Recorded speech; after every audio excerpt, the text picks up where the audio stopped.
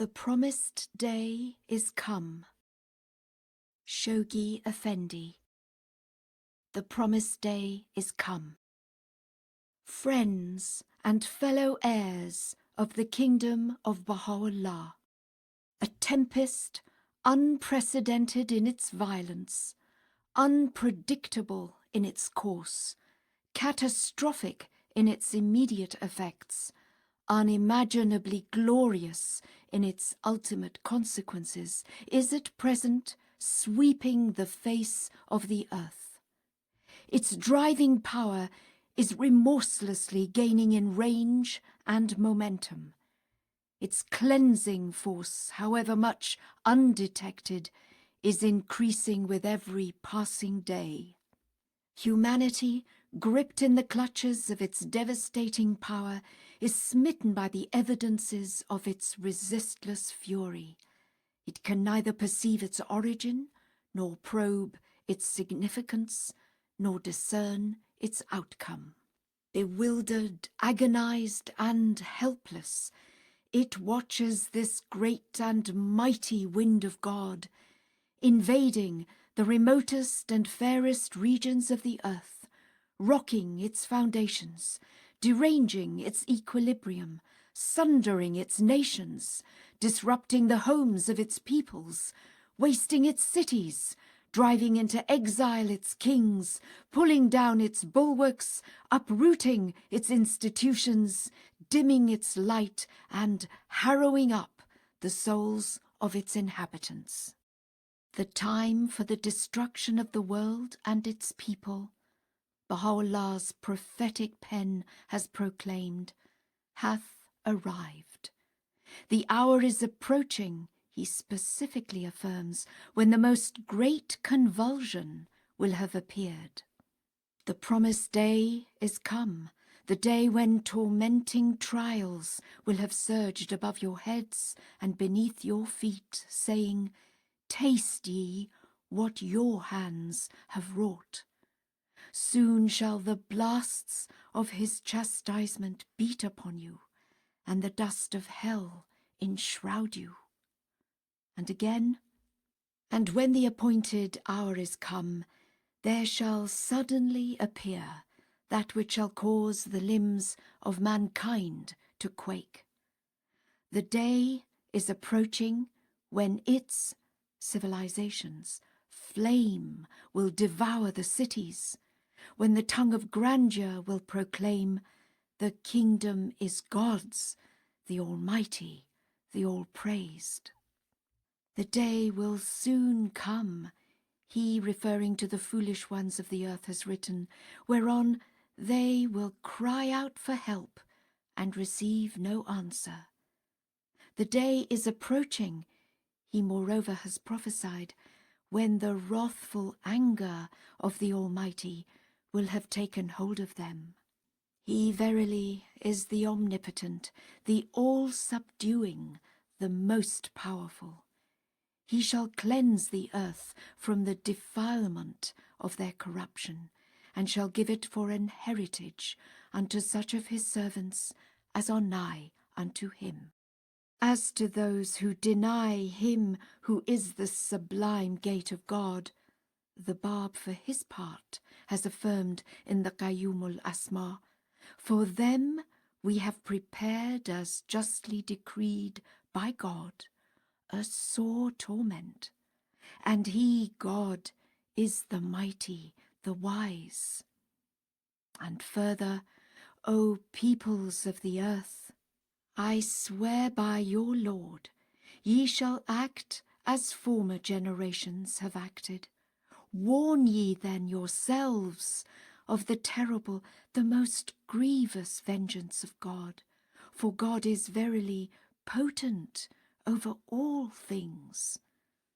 And again, by my glory, I will make the infidels to taste with the hands of my power retributions unknown of anyone except me, and will waft over the faithful those musk-scented breaths which I have nursed in the midmost heart of my throne. Dear friends, The powerful operations of this titanic upheaval are comprehensible to none except such as have recognized the claims of both Bahá'u'lláh and the Bab. Their followers know full well whence it comes and what it will ultimately lead to. Though ignorant of how far it will reach, they clearly recognize its genesis, are aware of its direction, acknowledge its necessity, observe confidently its mysterious processes, ardently pray for the mitigation of its severity, intelligently labor to assuage its fury, and anticipate, with undimmed vision, the consummation of the fears and the hopes it must necessarily engender. This judgment of God. This judgment of God, as viewed by those who have recognized Bahá'u'lláh as his mouthpiece and his greatest messenger on earth, is both a retributory calamity and an act of holy and supreme discipline.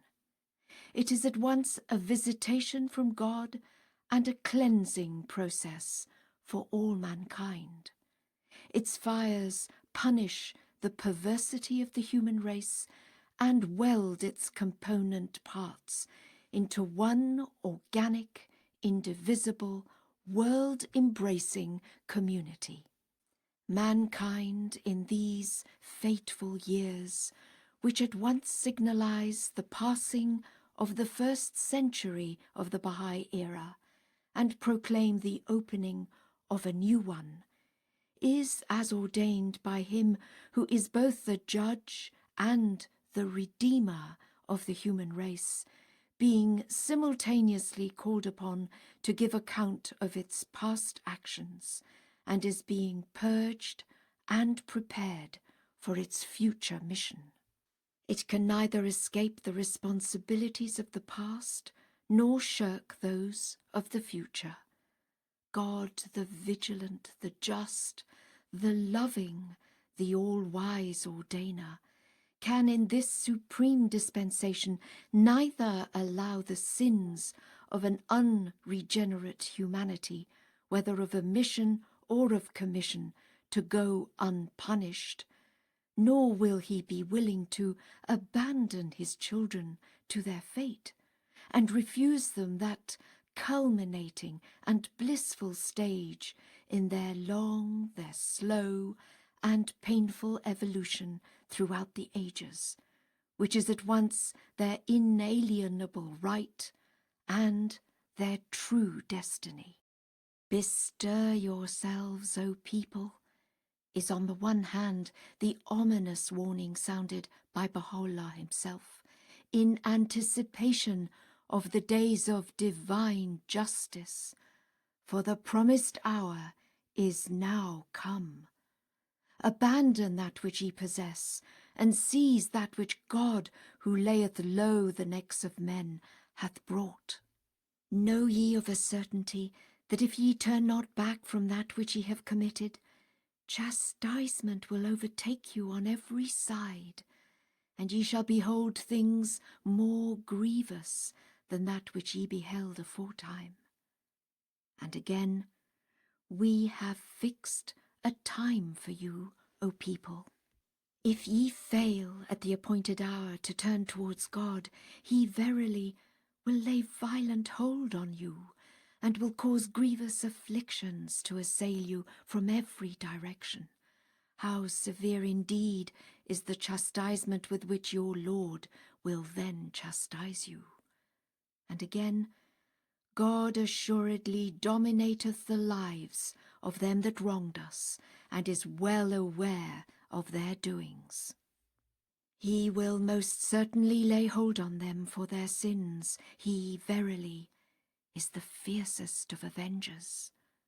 And finally, O ye peoples of the world, know verily that an unforeseen calamity is following you, and that grievous retribution awaiteth you. Think not the deeds ye have committed have been blotted from my sight. By my beauty, all your doings hath my pen graven with open characters upon tablets of chrysolite. The whole earth, Bahá'u'lláh on the other hand, forecasting the bright future in store for a world now wrapped in darkness, emphatically asserts, is now in a state of pregnancy. The day is approaching when it will have yielded its noblest fruits, when from it will have sprung forth the loftiest trees, the most enchanting blossoms, the most heavenly blessings. The time is approaching when every created thing will have cast its burden. Glorified be God, who hath vouchsafed this grace that encompasseth all things, whether seen or unseen. These great oppressions, he moreover foreshadowing humanity's golden age, has written, are preparing it for the advent of the most great justice. This most great justice is indeed the justice upon which the structure of the most great peace can alone and must eventually rest, while the most great peace will in turn usher in that world civilization, which shall remain forever associated with him who beareth the most great name. Beloved friends, well nigh 100 years have elapsed since the revelation of Bahá'u'lláh dawned upon the world, a revelation the nature of which, as affirmed by himself, none among the manifestations of old, except to a prescribed degree, hath ever completely apprehended. For a whole century God has respited mankind, that it might acknowledge the founder of such a revelation, espouse his cause, proclaim his greatness, and establish his order.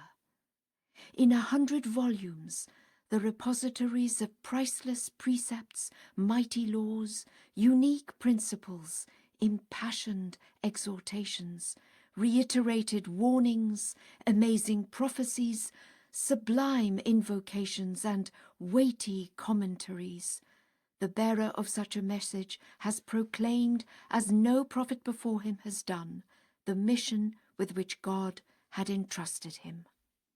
To emperors, kings, princes, and potentates, to rulers, governments, clergy, and peoples, whether of the East or of the West, whether Christian, Jew, Moslem, or Zoroastrian, he addressed for well nigh 50 years, and in the most tragic circumstances, these priceless pearls of knowledge and wisdom that lay hid within the ocean of his matchless utterance. Forsaking fame and fortune, accepting imprisonment and exile, careless of ostracism and obloquy, submitting to physical indignities and cruel deprivations, he, the vicegerent of God on earth, suffered himself to be banished from place to place and from country to country, till at length he in the most great prison offered up his martyred son as a ransom for the redemption and unification of all mankind.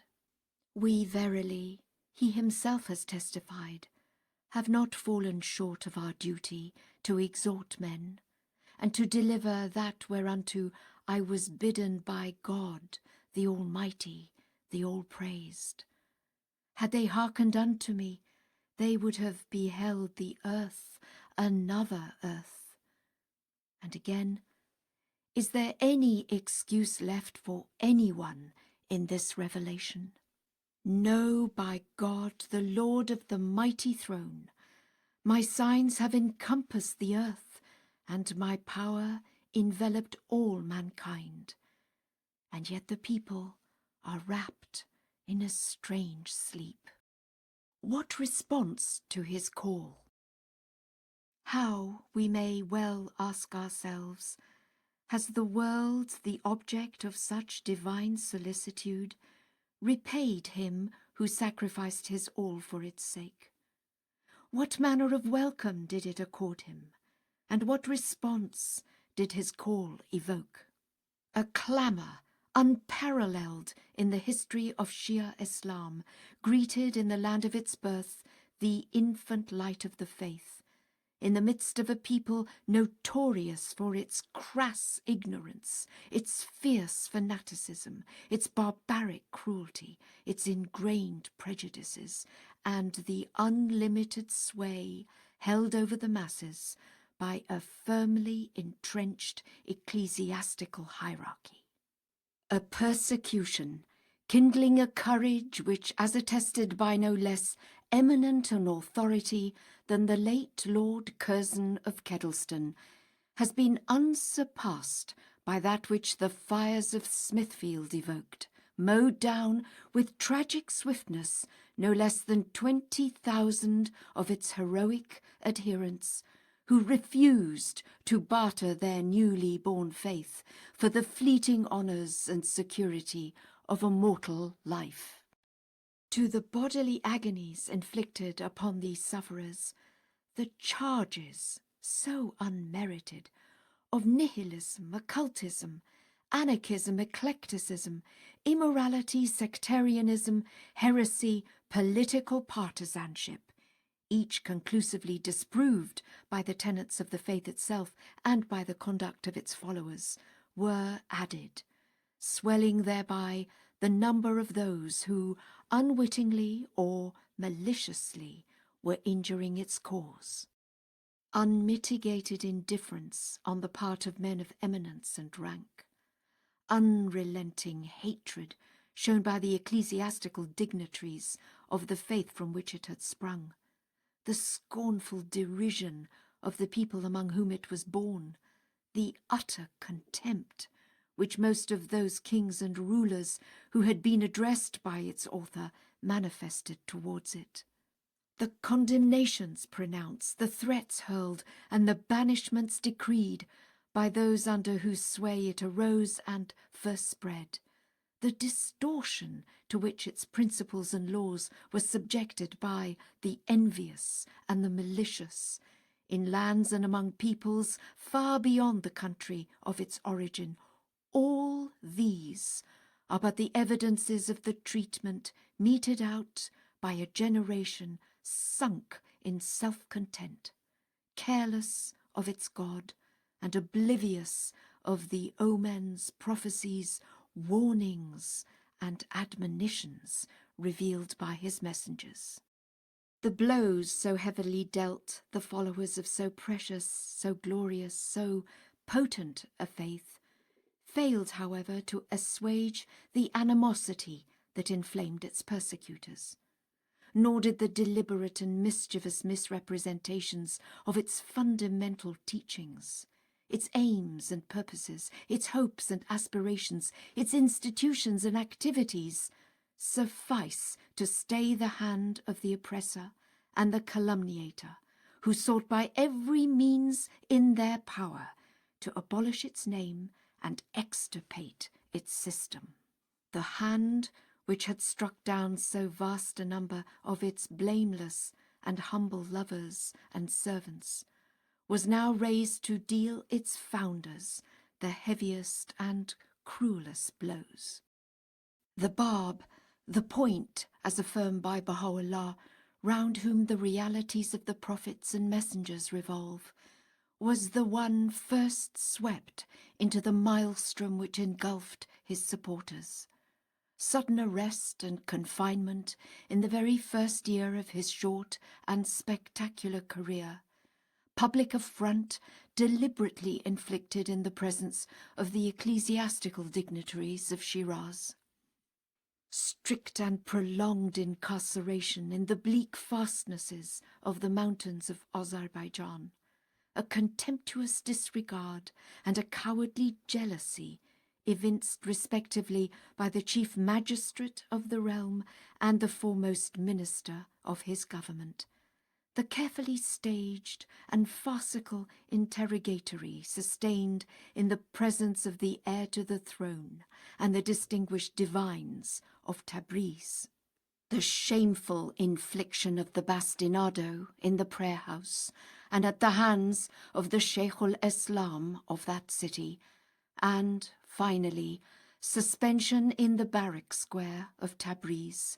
and the discharge of a volley of above 700 bullets at his youthful breast, under the eyes of a callous multitude of about 10,000 people, culminating in the ignominious exposure of his mangled remains on the edge of the moat without the city gate. These were the progressive stages in the tumultuous and tragic ministry of one whose age inaugurated the consummation of all ages, and whose revelation fulfilled the promise of all revelations. I swear by God, the Bab himself in his tablet to Mohammed Shah has written, "Shouldst thou know the things which in the space of these 4 years have befallen me at the hands of thy people and thine army, thou wouldst hold thy breath from fear of God. Alas, alas for the things which have touched me. I swear by the most great Lord, wert thou to be told in what place I dwell, the first person to have mercy on me would be thyself. In the heart of a mountain is a fortress, Marku, the inmates of which are confined to 2 guards and 4 dogs. Picture then my plight. In this mountain I have remained alone, and have come to such a pass that none of those gone before me have suffered what I have suffered, nor any transgressor endured what I have endured. How veiled are ye, O my creatures!" He, speaking with the voice of God, has revealed in the Bayan, "who without any right have consigned him unto a mountain, Marku, not one of whose inhabitants is worthy of mention. With him, which is with me, there is no one except him who is one of the letters of the living of my book. In his presence, which is my presence, there is not at night even a lighted lamp, and yet in places of worship, which in varying degrees reach out unto him, unnumbered lamps are shining. All that is on earth hath been created for him, and all partake with delight of his benefits, and yet they are so veiled from him as to refuse him even a lamp. What of Bahá'u'lláh, the germ of whose revelation, as attested by the Bab, is endowed with a potency superior to the combined forces of the Babi dispensation? Was he not, he for whom the Bab had suffered and died in such tragic and miraculous circumstances, made for nearly half a century and under the domination of the 2 most powerful potentates of the East, the object of a systematic and concerted conspiracy, which in its effects and duration is scarcely paralleled in the annals of previous religions? The cruelties inflicted by my oppressors, he himself in his anguish has cried out, have bowed me down and turned my hair white. Shouldst thou present thyself before my throne, thou wouldst fail to recognize the ancient beauty, for the freshness of his countenance is altered, and its brightness hath faded, by reason of the oppression of the infidels. I swear by God, his heart, his soul, and his vitals are melted. Wert thou to hear with mine ear, he also declares, thou wouldst hear how Ali, the Bab, bewaileth me in the presence of the glorious companion, and how Mohammed weepeth over me in the all-highest horizon, and how the Spirit, Jesus, beateth himself upon the head in the heaven of my decree by reason of what hath befallen this wronged one at the hands of every impious sinner. Before me, he elsewhere has written, riseth up the serpent of wrath with jaws stretched to engulf me, and behind me stalketh the lion of anger, intent on tearing me in pieces. And above me, O my well-beloved, are the clouds of thy decree, raining upon me the showers of tribulations, whilst beneath me are fixed the spears of misfortune, ready to wound my limbs and my body. Couldst thou be told, he further affirms, what hath befallen the ancient beauty, thou wouldst flee into the wilderness and weep with a great weeping. In thy grief thou wouldst smite thyself on the head and cry out as one stung by the sting of the adder. By the righteousness of God, every morning I arose from my bed, I discovered the hosts of countless afflictions massed behind my door. And every night when I lay down, lo, my heart was torn with agony at what it had suffered from the fiendish cruelty of its foes. With every piece of bread the ancient beauty breaketh is coupled the assault of a fresh affliction, and with every drop he drinketh is mixed the bitterness of the most woeful of trials. He is preceded in every step he taketh by an army of unforeseen calamities, while in his rear follow legions of agonizing sorrows. Was it not he who at the early age of 27 spontaneously arose to champion, in the capacity of a mere follower, the nascent cause of the Bab? Was he not the one who, by assuming the actual leadership of a proscribed and harassed sect, exposed himself and his kindred and his possessions and his rank and his reputation to the grave perils, the bloody assaults, the general spoliation and furious defamations of both government and people? Was it not he, the bearer of a revelation whose day every prophet hath announced, for which the soul of every divine messenger hath thirsted, and in which God hath proved the hearts of the entire company of his messengers and prophets? Was not the bearer of such a revelation, at the instigation of Shia ecclesiastics and by order of the Shah himself, forced for no less than 4 months to breathe in utter darkness whilst in the company of the vilest criminals, and freighted down with galling chains the pestilential air of the vermin-infested subterranean dungeon of Tehran, a place which, as he himself subsequently declared, was mysteriously converted into the very scene of the annunciation made to him by God of his prophethood. We were consigned, he wrote in his epistle to the son of the wolf, for 4 months to a place foul beyond comparison. As to the dungeon in which this wronged one and others similarly wronged were confined, a dark and narrow pit were preferable. The dungeon was wrapped in thick darkness, and our fellow prisoners numbered nearly 150 souls, thieves, assassins, and highwaymen. Though crowded, it had no other outlet than the passage by which we entered. No pen can depict that place, nor any tongue describe its loathsome smell. Most of these men had neither clothes nor bedding to lie on. God alone knoweth what befell us in that most foul-smelling and gloomy place.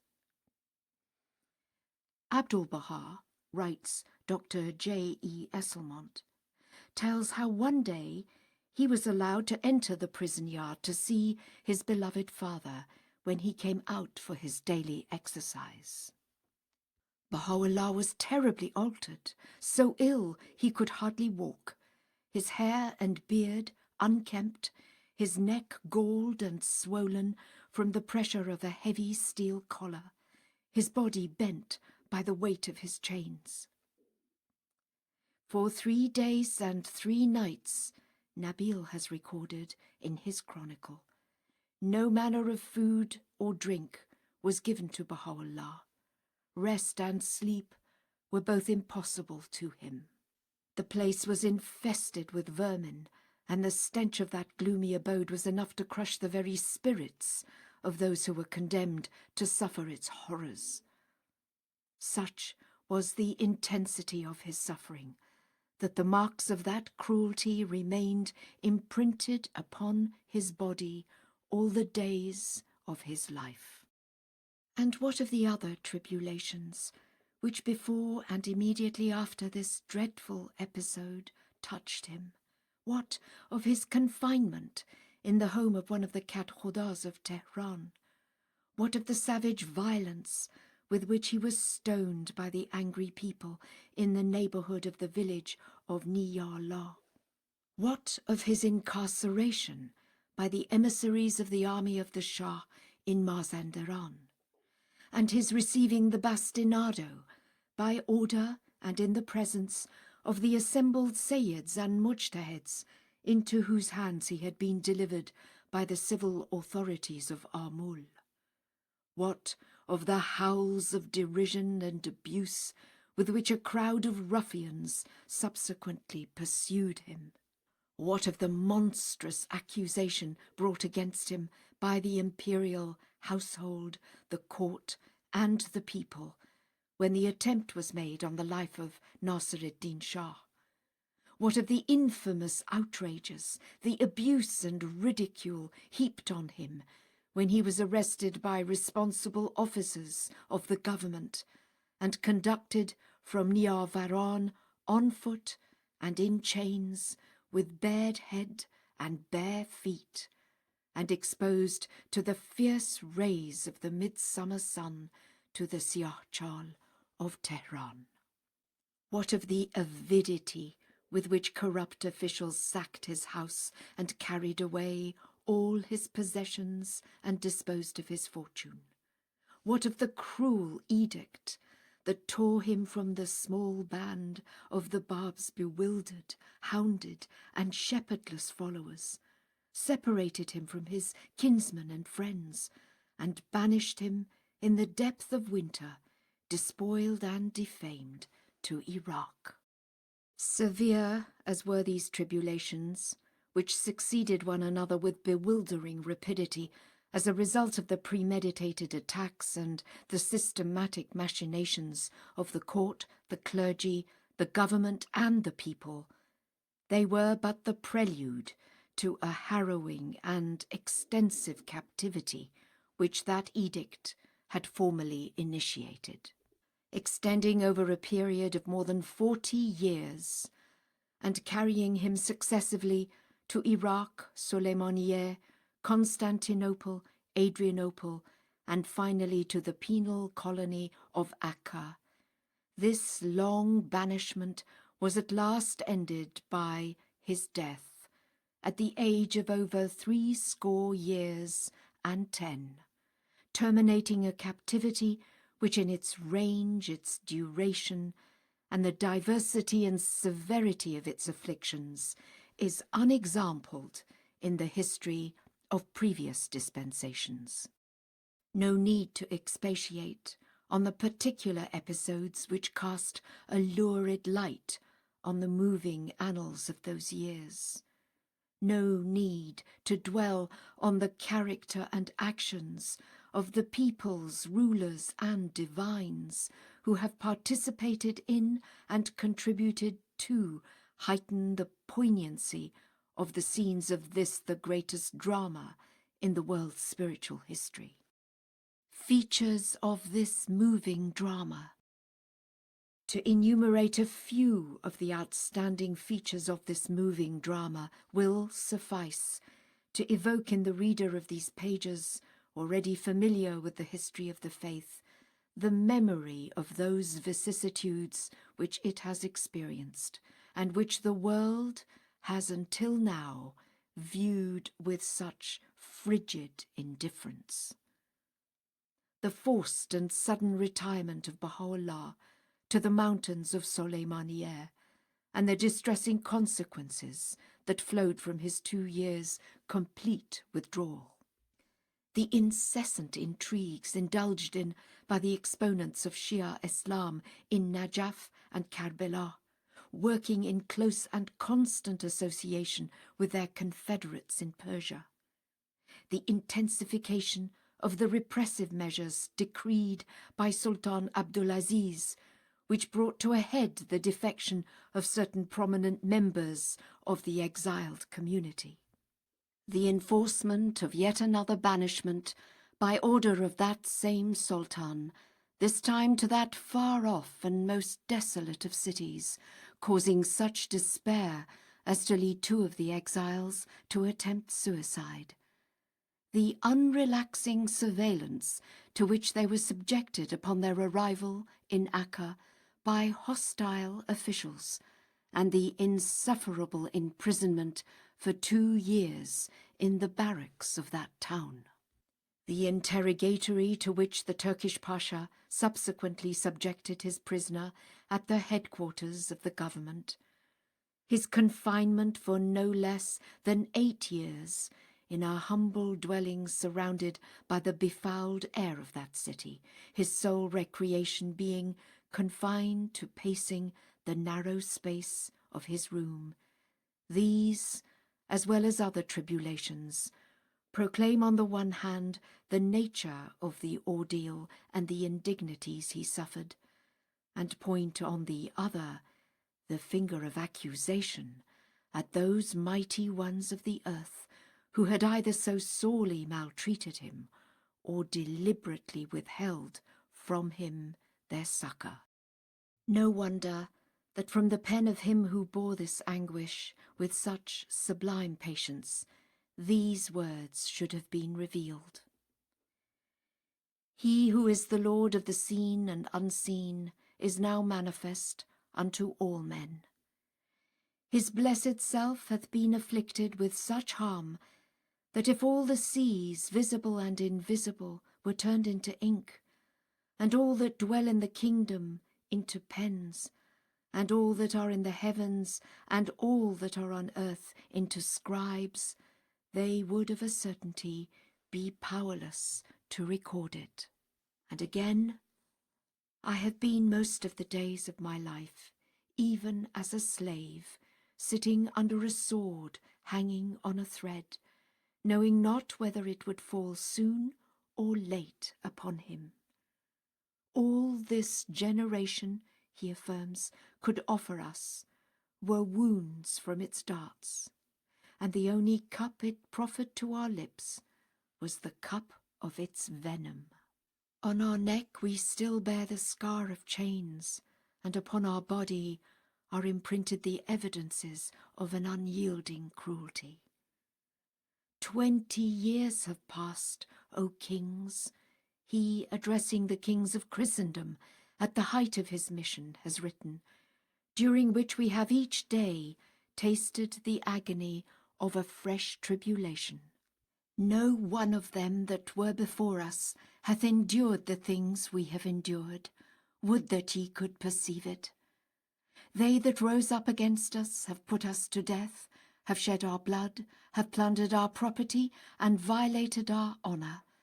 Though aware of most of our afflictions, ye nevertheless have failed to stay the hand of the aggressor. For is it not your clear duty to restrain the tyranny of the oppressor, and to deal equitably with your subjects, that your high sense of justice may be fully demonstrated to all mankind?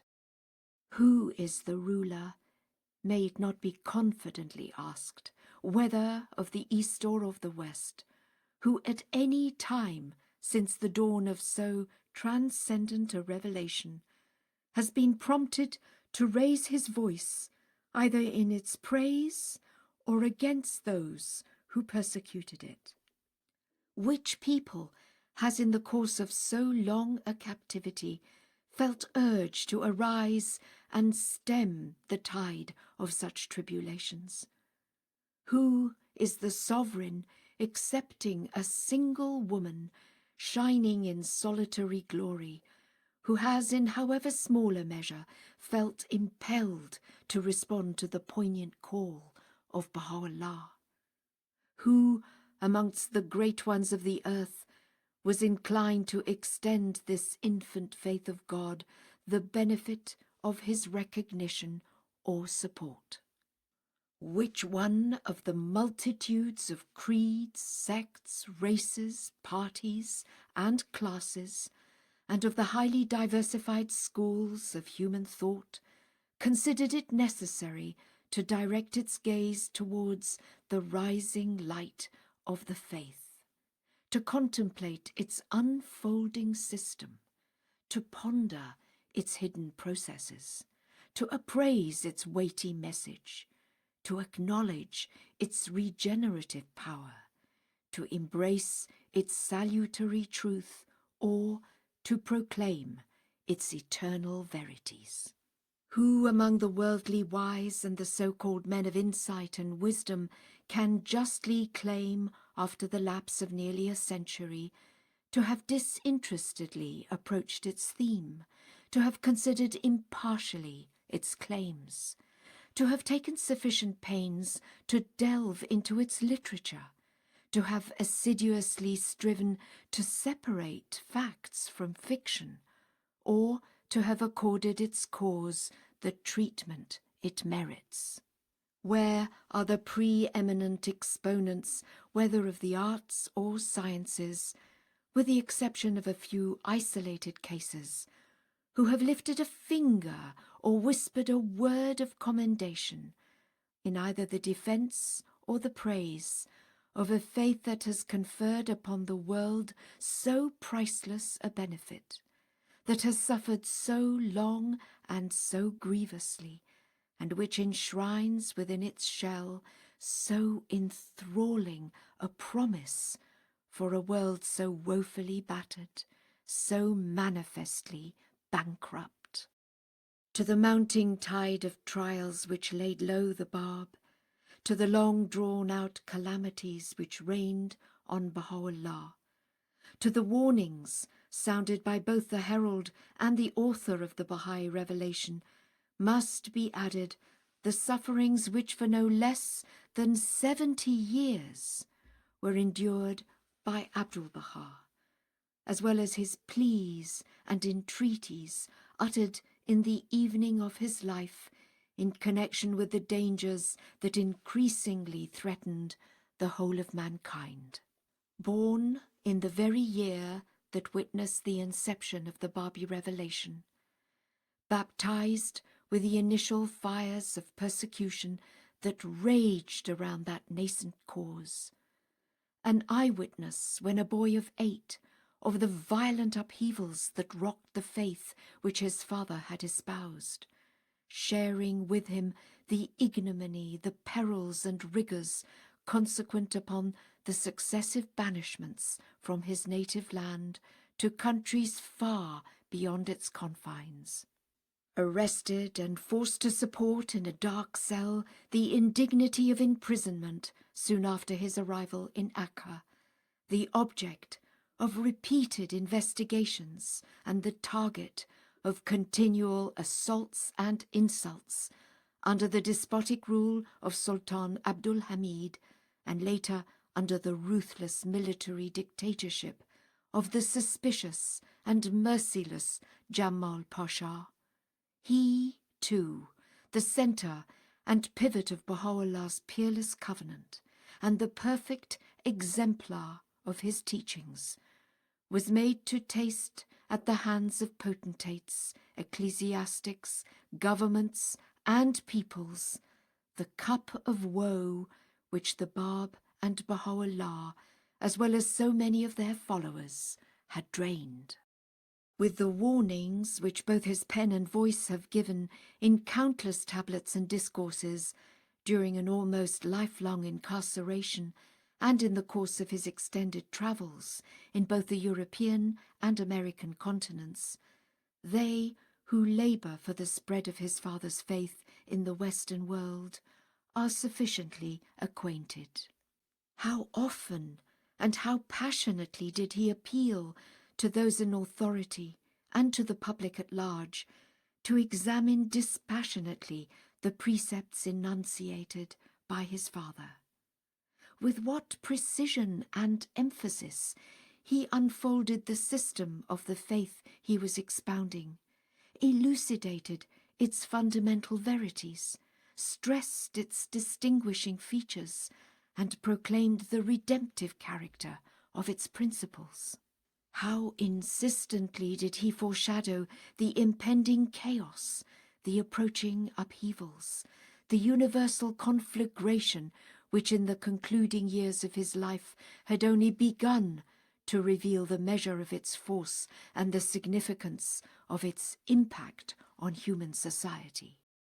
A co-sharer in the woeful trials and momentary frustrations afflicting the Bab and Bahá'u'lláh, reaping a harvest in his lifetime wholly incommensurate to the sublime, the incessant and strenuous efforts he had exerted, experiencing the initial perturbations of the world-shaking catastrophe in store for an unbelieving humanity. Bent with age, and with eyes dimmed by the gathering storm which the reception accorded by a faithless generation to his father's cause was raising, and with a heart bleeding over the immediate destiny of God's wayward children, he at last sank beneath a weight of troubles for which they who had imposed them upon him and upon those gone before him were soon to be summoned to a dire reckoning. Hasten, O my God, he cried at a time when adversity had sore beset him, the days of my ascension unto thee, and of my coming before thee, and of my entry into thy presence, that I may be delivered from the darkness of the cruelty inflicted by them upon me, and may enter the luminous atmosphere of thy nearness, O my Lord, the All-Glorious, and may rest under the shadow of thy most great mercy. Ya Bahá'u'lláh, O thou the glory of glories, he wrote in a tablet revealed during the last week of his life, I have renounced the world and the people thereof, and am heartbroken and sorely afflicted because of the unfaithful. In the cage of this world I flutter even as a frightened bird, and yearn every day to take my flight unto thy kingdom. Ya Bahá'u'lláh, make me to drink of the cup of sacrifice, and set me free. Relieve me from these woes and trials, from these afflictions and troubles. Dear friends, alas, 1,000 times alas, that a revelation so incomparably great, so infinitely precious, so mightily potent, so manifestly innocent, should have received at the hands of a generation so blind and so perverse, so infamous a treatment. O my servants, Baha'u'lláh himself testifies, the one true God is my witness. This most great, this fathomless and surging ocean is near, astonishingly near unto you. Behold, it is closer to you than your life vein. Swift as the twinkling of an eye, ye can, if ye but wish it, reach and partake of this imperishable favour, this God-given grace, this incorruptible gift, this most potent and unspeakably glorious bounty. A world receded from him. After a revolution of well nigh 100 years, what is it that the eye encounters as one surveys the international scene and looks back upon the early beginnings of Bahá'í history?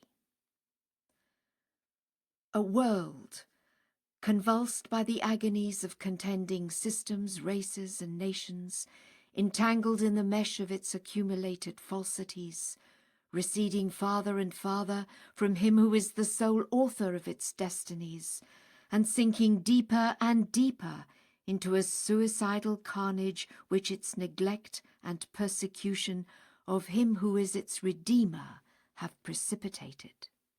A faith still proscribed, yet bursting through its chrysalis, emerging from the obscurity of a century-old repression, face to face with the awful evidences of God's wrathful anger, and destined to arise above the ruins of a smitten civilization. A world spiritually destitute, morally bankrupt, politically disrupted, socially convulsed, economically paralyzed, writhing, bleeding, and breaking up beneath the avenging rod of God.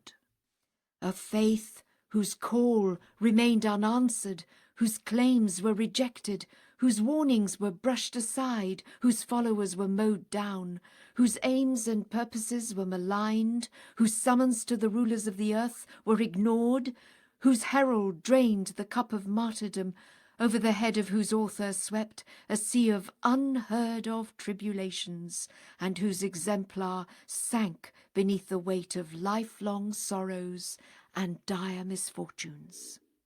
A world that has lost its bearings, in which the bright flame of religion is fast dying out, in which the forces of a blatant nationalism and racialism have usurped the rights and prerogatives of God himself, in which a flagrant secularism, the direct offspring of irreligion, has raised its triumphant head and is protruding its ugly features, in which the majesty of kingship has been disgraced, and they who wore its emblems have for the most part been hurled from their thrones, in which the once all-powerful ecclesiastical hierarchies of Islam, and to a lesser extent those of Christianity, have been discredited, and in which the virus of prejudice and corruption is eating into the vitals of an already gravely disordered society. A faith whose institutions, the pattern and crowning glory of the age which is to come, have been ignored and in some instances trampled upon and uprooted, whose unfolding system has been derided and partly suppressed and crippled, whose rising order, the sole refuge of a civilization in the embrace of doom, has been spurned and challenged, whose mother temple has been seized and misappropriated, and whose house, the cynosure of an adoring world, has, through a gross miscarriage of justice, as witnessed by the world's highest tribunal, been delivered into the hands of and violated by its implacable enemies. We are indeed living in an age which, if we would correctly appraise it, should be regarded as one which is witnessing a dual phenomenon. The first signalizes the death pangs of an order, effete and godless, that has stubbornly refused, despite the signs and portents of a century-old revelation, to attune its processes to the precepts and ideals which that heaven-sent faith proffered it. The second proclaims the birth pangs of an order, divine and redemptive, that will inevitably supplant the former, and within whose administrative structure an embryonic civilization, incomparable and world-embracing, is imperceptibly maturing. The one is being rolled up and is crashing in oppression, bloodshed, and ruin.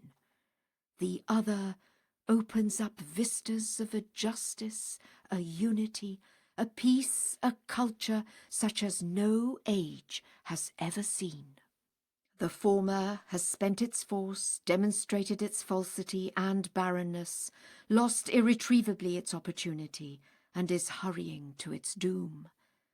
The latter, virile and unconquerable, is plucking asunder its chains and is vindicating its title to be the one refuge within which a sore-tried humanity, purged from its dross, can attain its destiny. Soon, Baha'u'lláh himself has prophesied, will the present-day order be rolled up and a new one spread out in its stead. And again, by myself, the day is approaching when we will have rolled up the world and all that is therein, and spread out a new order in its stead. The day is approaching when God will have raised up a people who will call to remembrance our days, who will tell the tale of our trials, who will demand the restitution of our rights from them who without a tittle of evidence have treated us with manifest injustice. Dear friends, for the trials which have afflicted the faith of Baha'u'lláh, a responsibility appalling and inescapable rests upon those into whose hands the reins of civil and ecclesiastical authority were delivered. The kings of the earth and the world's religious leaders alike must primarily bear the brunt of such an awful responsibility. Everyone well knoweth, Baha'u'lláh himself testifies, that all the kings have turned aside from him, and all the religions have opposed him. From time immemorial, he declares, they who have been outwardly invested with authority have debarred men from setting their faces towards God. They have disliked that men should gather together around the most great ocean, inasmuch as they have regarded and still regard such a gathering as the cause of and the motivation for the disruption of their sovereignty. The kings, he moreover has written, have recognized that it was not in their interest to acknowledge me, as have likewise the ministers and the divines, notwithstanding that my purpose hath been most explicitly revealed in the divine books and tablets, and the true one hath loudly proclaimed that this most great revelation hath appeared for the betterment of the world and the exaltation of the nations. Gracious God, writes the Bab in the Dalā'il-e-Sab'e, 7 proofs, with reference to the 7 powerful sovereigns ruling the world in his day, none of them hath been informed of his, the Bab's, manifestation, and if informed, none hath believed in him. Who knoweth, they may leave this world below full of desire, and without having realized that the thing for which they were waiting had come to pass. This is what happened to the monarchs that held fast unto the gospel. They awaited the coming of the prophet of God, Muhammad, and when he did appear, they failed to recognize him. Behold how great are the sums which these sovereigns expend, without even the slightest thought of appointing an official charged with the task of acquainting them in their own realms with the manifestation of God. They would thereby have fulfilled the purpose for which they have been created. All their desires have been and are still fixed upon leaving behind them traces of their names. The Bab, moreover, in that same treatise censuring the failure of the Christian divines to acknowledge the truth of Mohammed's mission, makes this illuminating statement. The blame falleth upon their doctors, for if these had believed, they would have been followed by the mass of their countrymen. Behold then that which hath come to pass.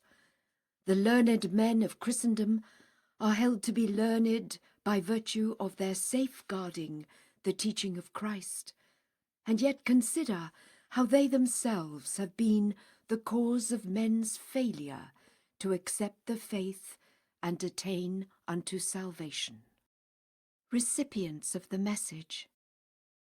It should not be forgotten that it was the kings of the earth and the world's religious leaders who, above all other categories of men, were made the direct recipients of the message proclaimed by both the Bab and Bahá'u'lláh.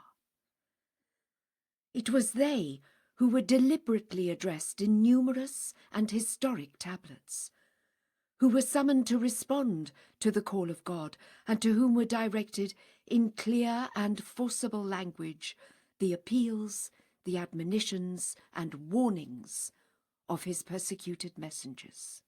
It was they who, when the faith was born, and later when its mission was proclaimed, were still for the most part wielding unquestioned and absolute civil and ecclesiastical authority over their subjects and followers. It was they who, whether glorying in the pomp and pageantry of a kingship as yet scarcely restricted by constitutional limitations, or entrenched within the strongholds of a seemingly inviolable ecclesiastical power, assumed ultimate responsibility for any wrongs inflicted by those whose immediate destinies they controlled.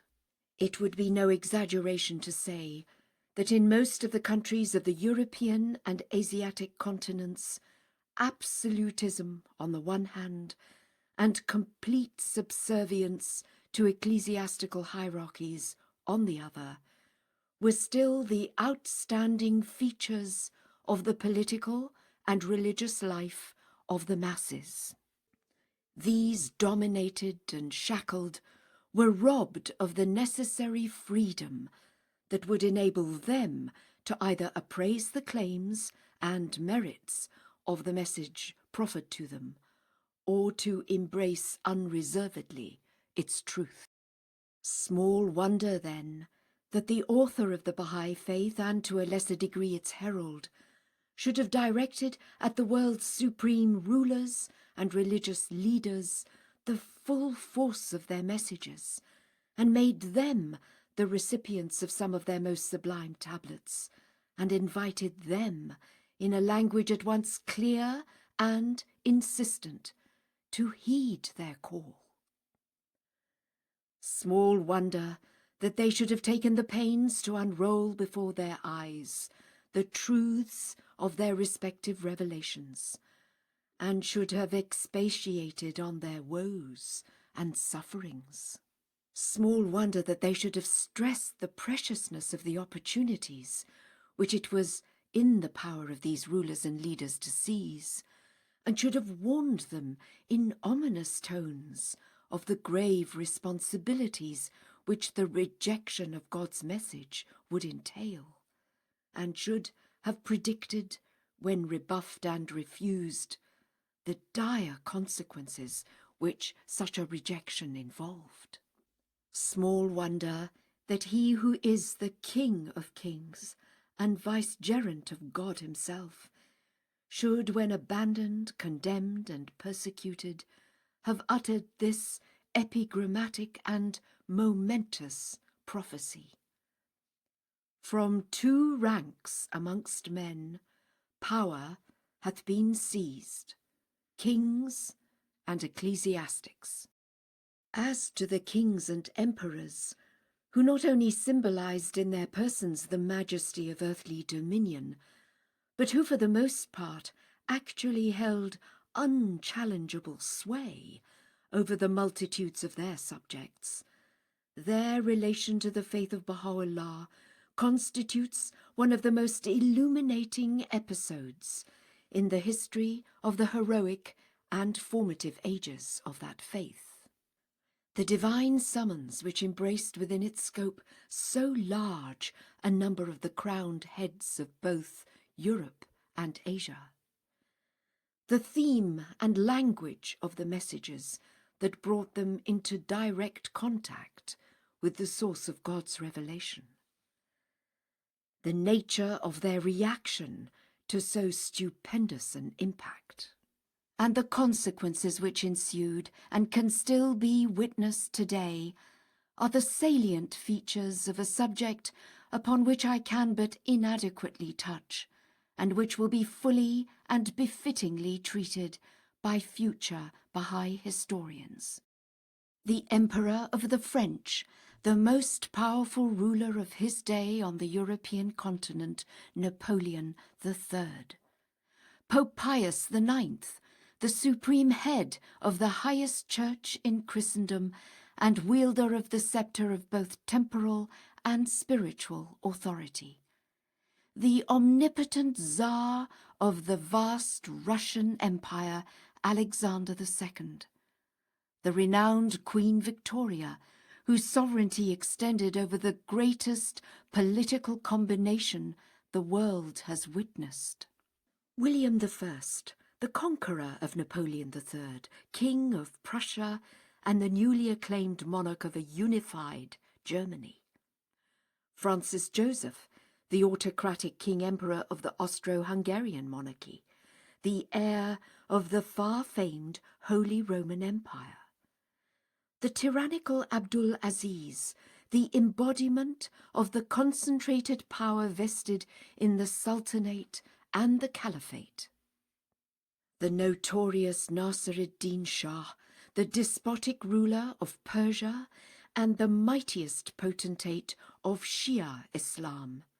In a word, most of the preeminent embodiments of power and of sovereignty in his day became one by one the object of Baha'u'llah's special attention, and were made to sustain in varying degrees the weight of the force communicated by his appeals and warnings. It should be borne in mind, however, that Baha'u'lláh has not restricted the delivery of his message to a few individual sovereigns, however potent the sceptres they severally wielded, and however vast the dominions which they ruled. All the kings of the earth have been collectively addressed by his pen, appealed to and warned at a time when the star of his revelation was mounting its zenith, and whilst he lay a prisoner in the hands and in the vicinity of the court of his royal enemy.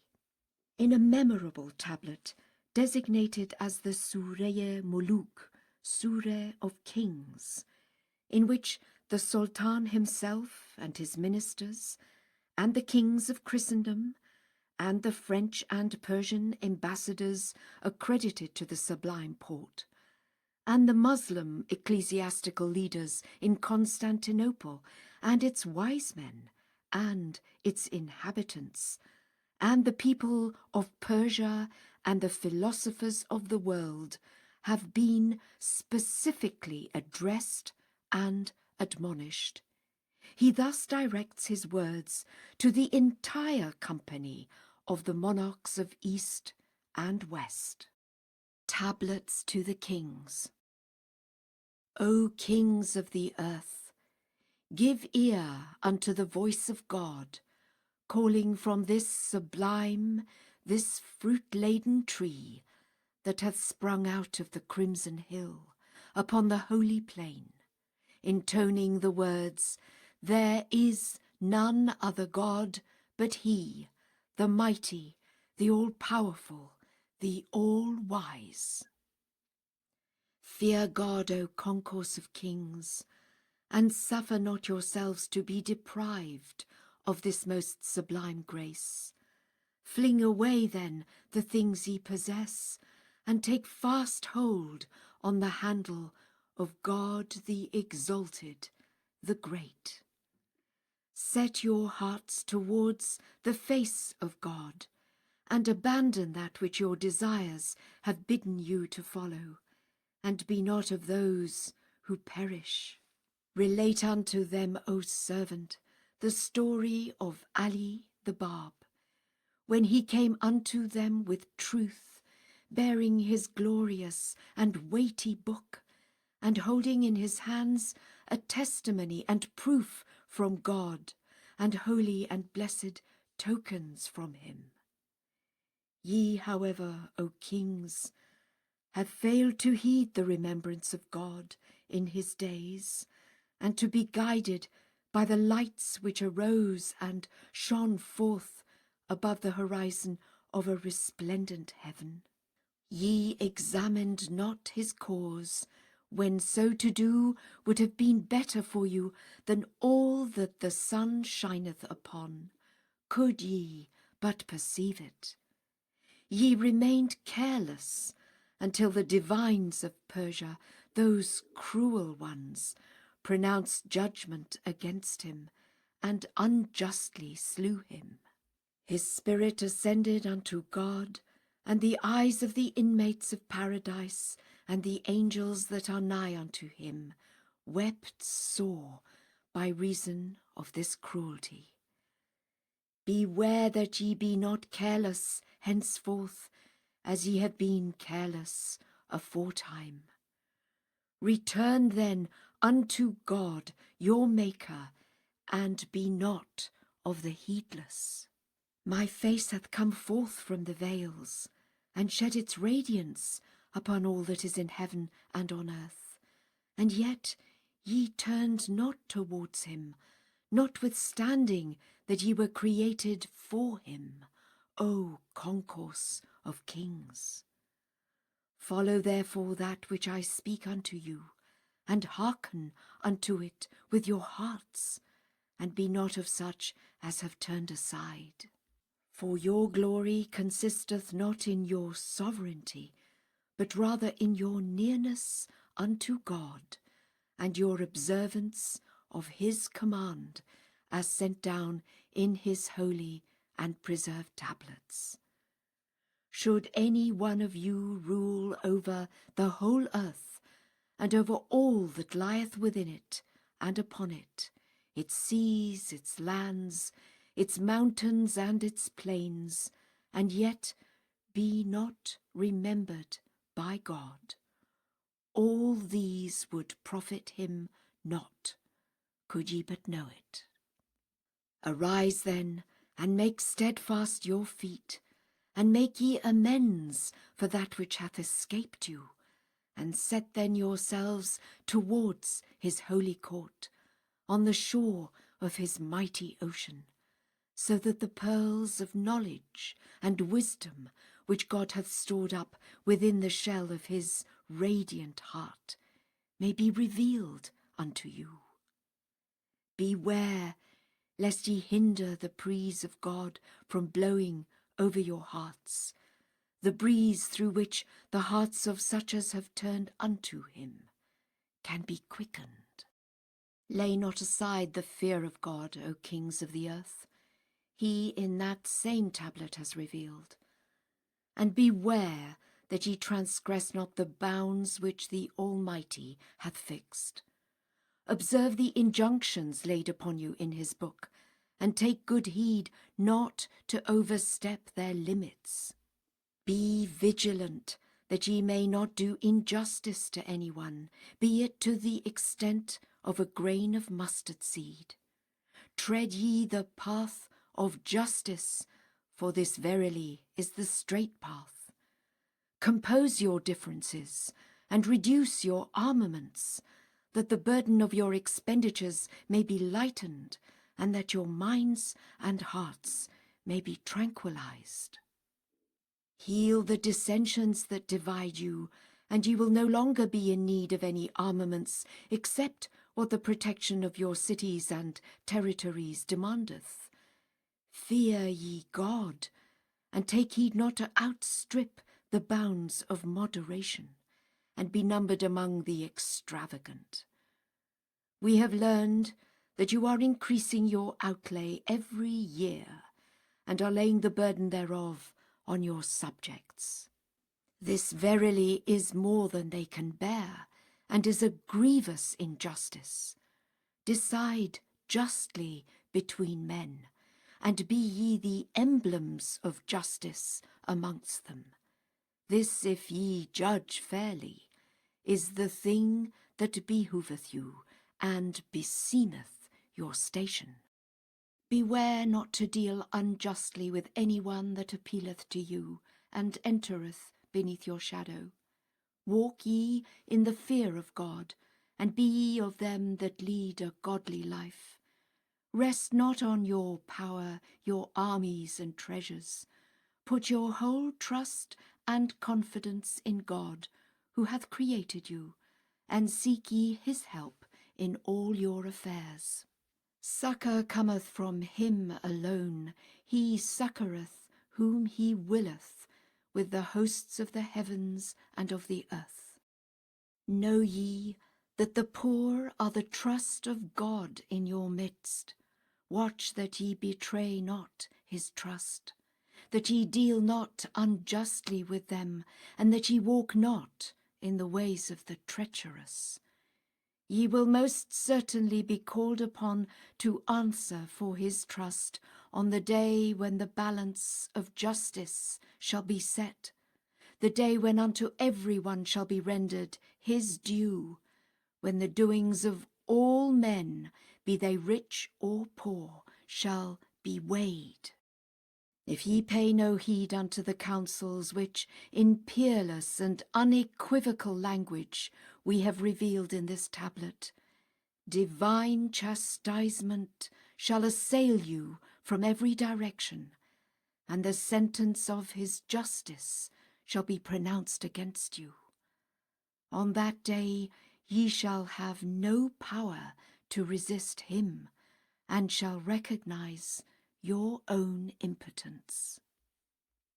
Have mercy on yourselves and on those beneath you, and judge ye between them according to the precepts prescribed by God in his most holy and exalted tablet, a tablet wherein he hath assigned to each and every thing its settled measure, in which he hath given with distinctness an explanation of all things, and which is in itself a monition unto them that believe in him. Examine our cause, inquire into the things that have befallen us, and decide justly between us and our enemies. And be ye of them that act equitably towards their neighbours.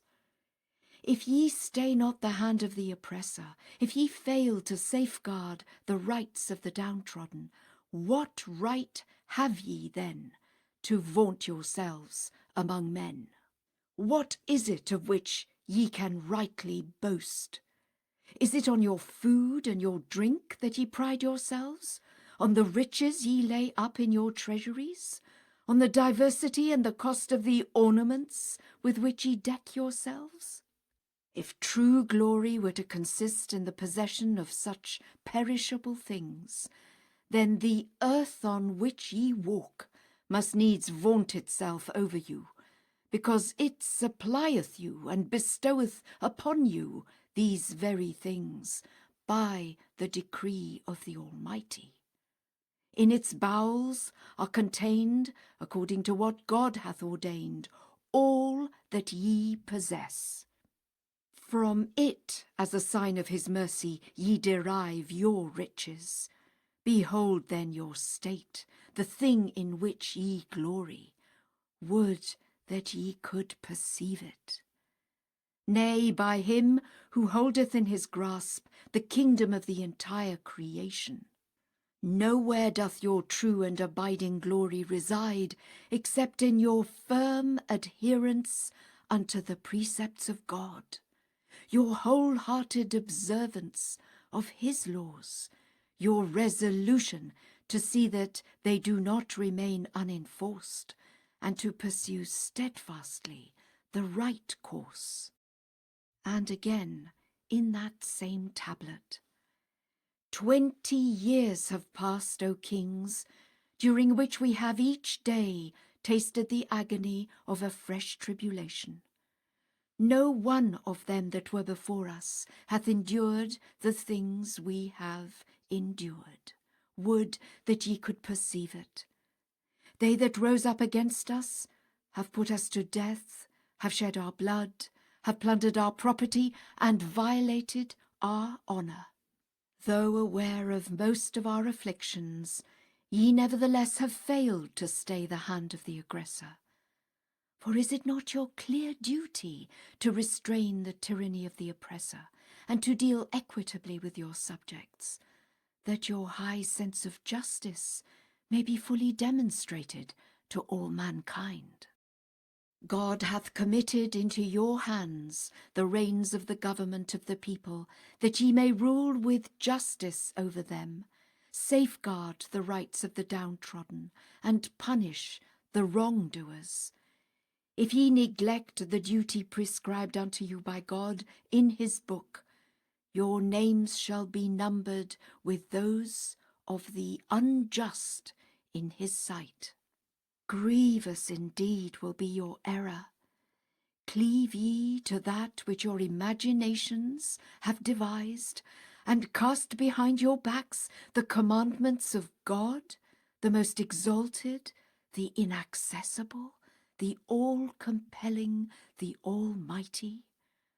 Cast away the things ye possess, and cling to that which God hath bidden you observe. Seek ye his grace, for he that seeketh it treadeth his straight path. Consider the state in which we are, and behold ye the ills and troubles that have tried us.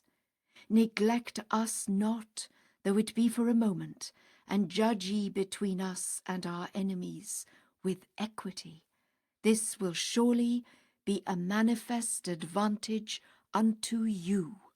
Thus do we relate to you our tale, and recount the things that have befallen us, that ye might take off our ills, and ease our burden.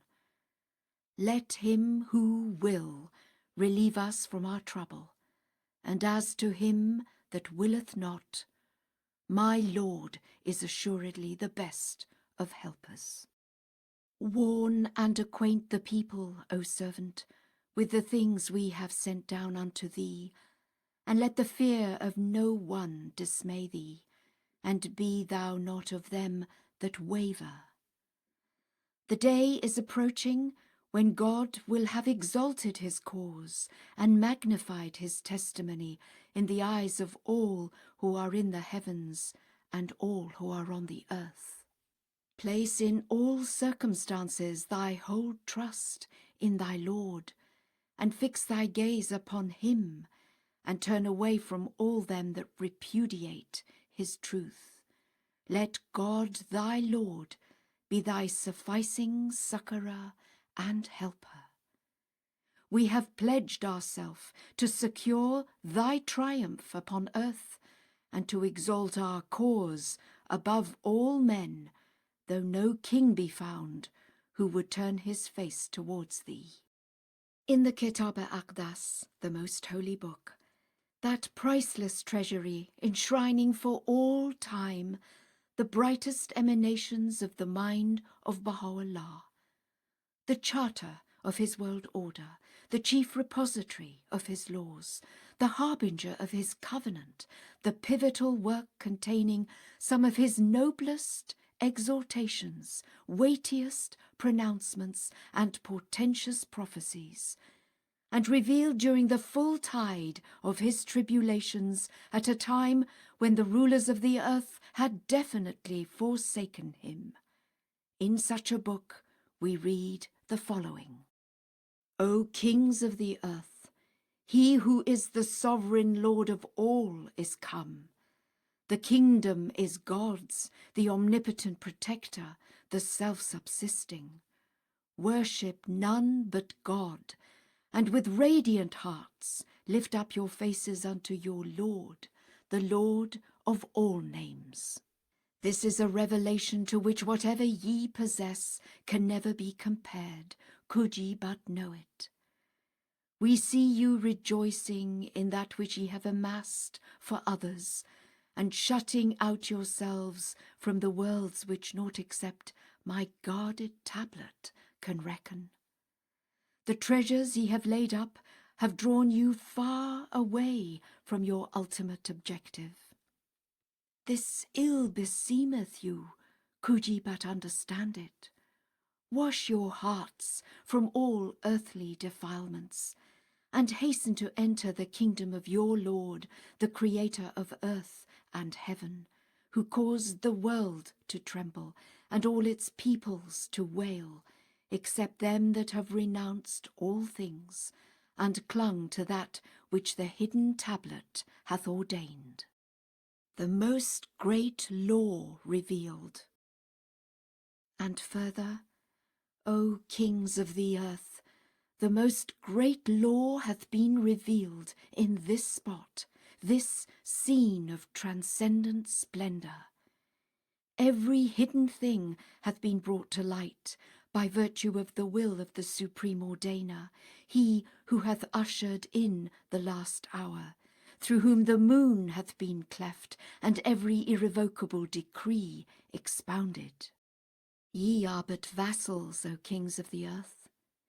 He who is the King of kings hath appeared, arrayed in his most wondrous glory, and is summoning you unto himself, the help in peril, the self-subsisting. Take heed, lest pride deter you from recognizing the source of revelation. Lest the things of this world shut you out as by a veil from him who is the Creator of heaven. Arise and serve him who is the desire of all nations, who hath created you through a word from him, and ordained you to be for all time the emblems of his sovereignty. By the righteousness of God, it is not our wish to lay hands on your kingdoms. Our mission is to seize and possess the hearts of men. Upon them the eyes of Baha are fastened. To this testifieth the kingdom of names, could ye but comprehend it. Whoso followeth his Lord will renounce the world and all that is therein. How much greater, then, must be the detachment of him who holdeth so august a station. Forsake your palaces, and haste ye to gain admittance into his kingdom. This, indeed, will profit you both in this world and in the next. To this testifieth the Lord of the realm on high, did ye but know it. How great is the blessedness that awaiteth the King who will arise to aid my cause in my kingdom, who will detach himself from all else but me. Such a king is numbered with the companions of the crimson ark, the ark which God hath prepared for the people of Baha. All must glorify his name, must reverence his station, and aid him to unlock the cities with the keys of my name, the omnipotent protector of all that inhabit the visible and invisible kingdoms. Such a king is the very eye of mankind, the luminous ornament on the brow of creation, the fountainhead of blessings unto the whole world. Offer up, O people of Baha, your substance, nay, your very lives for his assistance. And further, this evident arraignment in that same book. We have asked nothing from you. For the sake of God we verily exhort you, and will be patient as we have been patient in that which hath befallen us at your hands, O concourse of kings.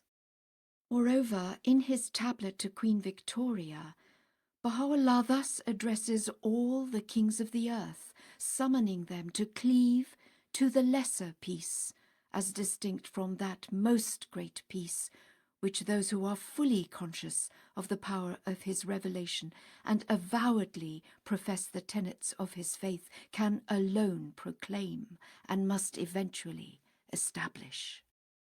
O kings of the earth, we see you increasing every year your expenditures and laying the burden thereof on your subjects.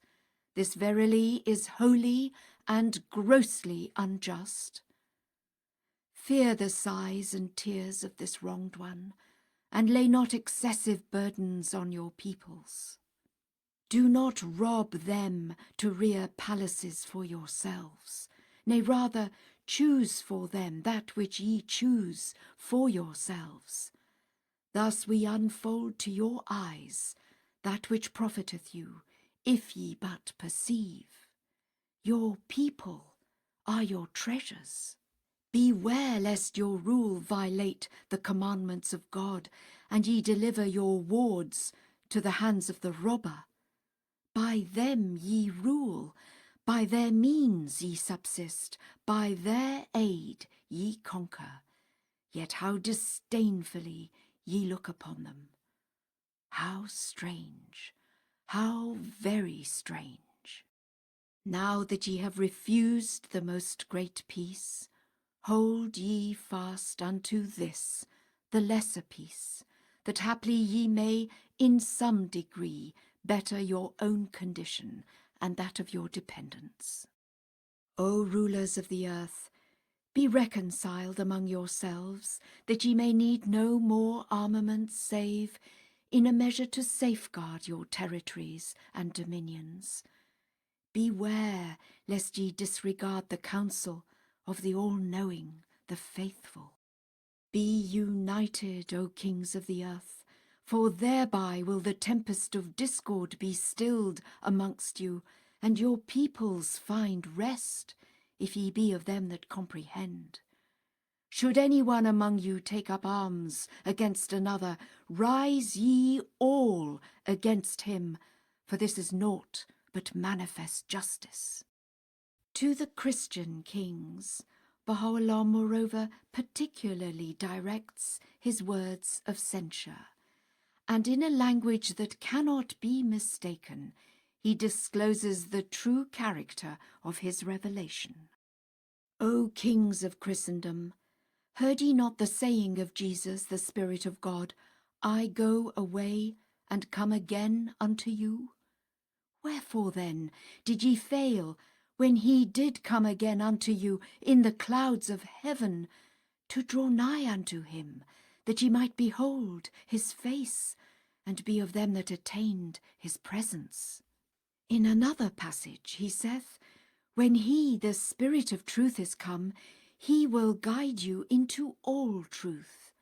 And yet, behold how, when he did bring the truth, ye refused to turn your faces towards him, and persisted in disporting yourselves with your pastimes and fancies.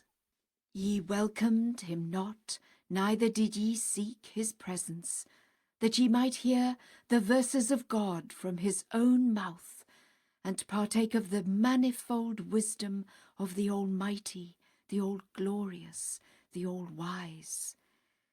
Ye have, by reason of your failure, hindered the breath of God from being wafted over you, and have withheld from your souls the sweetness of its fragrance. Ye continue roving with delight in the valley of your corrupt desires. Ye and all ye possess shall pass away. Ye shall most certainly return to God, and shall be called to account for your doings in the presence of him who shall gather together the entire creation. The Bab, moreover, in the Qayyumul Asma, his celebrated commentary on the Surah of Joseph, revealed in the first year of his mission and characterized by Bahá'u'lláh as the first, the greatest, and mightiest of all books in the Babi dispensation, has issued this stirring call to the kings and princes of the earth. O concourse of kings and of the sons of kings, lay aside, one and all, your dominion which belongeth unto God. Vain indeed is your dominion, for God hath set aside earthly possessions for such as have denied him. O concourse of kings, deliver with truth and in all haste the verses sent down by us to the peoples of Turkey and of India, and beyond them with power and with truth to lands in both the east and the west. By God, if ye do well, to your own behoof will ye do well. And if ye deny God and his signs, we in very truth, having God, can well dispense with all creatures and all earthly dominion. And again, fear ye God, O concourse of kings, lest ye remain afar from him who is his remembrance, the Bab, after the truth hath come unto you with a book and signs from God, as spoken through the wondrous tongue of him who is his remembrance. Seek ye grace from God, for God hath ordained for you, after ye have believed in him, a garden the vastness of which is as the vastness of the whole of paradise. So much for the epoch-making counsels and warnings collectively addressed by the Bab and Bahá'u'lláh to the sovereigns of the earth, and more particularly directed to the kings of Christendom. I would be failing to do justice to my theme were I to ignore or even to dismiss briefly those audacious, fate-laden apostrophes to individual monarchs, who, whether as kings or emperors, have either viewed with cold indifference the tribulations, or rejected with contempt the warnings of the twin founders of our faith. I can neither quote as fully as I should from the 2,000 and more verses that have streamed from the pen of Bahá'u'lláh, and to a lesser extent from that of the Bab, addressed to individual monarchs in Europe and Asia, nor is it my purpose to expatiate upon the circumstances that have provoked or the consequences that have flowed from those astounding utterances. The historian of the future, viewing more widely and in fuller perspective the momentous happenings of the apostolic and formative ages of the faith of Bahá'u'lláh, will no doubt be able to evaluate accurately and to describe in a circumstantial manner the causes, the implications, and the effects of these divine messages, which in their scope and effectiveness have certainly no parallel in the religious annals of mankind. To the French Emperor Napoleon III, Bahá'u'lláh addressed these words: O King of Paris, tell the priest to ring the bells no longer. By God the True One, the most mighty bell hath appeared in the form of him who is the most great name, and the fingers of the will of thy Lord, the most exalted, the most high, toll it out in the heaven of immortality, in his name, the all-glorious. Thus have the mighty verses of thy Lord been again sent down unto thee, that thou mayest arise to remember God, the Creator of earth and heaven, in these days when all the tribes of the earth have mourned, and the foundations of the cities have trembled, and the dust of irreligion hath enwrapped all men, except such as thy Lord, the all-knowing, the all-wise, was pleased to spare. Give ear, O King, unto the voice that calleth from the fire which burneth in this verdant tree, upon this Sinai, which hath been raised above the hallowed and snow-white spot beyond the everlasting city. Verily, there is none other God but me, the ever-forgiving, the most merciful. We, in truth, have sent him whom we aided with the Holy Spirit, Jesus, that he may announce unto you this light that has shone forth from the horizon of the will of your Lord, the most exalted, the all-glorious, and whose signs have been revealed in the west, that ye may set your faces towards him, Bahá'u'lláh, on this day, which God hath exalted above all other days, and whereon the All-Merciful hath shed the splendour of his effulgent glory upon all who are in heaven and all who are on earth. Arise thou to serve God and help his cause. He verily will assist thee with the hosts of the seen and unseen, and will set thee king over all that whereon the sun riseth. Thy Lord in truth is the all-powerful, the almighty. Attire thy temple with the ornament of my name, and thy tongue with remembrance of me, and thy heart with love for me, the Almighty, the Most High. We have desired for thee naught except that which is better for thee than what thou dost possess, and all the treasures of the earth. Thy Lord verily is knowing, informed of all. O King, we heard the words thou didst utter in answer to the Tsar of Russia concerning the decision made regarding the war, Crimean War. Thy Lord verily knoweth, is informed of all. Thou didst say, I lay asleep upon my couch when the cry of the oppressed who were drowned in the Black Sea wakened me. This is what we heard thee say, and verily thy Lord is witness unto what I say. We testify that that which wakened thee was not their cry, but the promptings of thine own passions, for we tested thee and found thee wanting. Comprehend the meaning of my words, and be thou of the discerning.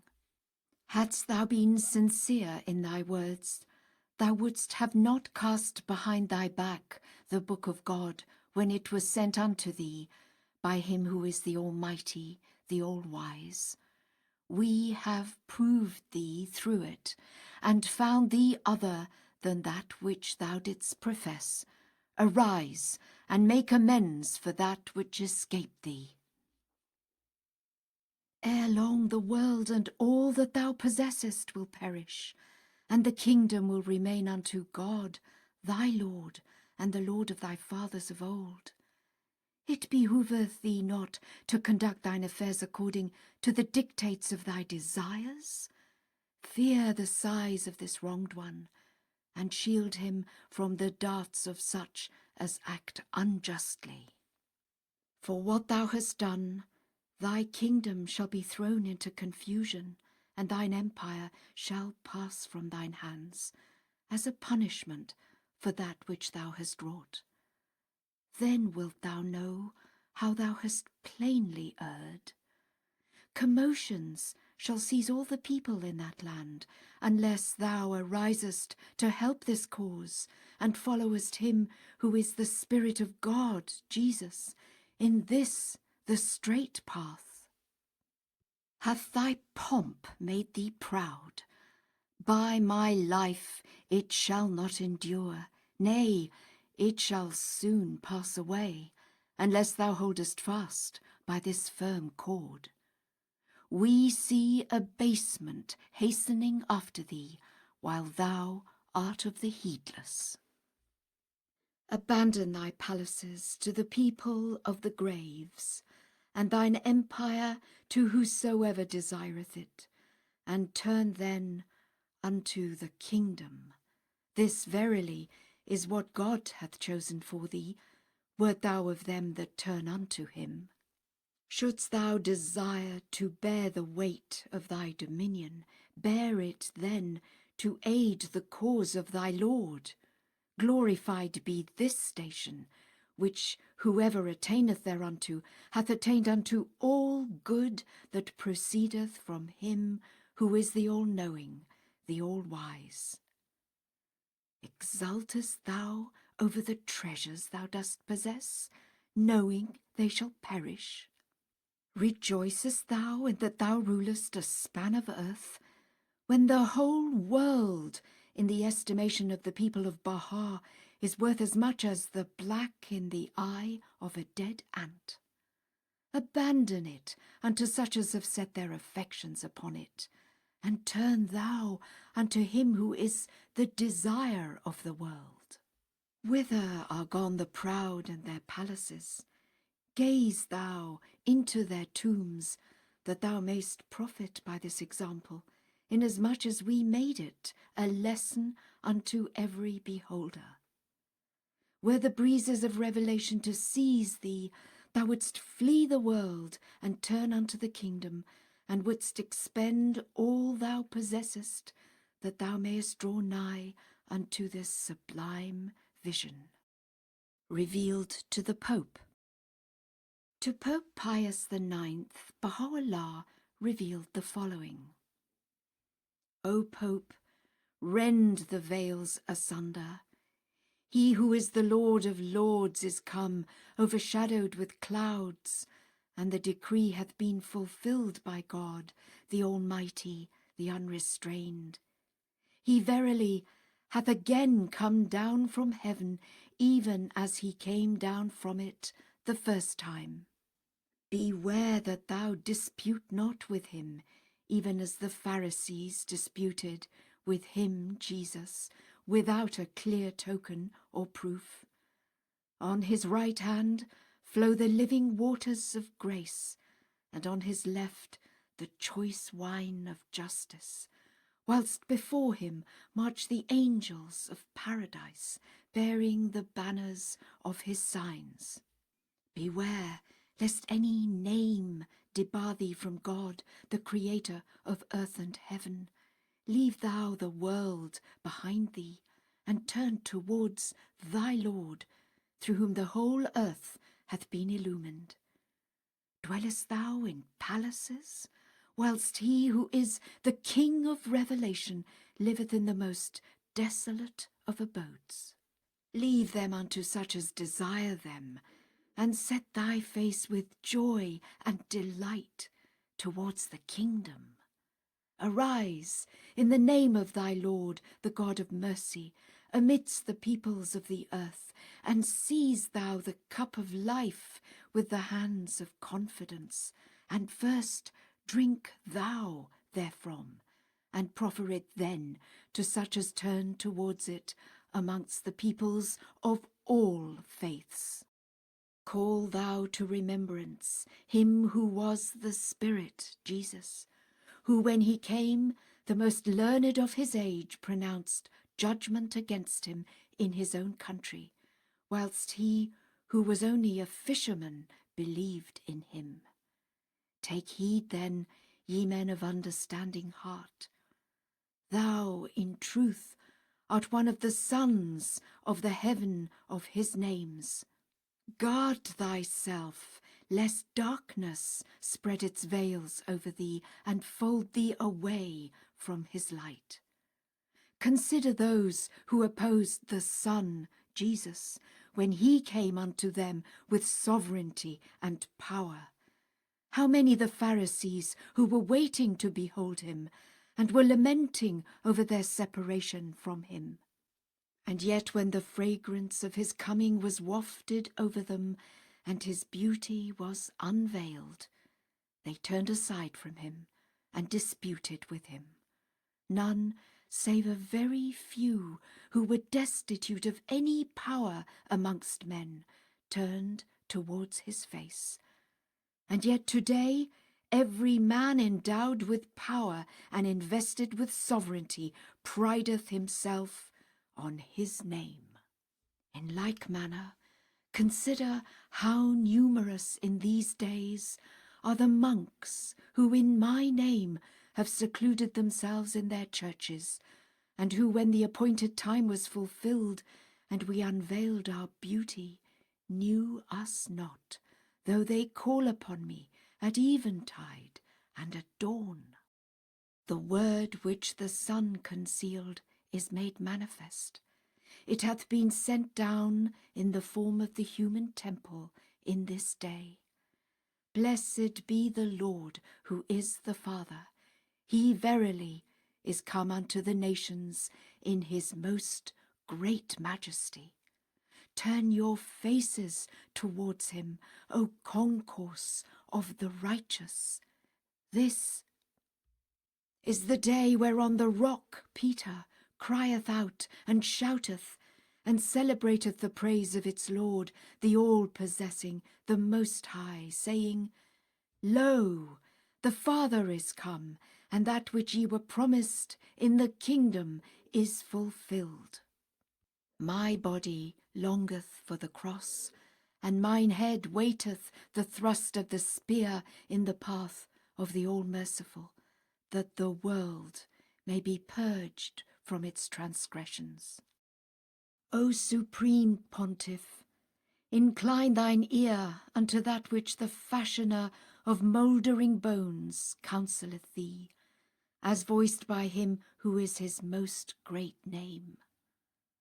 Sell all the embellished ornaments thou dost possess, and expend them in the path of God, who causeth the night to return upon the day, and the day to return upon the night. Abandon thy kingdom unto the kings, and emerge from thy habitation with thy face set towards the kingdom and detached from the world. Then speak forth the praises of thy Lord betwixt earth and heaven. Thus hath bidden thee he who is the possessor of names on the part of thy Lord, the Almighty, the All-Knowing. Exhort thou the kings, and say, Deal equitably with men.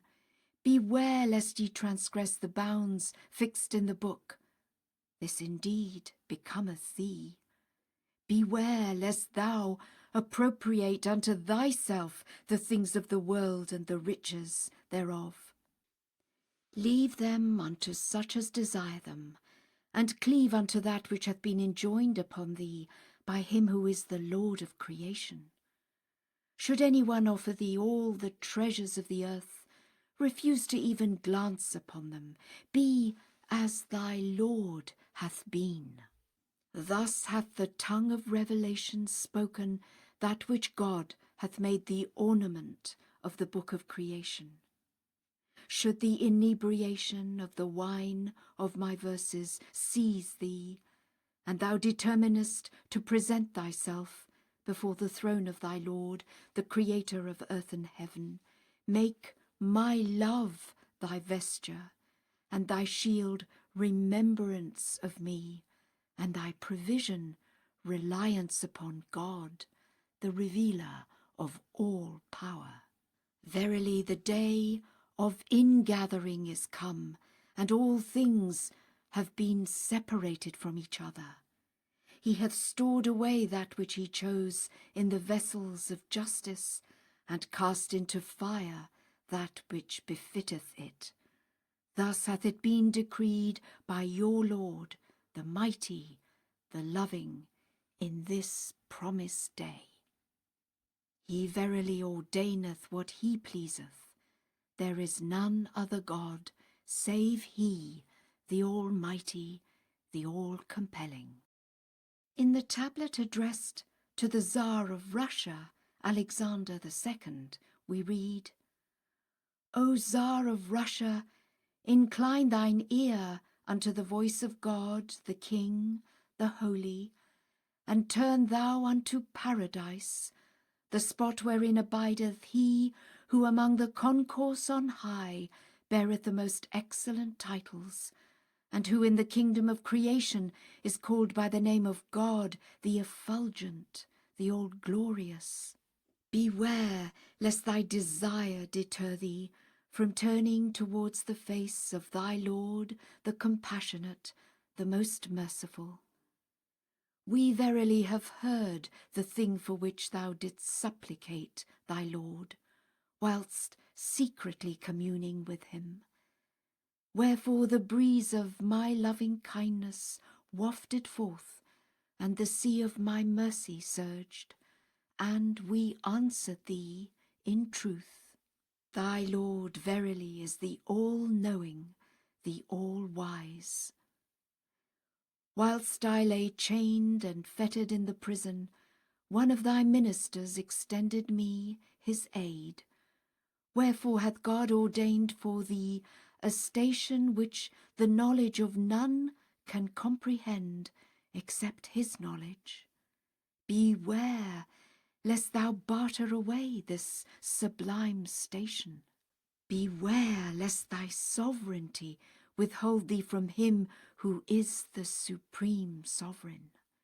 He verily is come with his kingdom, and all the atoms cry aloud, Lo, the Lord is come in his great majesty.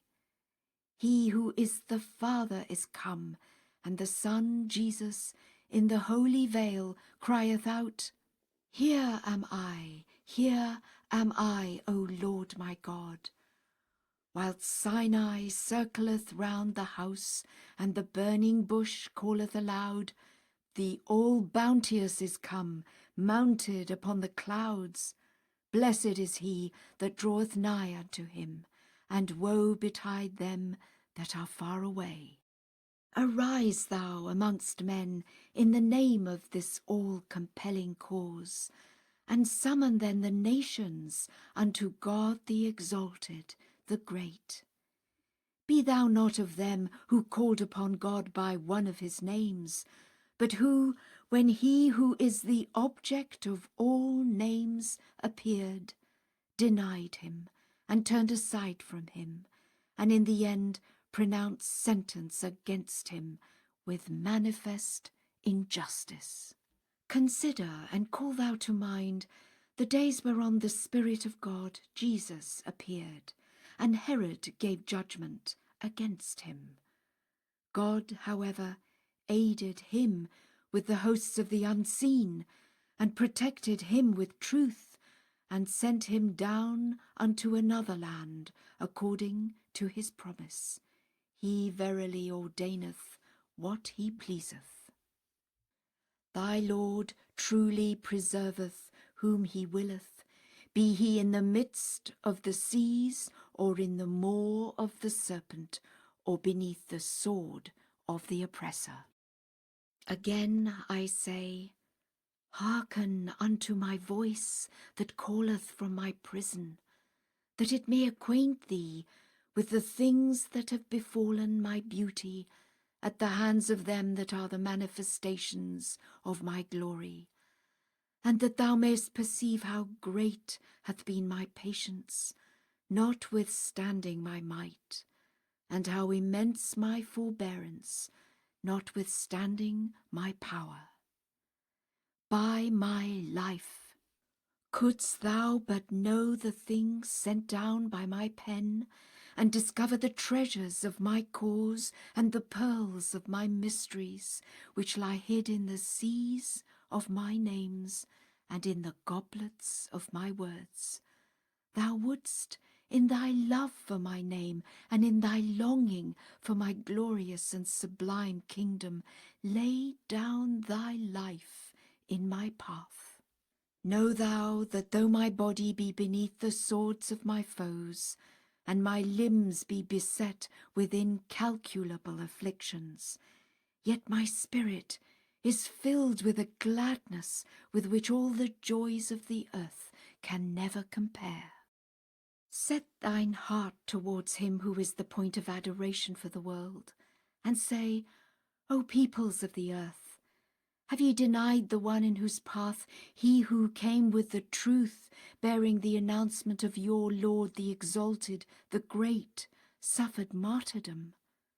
Say, This is an announcement whereat the hearts of the prophets and messengers have rejoiced. This is the one whom the heart of the world remembereth, and is promised in the books of God, the mighty, the all-wise. The hands of the messengers were in their desire to meet me, upraised towards God, the mighty, the glorified. Some lamented in their separation from me, others endured hardships in my path, and still others laid down their lives for the sake of my beauty, could ye but know it. Say, I verily have not sought to extol mine own self, but rather God himself, were ye to judge fairly. Naught can be seen in me except God and his cause, could ye but perceive it.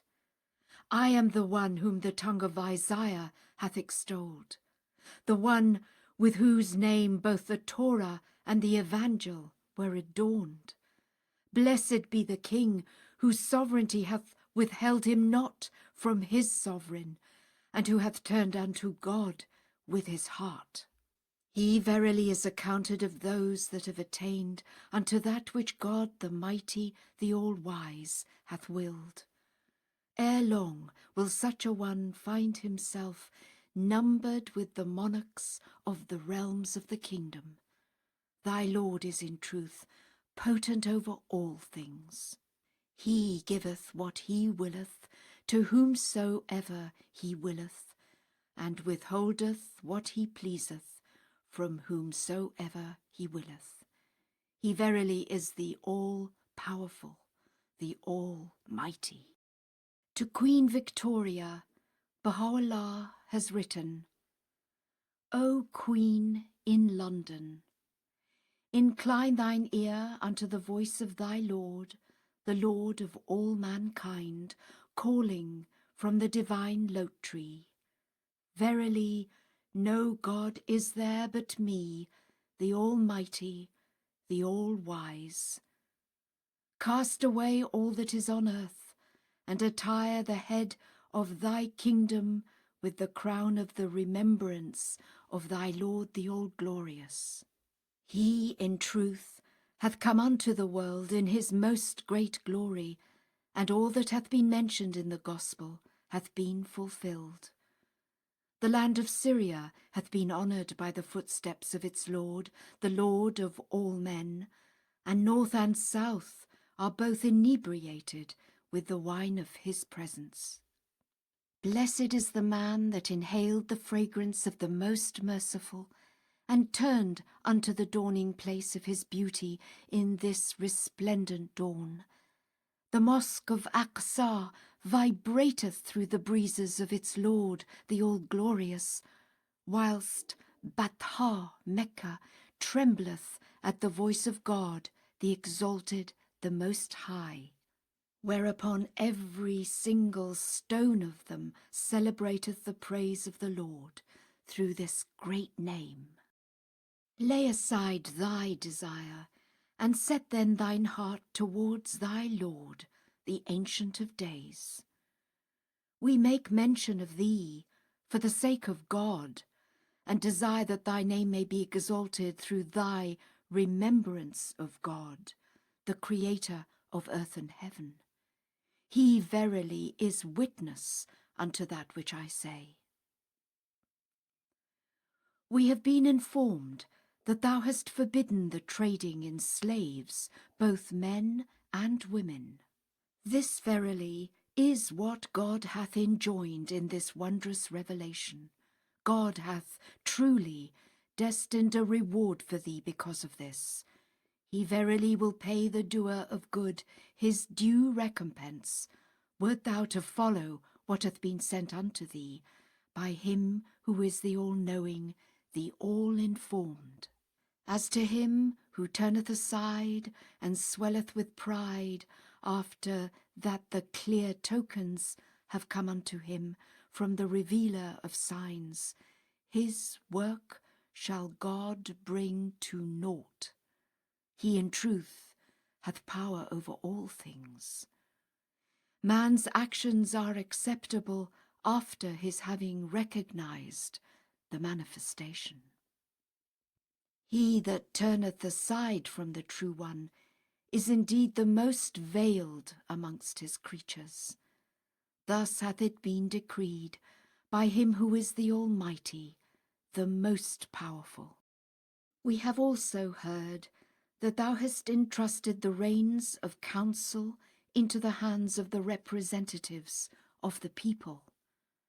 Thou indeed hast done well, for thereby the foundations of the edifice of thine affairs will be strengthened, and the hearts of all that are beneath thy shadow, whether high or low, will be tranquilized. It behoveth them, however, to be trustworthy among his servants, and to regard themselves as the representatives of all that dwell on earth. This is what counselleth them in this tablet, he who is the ruler, the all-wise. Blessed is he that entereth the assembly for the sake of God, and judgeth between men with pure justice. He indeed is of the blissful. Turn thou unto God and say, O my sovereign Lord, I am but a vassal of thine, and thou art in truth the King of kings. I have lifted my suppliant hands unto the heaven of thy grace and thy bounties. Send down then upon me from the clouds of thy generosity that which will rid me of all save thee, and draw me nigh unto thyself. I beseech thee, O my Lord, by thy name which thou hast made the King of names, and the manifestation of thyself to all who are in heaven and on earth, to rend asunder the veils that have intervened between me and my recognition of the dawning place of thy signs, and the dayspring of thy revelation. Thou art verily the Almighty, the All-Powerful, the All-Bounteous. Deprive me not, O my Lord, of the fragrances of the robe of thy mercy in thy days, and write down for me that which thou hast written down for thy handmaidens who have believed in thee and in thy signs, and have recognized thee, and set their hearts towards the horizon of thy cause. Thou art truly the Lord of the worlds, and of those who show mercy, the most merciful. Assist me then, O my God, to remember thee amongst thy handmaidens, and to aid thy cause in thy lands. Accept then that which hath escaped me when the light of thy countenance shone forth. Thou indeed hast power over all things. Glory be to thee, O thou in whose hand is the kingdom of the heavens and of the earth. In the Kitab-i-Aqdas, his most holy book, Bahá'u'lláh thus addresses the German Emperor, William I. Say, O King of Berlin, give ear unto the voice calling from this manifest temple. Verily there is none other God but me, the everlasting, the peerless, the ancient of days. Take heed, lest pride debar thee from recognizing the dayspring of divine revelation, lest earthly desires shut thee out as by a veil from the Lord of the throne above and of the earth below. Thus counselleth thee the pen of the Most High. He verily is the most gracious, the all-bountiful. Do thou remember the one whose power transcended thy power, Napoleon III, and whose station excelled thy station. Where is he? Whither are gone the things he possessed? Take warning, and be not of them that are fast asleep. He it was who cast the tablet of God behind him, when we made known unto him what the hosts of tyranny had caused us to suffer. Wherefore disgrace assailed him from all sides, and he went down to dust in great loss. Think deeply, O King, concerning him, and concerning them who, like unto thee, have conquered cities and ruled over men. The All-Merciful brought them down from their palaces to their graves. Be warned, be of them who reflect. And further, in that same book, this remarkable prophecy. O banks of the Rhine, we have seen you covered with gore, inasmuch as the swords of retribution were drawn against you, and you shall have another turn. And we hear the lamentations of Berlin, though she be today in conspicuous glory. Again in the Kitab al-Aqdas, these words, directed to Emperor Francis Joseph, are recorded.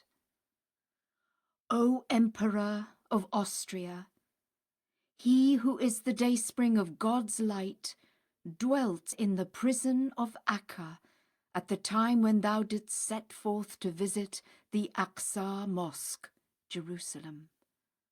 Thou passed him by, and inquired not about him, by whom every house is exalted, and every lofty gate unlocked. We verily made it, Jerusalem, a place whereunto the world should turn, that they might remember me, and yet thou hast rejected him who is the object of this remembrance, when he appeared with the kingdom of God, thy Lord, and the Lord of the worlds. We have been with thee at all times, and found thee clinging unto the branch, and heedless of the root. Thy Lord verily is a witness unto what I say. We grieve to see thee circle round our name, whilst unaware of us, though we were before thy face. Open thine eyes, that thou mayst behold this glorious vision, and recognize him whom thou invokest in the daytime and in the night season, and gaze on the light that shineth above this luminous horizon. In the Surah-e-Muluk, Sultan Abdulaziz is addressed in the following terms. Hearken, O King, to the speech of him that speaketh the truth, him that doth not ask thee to recompense him with the things God hath chosen to bestow upon thee, him who unerringly treadeth the straight path. He it is who summoneth thee unto God thy Lord, who showeth thee the right course, the way that leadeth to true felicity, that haply thou mayst be of them with whom it shall be well. He that giveth up himself wholly to God, God shall assuredly be with him. And he that placeth his complete trust in God, God shall verily protect him from whatsoever may harm him, and shield him from the wickedness of every evil plotter. Wert thou to incline thine ear unto my speech, and observe my counsel, God would exalt thee to so eminent a position, that the designs of no man on the whole earth could ever touch or hurt thee. Observe, O King, with thine inmost heart, and with thy whole being, the precepts of God, and walk not in the paths of the oppressor. Seize thou and hold firmly within the grasp of thy might the reins of the affairs of thy people, and examine in person whatever pertaineth unto them. Let nothing escape thee, for therein lieth the highest good. Render thanks unto God for having chosen thee out of the whole world, and made thee king over them that profess thy faith. It well beseemeth thee to appreciate the wondrous favours with which God hath favoured thee, and to magnify continually his name. Thou canst best praise him if thou lovest his loved ones, and dost safeguard and protect his servants from the mischief of the treacherous, that none may any longer oppress them. Thou shouldst moreover arise to enforce the law of God amongst them, that thou mayst be of those who are firmly established in his law. Shouldst thou cause rivers of justice to spread their waters amongst thy subjects, God would surely aid thee with the hosts of the unseen and of the seen, and would strengthen thee in thine affairs. No God is there but him. All creation and its empire are his. Unto him return the works of the faithful. Place not thy reliance on thy treasures. Put thy whole confidence in the grace of God thy Lord. Let him be thy trust in whatever thou doest, and be of them that have submitted themselves to his will. Let him be thy helper, and enrich thyself with his treasures, for with him are the treasuries of the heavens and of the earth. He bestoweth them upon whom he will, and from whom he will he withholdeth them. There is none other God but him, the all-possessing, the all-praised. All are but paupers at the door of his mercy. All are helpless before the revelation of his sovereignty, and beseech his favours. Overstep not the bounds of moderation, and deal justly with them that serve thee. Bestow upon them according to their needs, and not to the extent that will enable them to lay up riches for themselves, to deck their persons, to embellish their homes, to acquire the things that are of no benefit unto them, and to be numbered with the extravagant. Deal with them with undeviating justice, so that none among them may either suffer want or be pampered with luxuries. This is but manifest justice. Allow not the abject to rule over and dominate them who are noble and worthy of honour, and suffer not the high-minded to be at the mercy of the contemptible and worthless. For this is what we observed upon our arrival in the city Constantinople, and to it we bear witness. Set before thine eyes God's unerring balance, and as one standing in his presence, weigh in that balance thine actions every day, every moment of thy life. Bring thyself to account ere thou art summoned to a reckoning, on the day when no man shall have strength to stand for fear of God, the day when the hearts of the heedless ones shall be made to tremble. Thou art God's shadow on earth. Strive, therefore, to act in such a manner as befitteth so eminent, so august a station. If thou dost depart from following the things we have caused to descend upon thee and taught thee, thou wilt assuredly be derogating from that great and priceless honour. Return then, and cleave wholly unto God, and cleanse thine heart from the world and all its vanities, and suffer not the love of any stranger to enter and dwell therein. Not until thou dost purify thine heart from every trace of such love can the brightness of the light of God shed its radiance upon it. For to none hath God given more than one heart.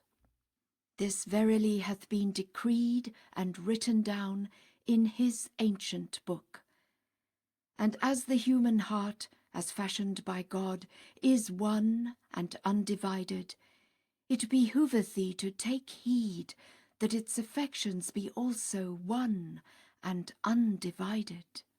Cleave thou therefore with the whole affection of thine heart unto his love, and withdraw it from the love of any one besides him, that he may aid thee to immerse thyself in the ocean of his unity, and enable thee to become a true upholder of his oneness. Let the oppressor desist. Let thine ear be attentive, O King, to the words we have addressed thee. Let the oppressor desist from his tyranny, and cut off the perpetrators of injustice from among them that profess thy faith. By the righteousness of God. The tribulations we have sustained are such that any pen that recounteth them cannot but be overwhelmed with anguish. No one of them that truly believe and uphold the unity of God can bear the burden of their recital. So great have been our sufferings that even the eyes of our enemies have wept over us, and beyond those of every discerning person. And to all these trials have we been subjected, in spite of our action in approaching thee and in bidding the people to enter beneath thy shadow, that thou mightest be a stronghold unto them that believe in and uphold the unity of God. Have I, O King, ever disobeyed thee? Have I at any time transgressed any of thy laws? Can any of thy ministers that represent thee in Iraq produce any proof that can establish my disloyalty to thee? No, by him who is the Lord of all worlds. Not for one short moment did we rebel against thee, or against any of thy ministers. Never, God willing, shall we revolt against thee, though we be exposed to trials more severe than any we suffered in the past. In the daytime and in the night season, at even and at morn, we pray to God on thy behalf, that he may graciously aid thee to be obedient unto him, and to observe his commandments, that he may shield thee from the hosts of the evil ones. Do therefore as it pleaseth thee, and treat us as befitteth thy station, and beseemeth thy sovereignty. Be not forgetful of the law of God in whatever thou desirest to achieve, now or in the days to come. Say, Praise be to God, the Lord of all worlds. Moreover, in the Kitab Aqdas is this vehement apostrophe to Constantinople. O spot that art situate on the shores of the two seas, the throne of tyranny hath verily been stablished upon thee, and the flame of hatred hath been kindled within thy bosom, in such wise that the concourse on high, and they who circle around the exalted throne, have wailed and lamented. We behold in thee the foolish ruling over the wise, and darkness vaunting itself against the light. Thou art indeed filled with manifest pride. Hath thine outward splendour made thee vainglorious? By him who is the Lord of mankind. It shall soon perish, and thy daughters and thy widows and all the kindreds that dwell within thee shall lament. Thus informeth thee the all-knowing, the all-wise. As to Nasir-ed-Din Shah, the Lawh Sultan dispatched to him from Akka, and constituting Bahá'u'llah's lengthiest epistle to any single sovereign, proclaims, O King, I was but a man like others, asleep upon my couch, when lo, the breezes of the All-Glorious were wafted over me, and taught me the knowledge of all that hath been. This thing is not from me, but from one who is almighty and all-knowing. And he bade me lift up my voice between earth and heaven, and for this there befell me what hath caused the tears of every man of understanding to flow. The learning current amongst men I studied not, their schools I entered not.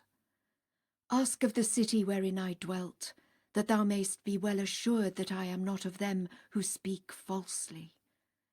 This is but a leaf which the winds of the will of thy Lord, the Almighty, the All-Praised, have stirred. Can it be still when the tempestuous winds are blowing? Nay, by him who is the Lord of all names and attributes, they move it as they list. The evanescent is as nothing before him who is the ever-abiding. His all-compelling summons hath reached me, and caused me to speak his praise amidst all people. I was indeed as one dead when his behest was uttered. The hand of the will of thy Lord, the compassionate, the merciful, transformed me. Can anyone speak forth of his own accord that for which all men, both high and low, will protest against him? Nay, by him who taught the pen the eternal mysteries, save him whom the grace of the Almighty, the All-Powerful, hath strengthened. The pen of the Most High addresseth me, saying, Fear not, relate unto his Majesty the Shah that which befell thee. His heart verily is between the fingers of thy Lord, the God of mercy, that haply the sun of justice and bounty may shine forth above the horizon of his heart. Thus hath the decree been irrevocably fixed by him who is the all-wise. Look upon this youth, O King, with the eyes of justice.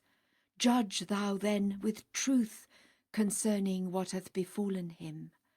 Of a verity, God hath made thee his shadow amongst men, and the sign of his power unto all that dwell on earth. Judge thou between us and them that have wronged us, without proof and without an enlightening book. They that surround thee love thee for their own sakes, whereas this youth loveth thee for thine own sake, and hath had no desire except to draw thee nigh unto the seat of grace, and to turn thee toward the right hand of justice. Thy Lord beareth witness unto that which I declare. O King, wert thou to incline thine ear unto the shrill of the pen of glory and the cooing of the dove of eternity, which on the branches of the lote tree beyond which there is no passing uttereth praises to God, the maker of all names and creator of earth and heaven, thou wouldst attain unto a station from which thou wouldst behold in the world of being naught save the effulgence of the adored one, and wouldst regard thy sovereignty as the most contemptible of thy possessions, abandoning it to whosoever might desire it, and setting thy face toward the horizon aglow with the light of his countenance. Neither wouldst thou ever be willing to bear the burden of dominion, save for the purpose of helping thy Lord, the exalted, the Most High. Then would the concourse on high bless thee. Oh, how excellent is this most sublime station, couldst thou ascend thereunto through the power of a sovereignty recognized as derived from the name of God. O King of the age, the eyes of these refugees are turned towards and fixed upon the mercy of the most merciful. No doubt is there whatever that these tribulations will be followed by the outpourings of a supreme mercy, and these dire adversities be succeeded by an overflowing prosperity. We fain would hope, however, that His Majesty the Shah will himself examine these matters and bring hope to the hearts. That which we have submitted to thy Majesty is indeed for thine highest good, and God verily is a sufficient witness unto me.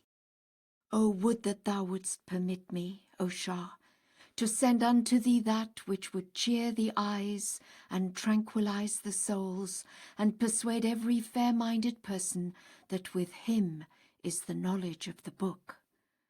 But for the repudiation of the foolish and the connivance of the divines, I would have uttered a discourse that would have thrilled and carried away the hearts unto a realm from the murmur of whose winds can be heard, no God is there but He. I have seen, O Shah, in the path of God, what eye hath not seen nor ear heard. How numerous the tribulations which have reigned and will soon reign upon me. I advance with my face set towards Him who is the Almighty, the All-Bounteous, whilst behind me glideth the serpent. Mine eyes have rained down tears till my bed is drenched. I sorrow not for myself, however. By God, mine head yearneth for the spear out of love for its Lord. I never passed a tree but mine heart addressed it, saying, O would that thou wert cut down in my name, and my body crucified upon thee in the path of my Lord. By God, though weariness lay me low, and hunger consume me, and the bare rock be my bed, and my fellows the beasts of the field, I will not complain, but will endure patiently as those endued with constancy and firmness have endured patiently through the power of God, the eternal King and Creator of the nations, and will render thanks unto God under all conditions. We pray that out of His bounty, exalted be He may release through this imprisonment the necks of men from chains and fetters, and cause them to turn with sincere faces towards His face, who is the mighty, the bounteous. Ready is He to answer whosoever calleth upon Him, and nigh is He unto such as commune with Him. In the Qayyum Asma, the Bab for his part thus addresses Muhammad Shah. O King of Islam, aid thou with the truth, after having aided the book, him who is our most great remembrance. For God hath in very truth destined for thee, and for such as circle round thee on the day of judgment, a responsible position in His path. I swear by God, O Shah, if thou showest enmity unto him who is His remembrance, God will on the day of resurrection condemn thee before the kings unto hell fire, and thou shalt not in very truth find on that day any helper except God the Exalted. Purge thou, O Shah, the sacred land, Tehran, from such as have repudiated the book, ere the day whereon the remembrance of God cometh terribly and of a sudden with his potent cause, by the leave of God the Most High. God verily hath prescribed to thee to submit unto him who is his remembrance, and unto his cause, and to subdue with the truth and by his leave the countries, for in this world thou hast been mercifully invested with sovereignty, and will in the next dwell nigh unto the seat of holiness, with the inmates of the paradise of his good pleasure.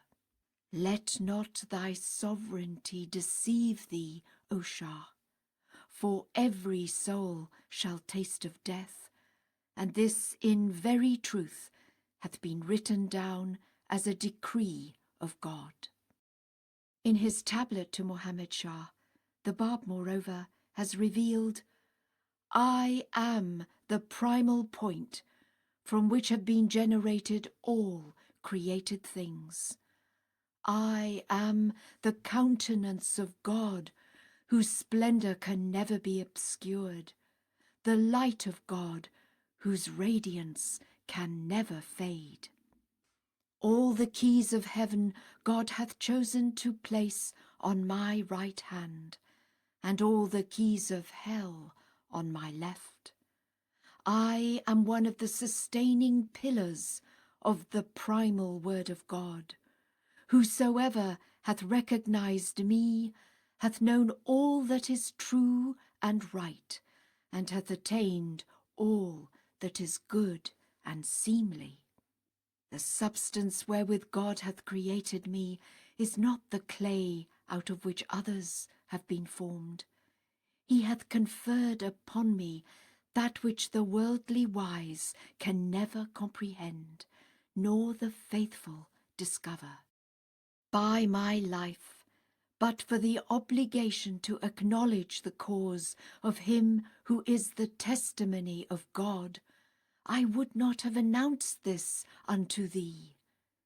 In that same year 60, I dispatched a messenger and a book unto thee, that thou mightest act towards the cause of him who is the testimony of God, as befitteth the station of thy sovereignty.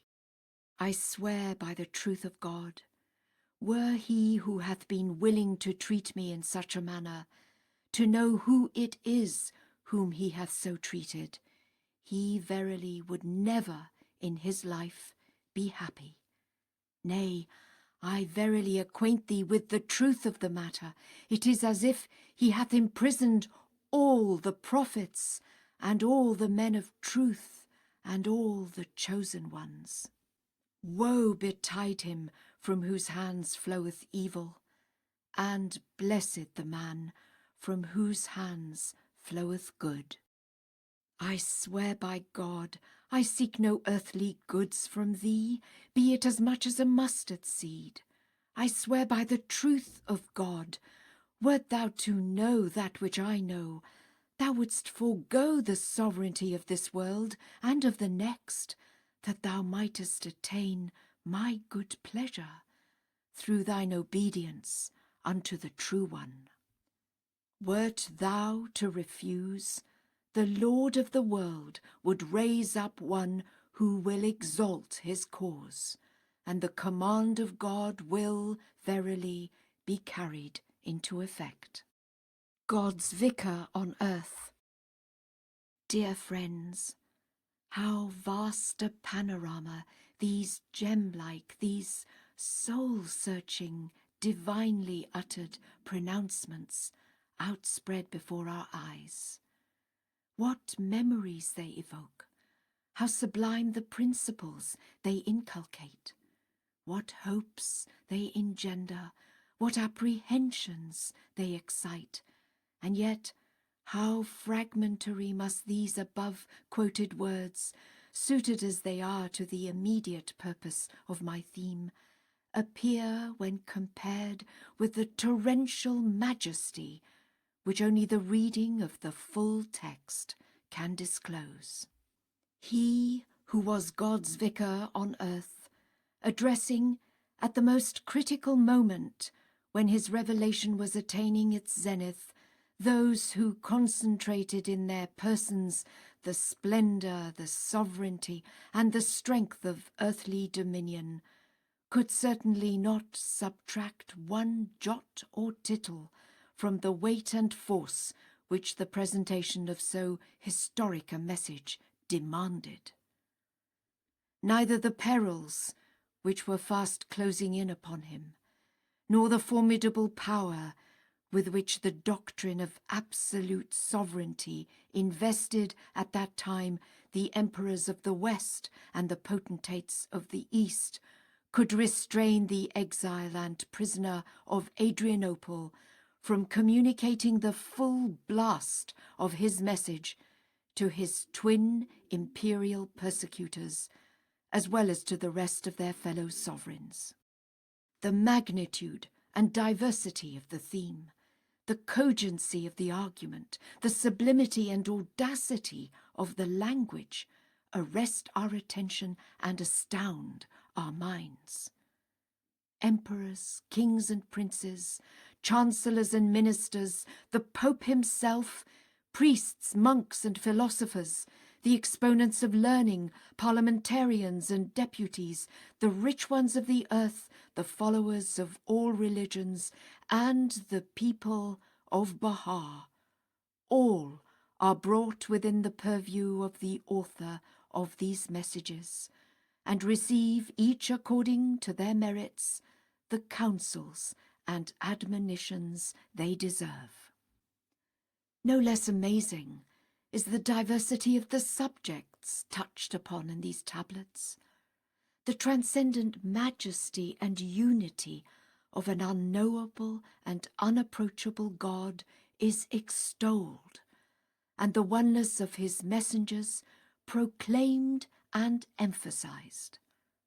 The uniqueness, the universality and potentialities of the Baha'i faith are stressed, and the purpose and character of the Babi revelation unfolded.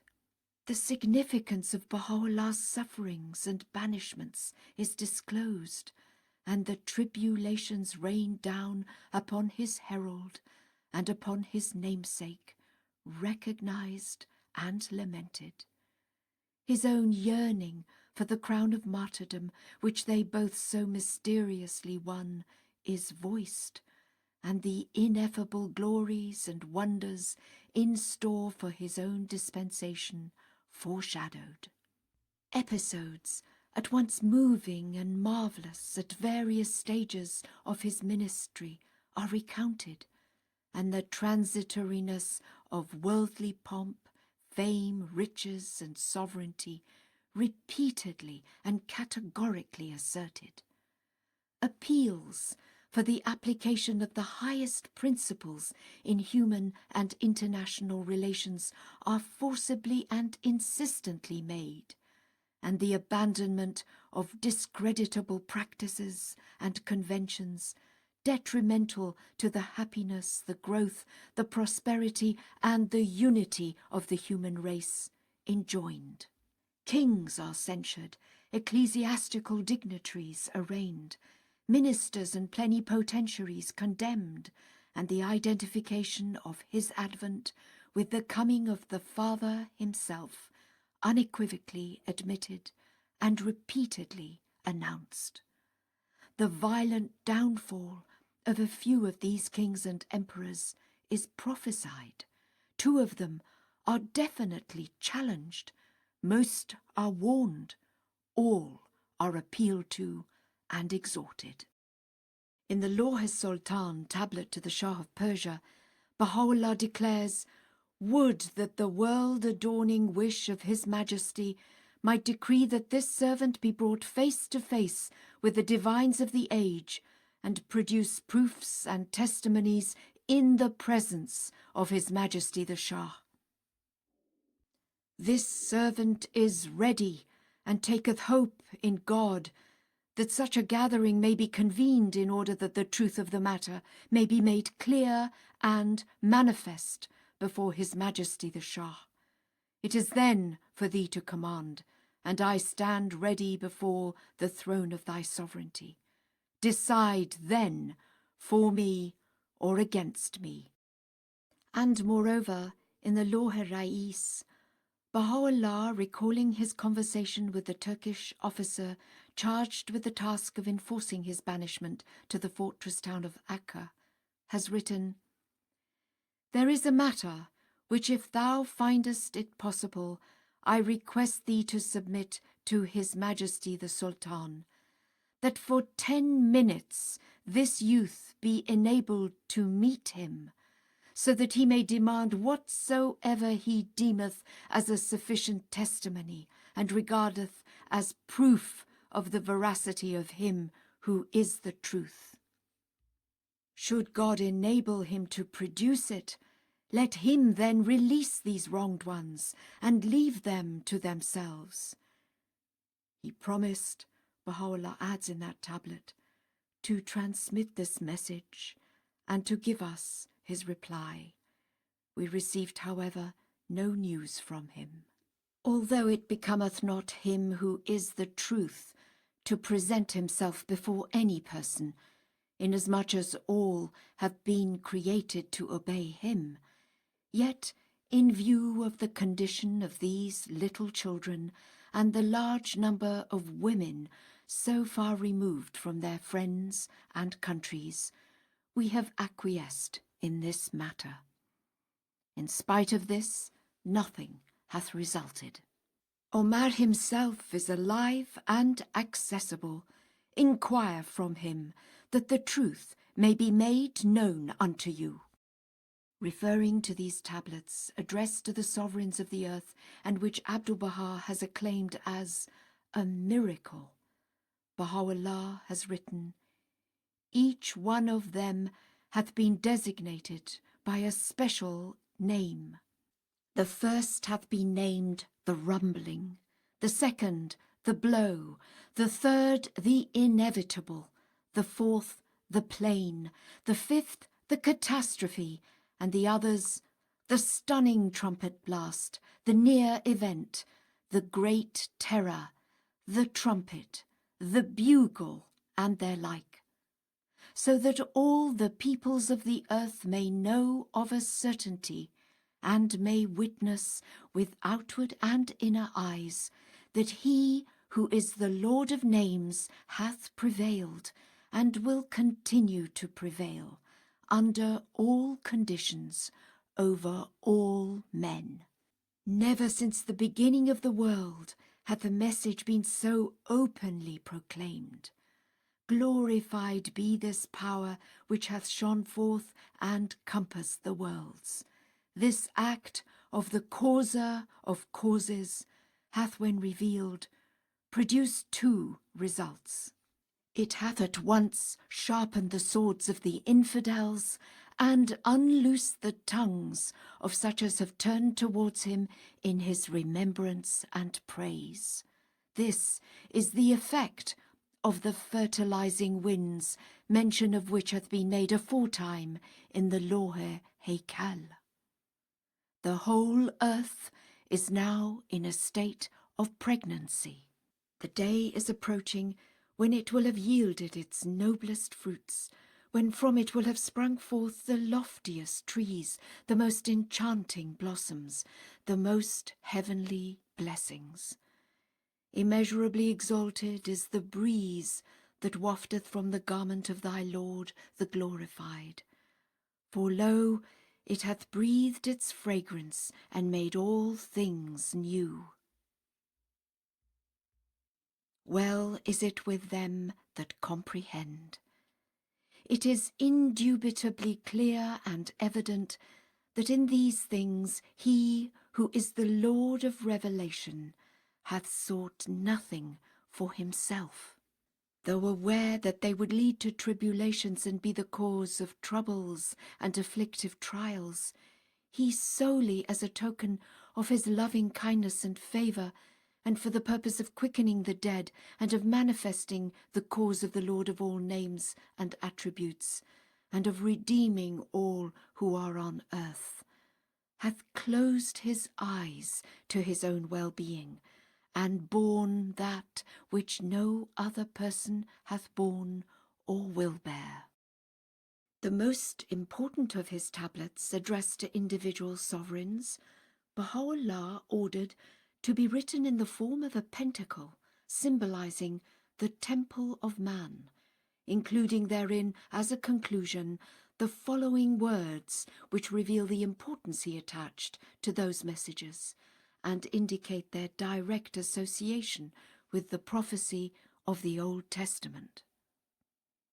Thus have we built the temple with the hands of power and might, could ye but know it. This is the temple promised unto you in the book. Draw ye nigh unto it. This is that which profiteth you, could ye but comprehend it. Be fair, O peoples of the earth, which is preferable, this or a temple which is built of clay? Set your faces towards it. Thus have ye been commanded by God, the help in peril, the self-subsisting. Follow ye his bidding, and praise ye God your Lord for that which he hath bestowed upon you. He verily is the truth. No God is there but he. He revealeth what he pleaseth through his words, be, and it is. Referring to this same subject, he in one of his tablets thus addresses the followers of Jesus Christ. O concourse of the followers of the Son, verily the temple hath been built with the hands of the will of your Lord, the Almighty, the All-Bounteous. Bear then witness, O people, unto that which I say.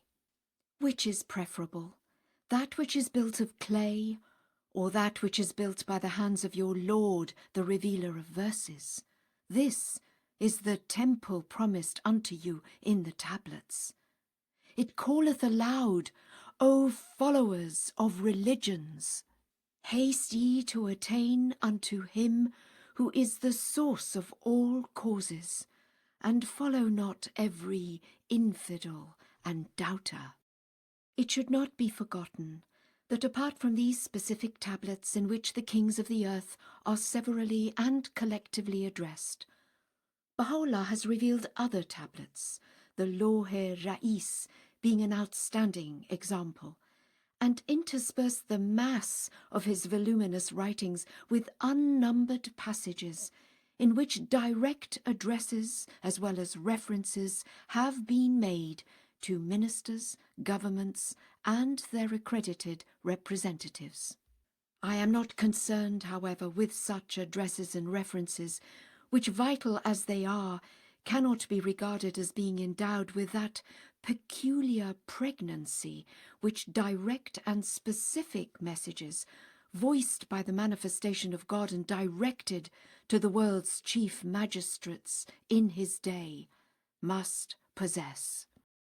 Dear friends, enough has been said to portray the tribulations which for so long a time overwhelmed the founders of so preeminent a revelation, and which the world has so disastrously ignored. Sufficient attention has also been directed to the messages addressed to those sovereign rulers, who either in the exercise of their unconditioned authority have deliberately provoked these sufferings, or could have, in the plenitude of their power, arisen to mitigate their effect or deflect their tragic course. Let us now consider the consequences that have ensued. The reaction of these monarchs was, as already stated, varied and unmistakable, and as the march of events has gradually unfolded, disastrous in its consequences. One of the most outstanding amongst these sovereigns treated the divine summons with gross disrespect, dismissing it with a curt and insolent reply written by one of his ministers. Another laid violent hold on the bearer of the message, tortured, branded, and brutally slew him. Others preferred to maintain a contemptuous silence. All failed completely in their duty to arise and extend their assistance. Two of them in particular, prompted by the dual impulse of fear and anger, tightened their grip on the cause they had jointly resolved to uproot. The one condemned his divine prisoner to yet another banishment, to the most unsightly of cities in appearance, the most detestable in climate, and the foulest in water. Whilst the other, powerless to lay hands on the prime mover of a hated faith, subjected its adherents under his sway to abject and savage cruelties. The recital of Bahá'u'llah's sufferings embodied in those messages failed to evoke compassion in their hearts. His appeals, the like of which neither the annals of Christianity nor even those of Islam have recorded, were disdainfully rejected. The dark warnings he uttered were haughtily scorned. The bold challenges he issued were ignored. The chastisements he predicted, they derisively brushed aside. What, then, might we not consider has, in the face of so complete and ignominious a rejection, happened, and is still happening, in the course and particularly in the closing years of this, the first Bahá'í century, a century fraught with such tumultuous sufferings and violent outrages for the persecuted faith of Bahá'u'lláh. Empires fallen in dust, kingdoms subverted, dynasties extinguished, royalty besmirched, kings assassinated, poisoned, driven into exile, subjugated in their own realms, whilst the few remaining thrones are trembling with the repercussions of the fall of their fellows. This process, so gigantic, so catastrophic, may be said to have had its inception on that memorable night when in an obscure corner of Shiraz, the Bab, in the presence of the first letter to believe in him, revealed the first chapter of his celebrated commentary on the Surah of Joseph, the Qayyum Asma, in which he trumpeted his call to the sovereigns and princes of the earth. It passed from incubation to visible manifestation, when Baha'u'llah's prophecies enshrined for all time in the Surah Haykal and uttered before Napoleon III's dramatic downfall and the self-imposed imprisonment of Pope Pius IX in the Vatican, were fulfilled. It gathered momentum when in the days of Abdul-Baha the Great War extinguished the Romanov, the Hohenzollern and Habsburg dynasties and converted powerful time-honoured monarchies into republics. It was further accelerated soon after Abdul-Baha's passing by the demise of the effete Qajar dynasty in Persia and the stupendous collapse of both the Sultanate and the Caliphate. It is still operating under our very eyes as we behold the fate which in the course of this colossal and ravaging struggle is successively overtaking the crowned heads of the European continent.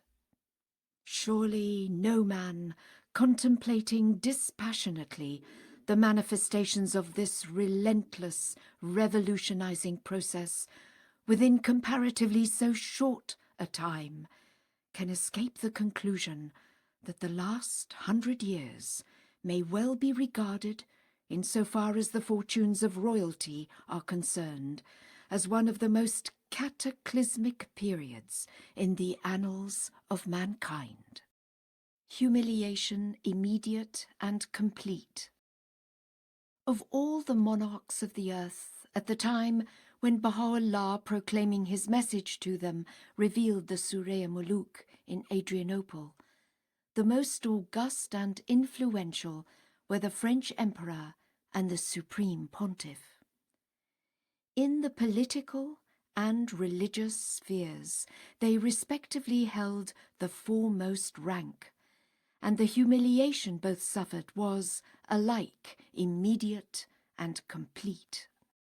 Napoleon III, son of Louis Bonaparte, brother of Napoleon I, was, few historians will deny, the most outstanding monarch of his day in the West. The emperor, it was said of him, was the state. The French capital was the most attractive capital in Europe, the French court the most brilliant and luxurious of the 19th century. Possessed of a fixed and indestructible ambition, he aspired to emulate the example and finish the interrupted work of his imperial uncle. A dreamer, a conspirator of a shifting nature, hypocritical and reckless, he, the heir to the Napoleonic throne, taking advantage of the policy which sought to foster the reviving interest in the career of his great prototype, had sought to overthrow the monarchy. Failing in his attempt, he was deported to America, was later captured in the course of an attempted invasion of France, was condemned to perpetual captivity, and escaped to London until, in 1848, the revolution brought about his return and enabled him to overthrow the constitution, after which he was proclaimed emperor. Though able to initiate far-reaching movements, he possessed neither the sagacity nor the courage required to control them. To this man, the last emperor of the French, who through foreign conquest had striven to endear his dynasty to the people, who even cherished the ideal of making France the centre of a revived Roman Empire, to such a man, the exile of Acre, already thrice banished by Sultan Abdulaziz, had transmitted from behind the walls of the barracks in which he lay imprisoned an epistle which bore this indubitably clear arraignment and ominous prophecy. We testify that that which wakened thee was not their cry, Turks drowned in the Black Sea, but the promptings of thine own passions, for we tested thee and found thee wanting. Hadst thou been sincere in thy words, thou wouldst not have cast behind thy back the book of God, previous tablet, when it was sent unto thee by him who is the Almighty, the All-Wise. For what thou hast done, thy kingdom shall be thrown into confusion, and thine empire shall pass from thine hands as a punishment for that which thou hast wrought. Bahá'u'llah's previous message, forwarded through one of the French ministers to the emperor, had been accorded a welcome the nature of which can be conjectured from the words recorded in the epistle to the son of the wolf. To this first tablet, however, he did not reply. After our arrival in the most great prison, there reached us a letter from his minister, the first part of which was in Persian, and the latter in his own handwriting. In it he was cordial, and wrote the following: I have, as requested by you, delivered your letter, and until now have received no answer. We have, however, issued the necessary recommendations to our minister in Constantinople and our consuls in those regions. If there be anything you wish done, inform us, and we will carry it out. From his words it became apparent that he understood the purpose of this servant to have been a request for material assistance. In his first tablet, Bahá'u'lláh, wishing to test the sincerity of the emperor's motives, and deliberately assuming a meek and unprovocative tone, had, after expatiating on the sufferings he had endured, addressed him the following words: "Two statements graciously uttered by the King of the age have reached the ears of these wronged ones. These pronouncements are in truth the king of all pronouncements, the like of which have never been heard from any sovereign. The first was the answer given the Russian government when it inquired why the war, Crimean, was waged against it. Thou didst reply, 'The cry of the oppressed, who without guilt or blame were drowned in the Black Sea, wakened me at dawn, wherefore I took up arms against thee.' These oppressed ones, however, have suffered a greater wrong, and are in greater distress, whereas the trials inflicted upon those people lasted but one day. The troubles borne by these servants have continued for 25 years, every moment of which has held for us a grievous affliction. The other weighty statement, which was indeed a wondrous statement manifested to the world, was this: ours is the responsibility to avenge the oppressed and succour the helpless. The fame of the Emperor's justice and fairness hath brought hope to a great many souls. It beseemeth the King of the age to inquire into the condition of such as have been wronged, and it behoveth him to extend his care to the weak. Verily, there hath not been, nor is there now, on earth, any one as oppressed as we are, or as helpless as these wanderers." It is reported that upon receipt of this first message, that superficial, tricky, and pride-intoxicated monarch flung down the tablet, saying, "If this man is God, I am two gods." The transmitter of the second tablet had, it is reliably stated, in order to evade the strict surveillance of the guards, concealed it in his hat, and was able to deliver it to the French agent who resided in Acre, and who, as attested by Nabil in his narrative, translated it into French and sent it to the emperor, he himself becoming a believer when he had later witnessed the fulfillment of so remarkable a prophecy. The significance of the sombre and pregnant words uttered by Bahá'u'lláh in his second tablet was soon revealed.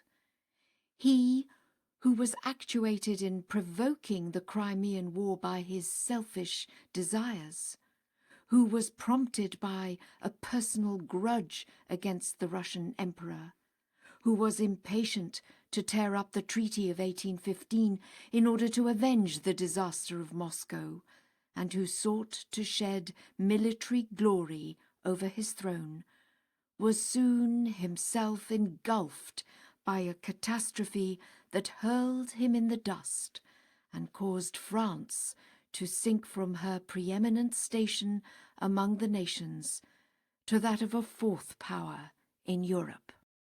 The Battle of Sedan in 1870 sealed the fate of the French Emperor. The whole of his army was broken up and surrendered, constituting the greatest capitulation hitherto recorded in modern history. A crushing indemnity was exacted. He himself was taken prisoner. His only son, the Prince Imperial, was killed a few years later in the Zulu War. The empire collapsed, its program unrealized. The Republic was proclaimed. Paris was subsequently besieged and capitulated. The terrible year, marked by civil war exceeding in its ferocity the Franco-German War, followed.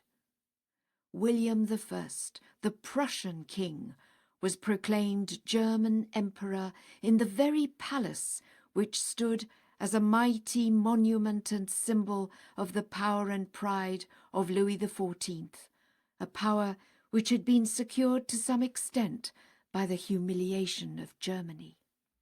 Deposed by a disaster so appalling that it resounded throughout the world, this false and boastful monarch suffered in the end and till his death the same exile as that which in the case of Bahá'u'lláh he had so heartlessly ignored.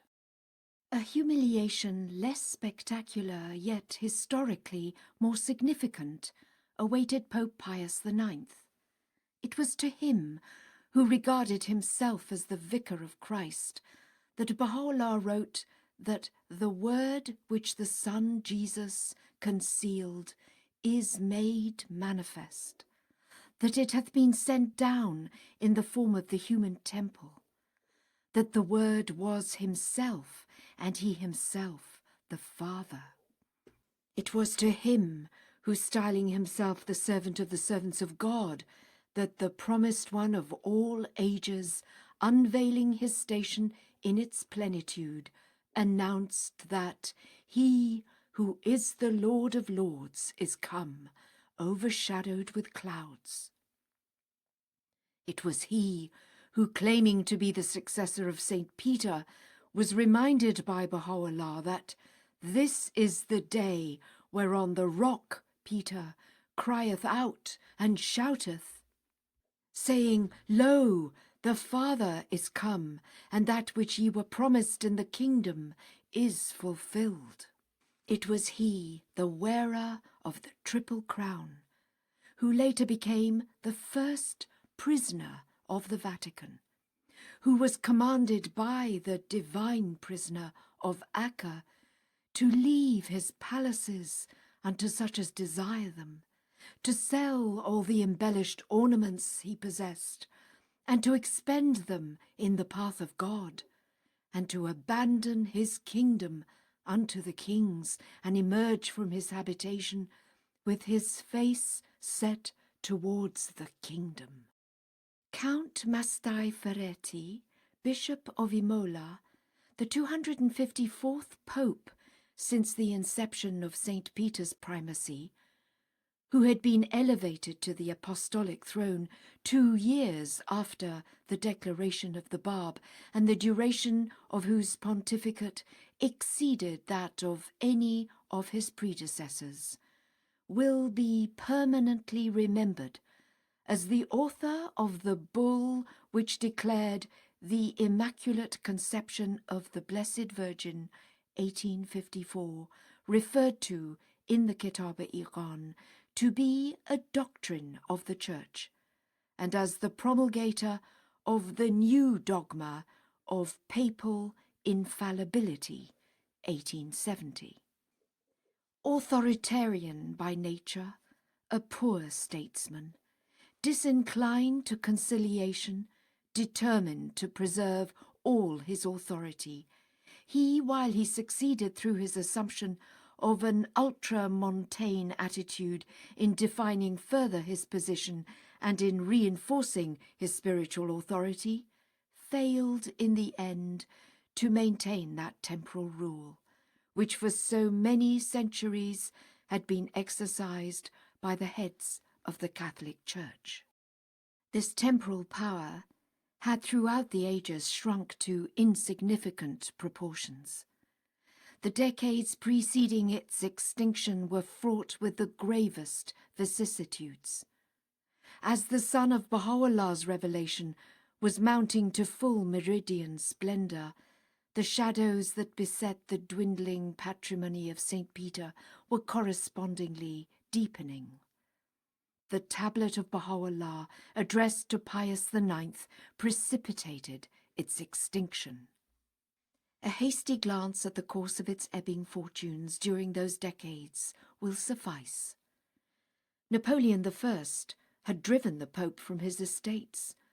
The Congress of Vienna had re-established him as their head and their administration in the hands of the priests. Corruption, disorganization, impotence to ensure internal security, the restoration of the Inquisition had induced an historian to assert that no land of Italy, perhaps of Europe, except Turkey, is ruled as is this ecclesiastical state. Rome was a city of ruins, both material and moral.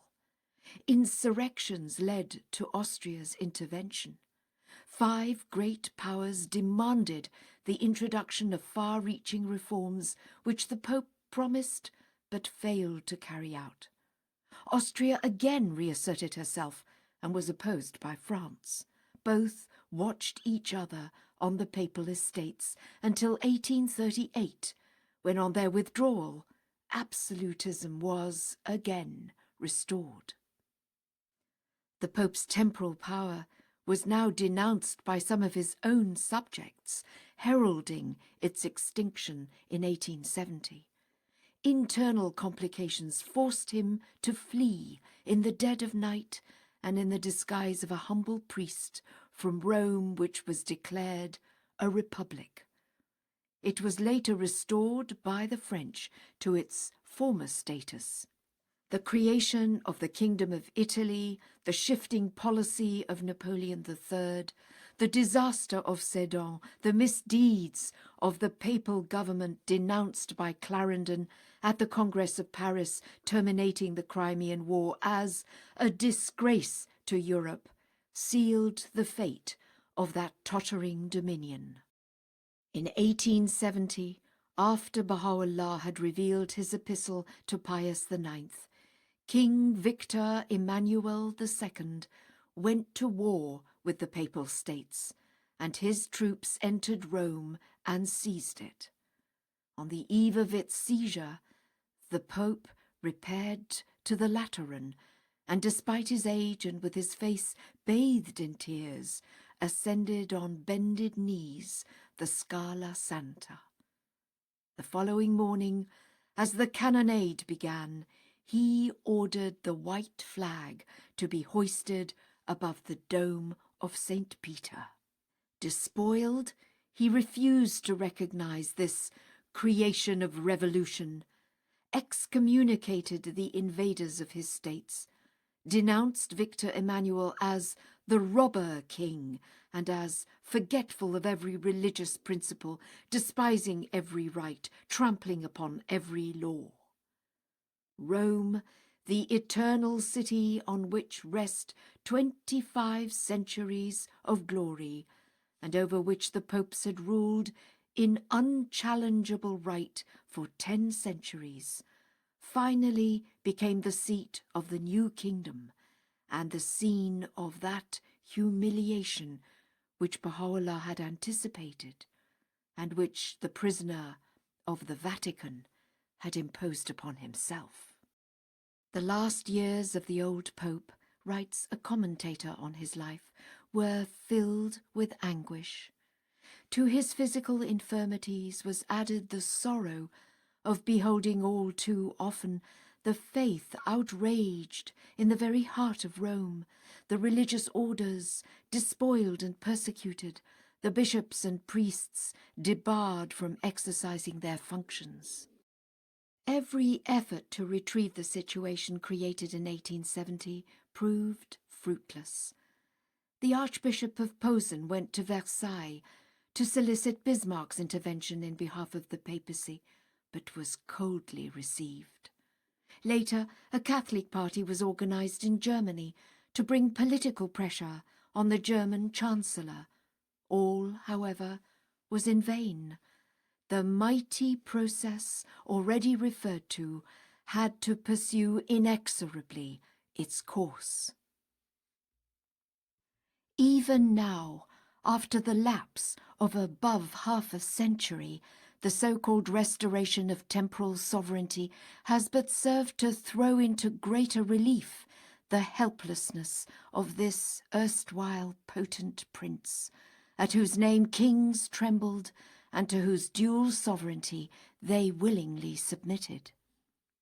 This temporal sovereignty, practically confined to the minuscule city of the Vatican, and leaving Rome the undisputed possession of a secular monarchy, has been obtained at the price of unreserved recognition so long withheld of the Kingdom of Italy. The Treaty of the Lateran, claiming to have resolved once and for all the Roman question, has indeed assured to a secular power, in respect of the enclaved city, a liberty of action which is fraught with uncertainty and peril. The two souls of the eternal city, a Catholic writer has observed, have been separated from each other only to collide more severely than ever before. Well might the sovereign pontiff recall the reign of the most powerful among his predecessors, Innocent III, who during the 18 years of his pontificate raised and deposed the kings and the emperors, whose interdicts deprived nations of the exercise of Christian worship, at the feet of whose legate the King of England surrendered his crown, and at whose voice the Fourth and the Fifth Crusades were both undertaken. Might not the process to which reference has already been made manifest in the course of its operation during the tumultuous years in store for mankind, and in this same domain, a commotion still more devastating than it has yet produced? The dramatic collapse of both the Second Empire and the Napoleonic dynasty, the virtual extinction of the temporal sovereignty of the Supreme Pontiff in the lifetime of Bahá'u'lláh, were but the precursors of still greater catastrophes that may be said to have marked the ministry of Abdu'l-Bahá. The forces unleashed by a conflict, the full significance of which still remains unfathomed, and which may be considered as a prelude to this, the most devastating of all wars, can well be regarded as the occasion of these dreadful catastrophes. The progress of the war of 1914 to 18 dethroned the House of Romanov, while its termination precipitated the downfall of both the Habsburg and Hohenzollern dynasties. The rise of Bolshevism. The rise of Bolshevism, born amidst the fires of that inconclusive struggle, shook the throne of the Tsars and overthrew it. Alexander II Nikolaevich, whom Baha'u'lláh had commanded in his tablet to arise and summon the nations unto God, who had been thrice warned, beware lest thy desire deter thee from turning towards the face of thy Lord. Beware lest thou barter away this sublime station. Beware lest thy sovereignty withhold thee from him who is the supreme sovereign, was not indeed the last of the Tsars to rule his country, but rather the inaugurator of a retrogressive policy, which in the end proved fatal to both himself and his dynasty. In the latter part of his reign, he initiated a reactionary policy which, causing widespread disillusionment, gave rise to nihilism, which as it spread ushered in a period of terrorism, of unexampled violence, leading in its turn to several attempts on his life and culminating in his assassination. Stern repression guided the policy of his successor, Alexander III, who assumed an attitude of defiant hostility to innovators and liberals. The tradition of unqualified absolutism, of extreme religious orthodoxy, was maintained by the still more severe Nicholas II, the last of the Tsars, who, guided by the counsels of a man who was the very incarnation of a narrow-minded, stiff-necked despotism, and aided by a corrupt bureaucracy, and humiliated by the disastrous effects of a foreign war, increased the general discontent of the masses, both intellectuals and peasants. driven for a time into subterranean channels and intensified by military reversals, it exploded at last in the midst of the Great War in the form of a revolution which in the principles it challenged, the institutions it subverted, and the havoc it wrought, has scarcely a parallel in modern history. A great trembling seized and rocked the foundations of that country. The light of religion was dimmed. Ecclesiastical institutions of every denomination were swept away.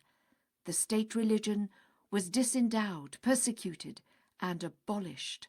A far-flung empire was dismembered. A militant, triumphant proletariat exiled the intellectuals and plundered and massacred the nobility. Civil war and disease decimated a population already in the throes of agony and despair, and finally the chief magistrate of a mighty dominion, together with his consort and his family and his dynasty, were swept into the vortex of this great convulsion and perished. The very ordeal that heaped such dire misfortunes on the empire of the Tsars brought about in its concluding stages the fall of the almighty German Kaiser, as well as that of the inheritor of the once famed Holy Roman Empire. It shattered the whole fabric of imperial Germany, which arose out of the disaster that engulfed the Napoleonic dynasty, and dealt the dual monarchy its death blow.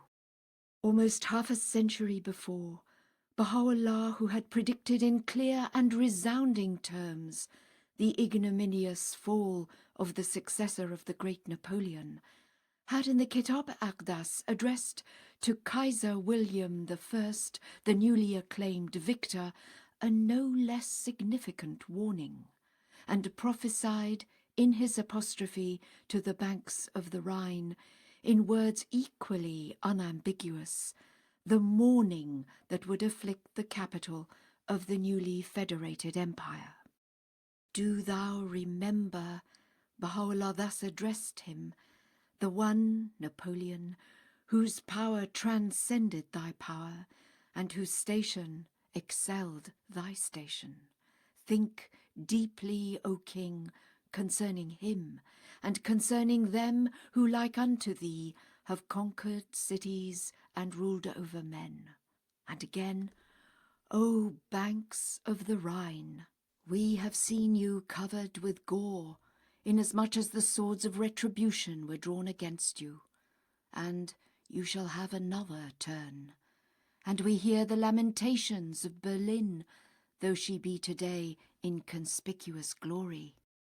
On him, who in his old age sustained 2 attempts upon his life by the advocates of the rising tide of socialism, on his son Frederick III, whose 3 months' reign was overshadowed by mortal disease, and finally on his grandson William II, the self-willed and overweening monarch and wrecker of his own empire, on these fell in varying degrees the full weight of the responsibilities consequent to these dire pronouncements.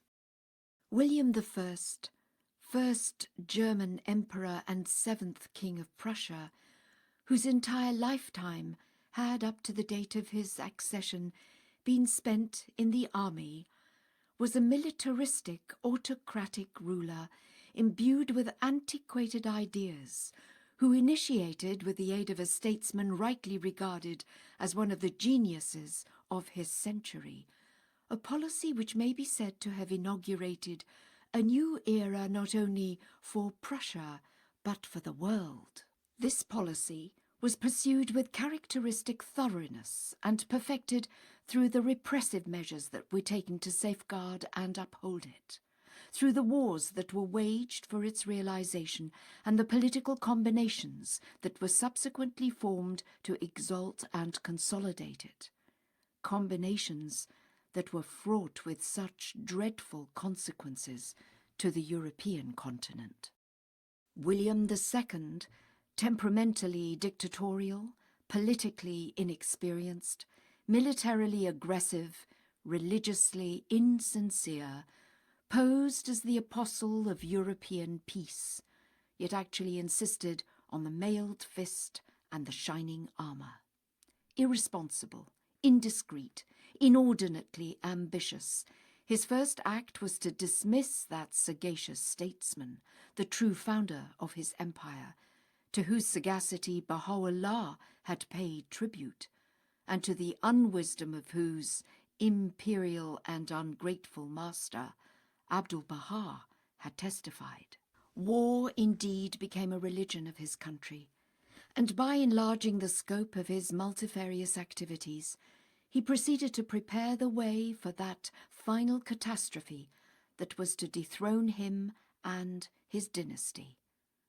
And when the war broke out, and the might of his armies seemed to have overpowered his adversaries, and the news of his triumphs was noised abroad, reverberating as far as Persia, voices were raised, ridiculing those passages of the Kitab al-Aqdas which so clearly foreshadowed the misfortunes that were to befall his capital. Suddenly, however, swift and unforeseen reverses fatally overtook him. Revolution broke out. William II, deserting his armies, fled ignominiously to Holland, followed by the Crown Prince. The princes of the German states abdicated. A period of chaos ensued. The communist flag was hoisted in the capital, which became a cauldron of confusion and civil strife. The Kaiser signed his abdication. The Constitution of Weimar established the Republic, bringing the tremendous structure so elaborately reared through a policy of blood and iron crashing to the ground. All the efforts to that end, which through internal legislation and foreign wars had ever since the accession of William I to the Prussian throne been assiduously exerted, came to naught.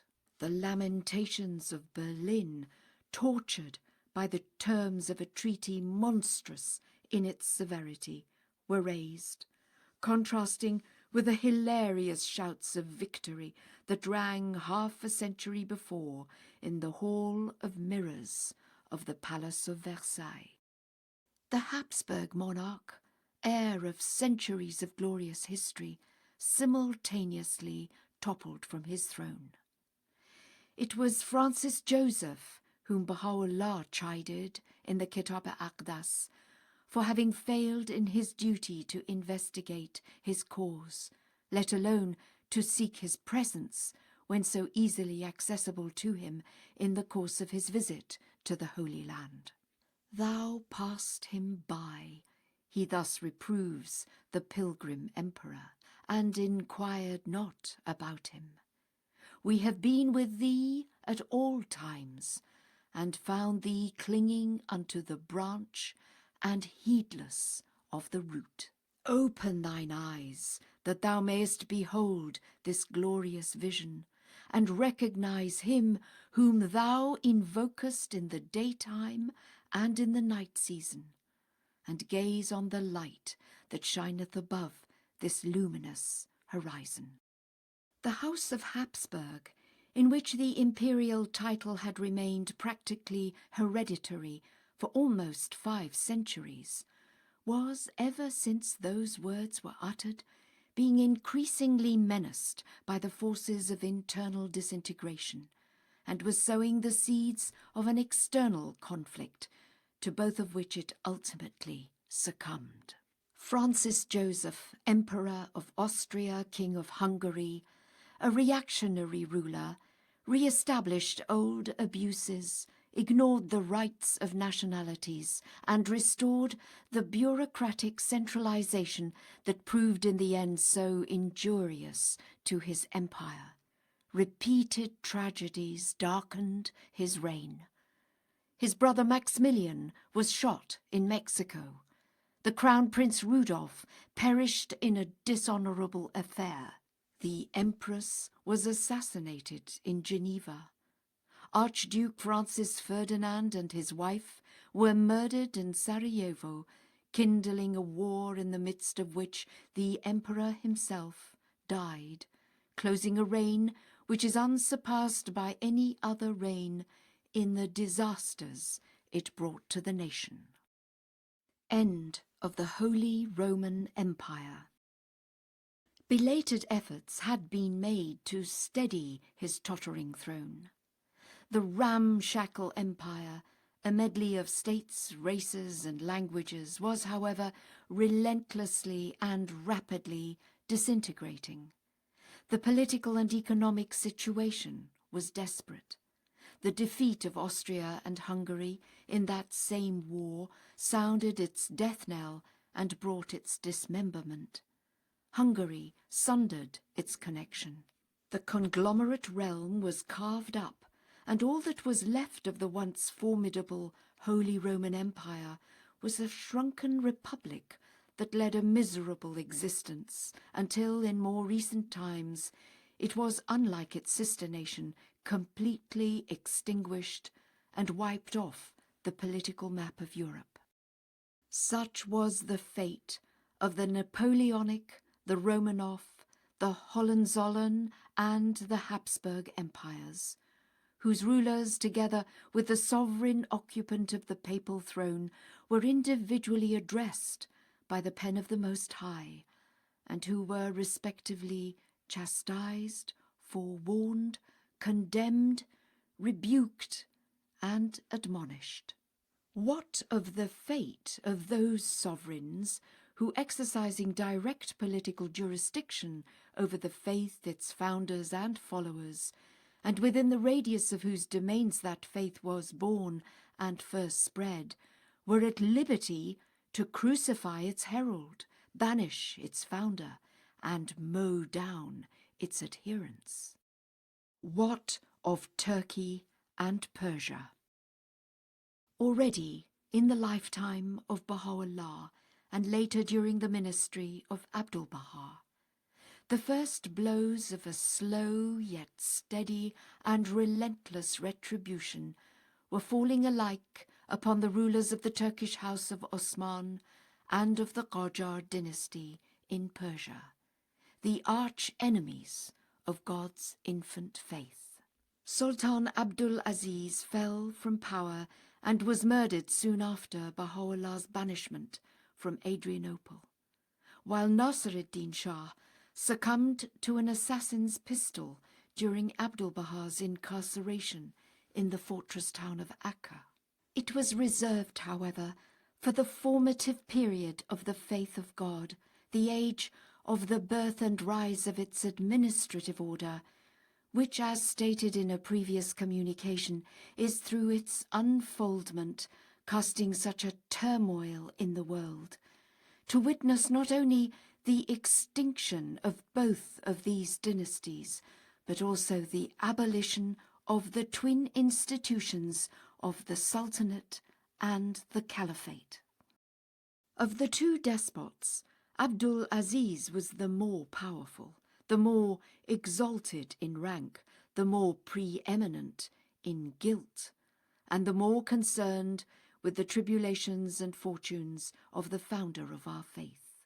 He it was who, through his farmans, had thrice banished Baha'u'lláh, and in whose dominions the manifestation of God spent almost the whole of his 40 years' captivity. It was during his reign and that of his nephew and successor, Abdul Hamid II, that the centre of the covenant of God had to endure for no less than 40 years in the fortress town of Akka, an incarceration fraught with so many perils, affronts, and privations.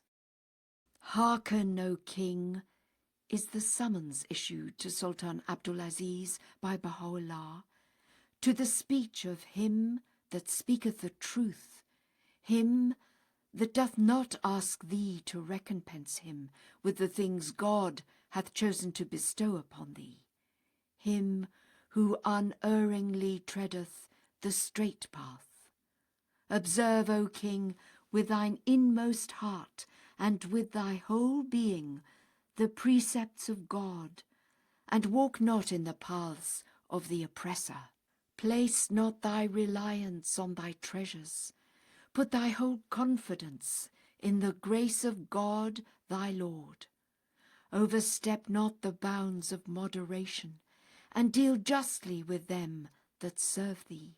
Set before thine eyes God's unerring balance, and as one standing in his presence, weigh in that balance thine actions, every day, every moment of thy life. Bring thyself to account ere thou art summoned to a reckoning, on the day when no man shall have strength to stand for fear of God, the day when the hearts of the heedless ones shall be made to tremble.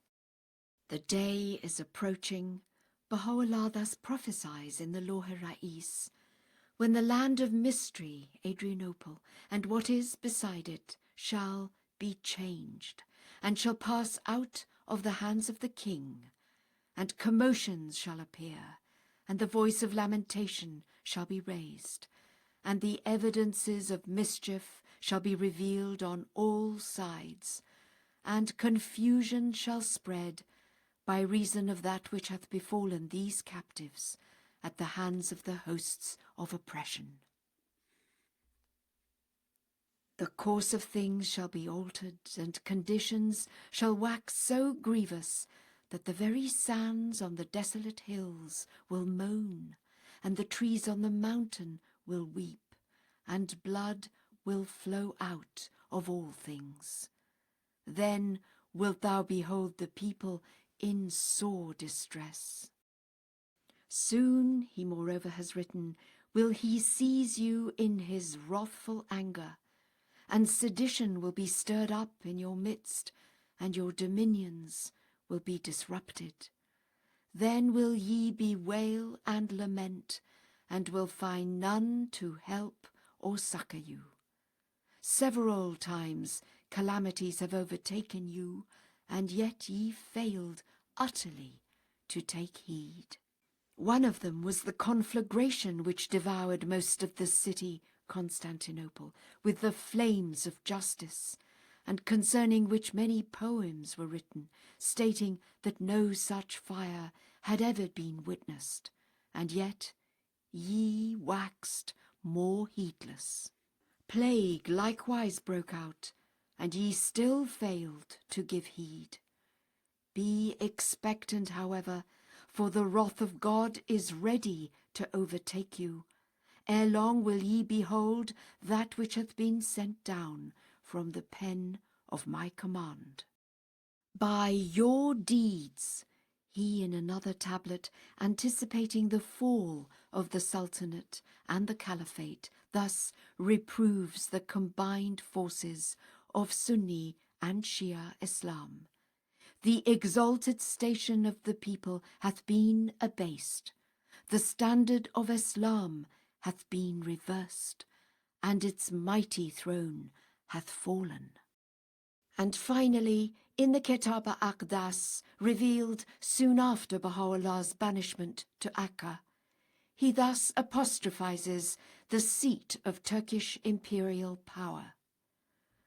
O spot that art situate on the shores of the two seas, the throne of tyranny hath verily been stablished upon thee, and the flame of hatred hath been kindled within thy bosom. Thou art indeed filled with manifest pride. Hath thine outward splendour made thee vainglorious? By him who is the Lord of mankind, it shall soon perish, and thy daughters and thy widows, and all the kindreds that dwell within thee, shall lament.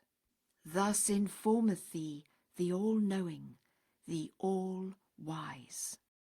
Indeed, in a most remarkable passage in the Lawh-e Fu'ad, wherein mention has been made of the death of Fu'ad Pasha, the Turkish Minister of Foreign Affairs, the fall of the Sultan himself is unmistakably foretold.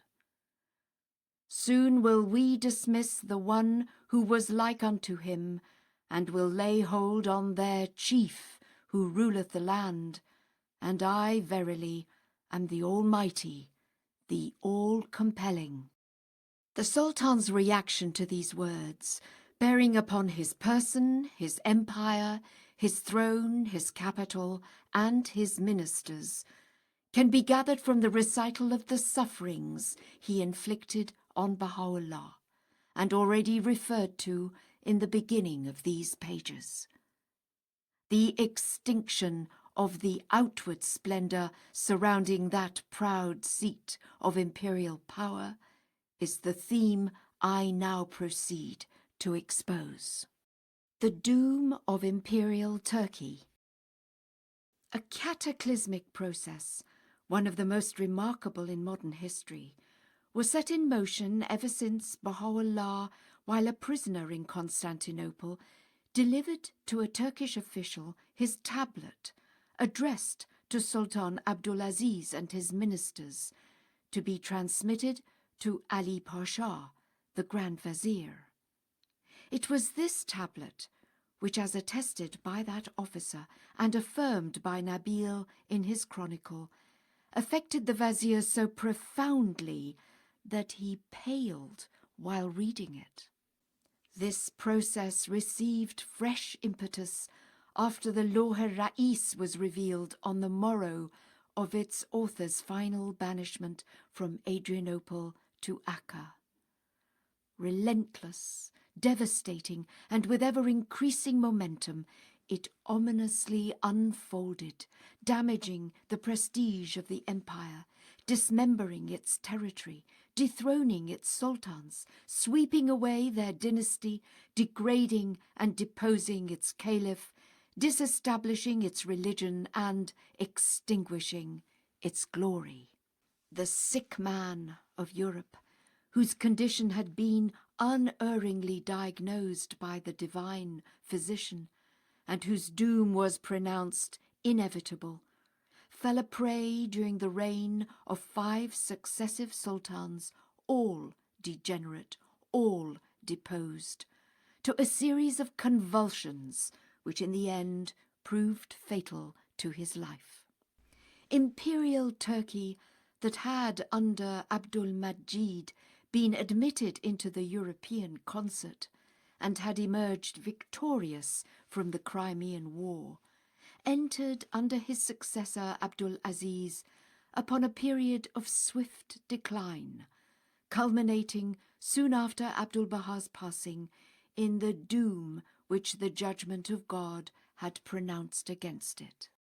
Risings in Crete and the Balkans marked the reign of this, the 32nd Sultan of his dynasty, a despot whose mind was vacuous, whose recklessness was extreme, whose extravagance knew no bounds.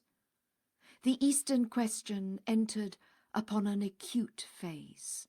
His gross misrule gave rise to movements which were to exercise far-reaching effects upon his realm, while his continual and enormous borrowings, leading to a state of semi-bankruptcy, introduced the principle of foreign control over the finances of his empire.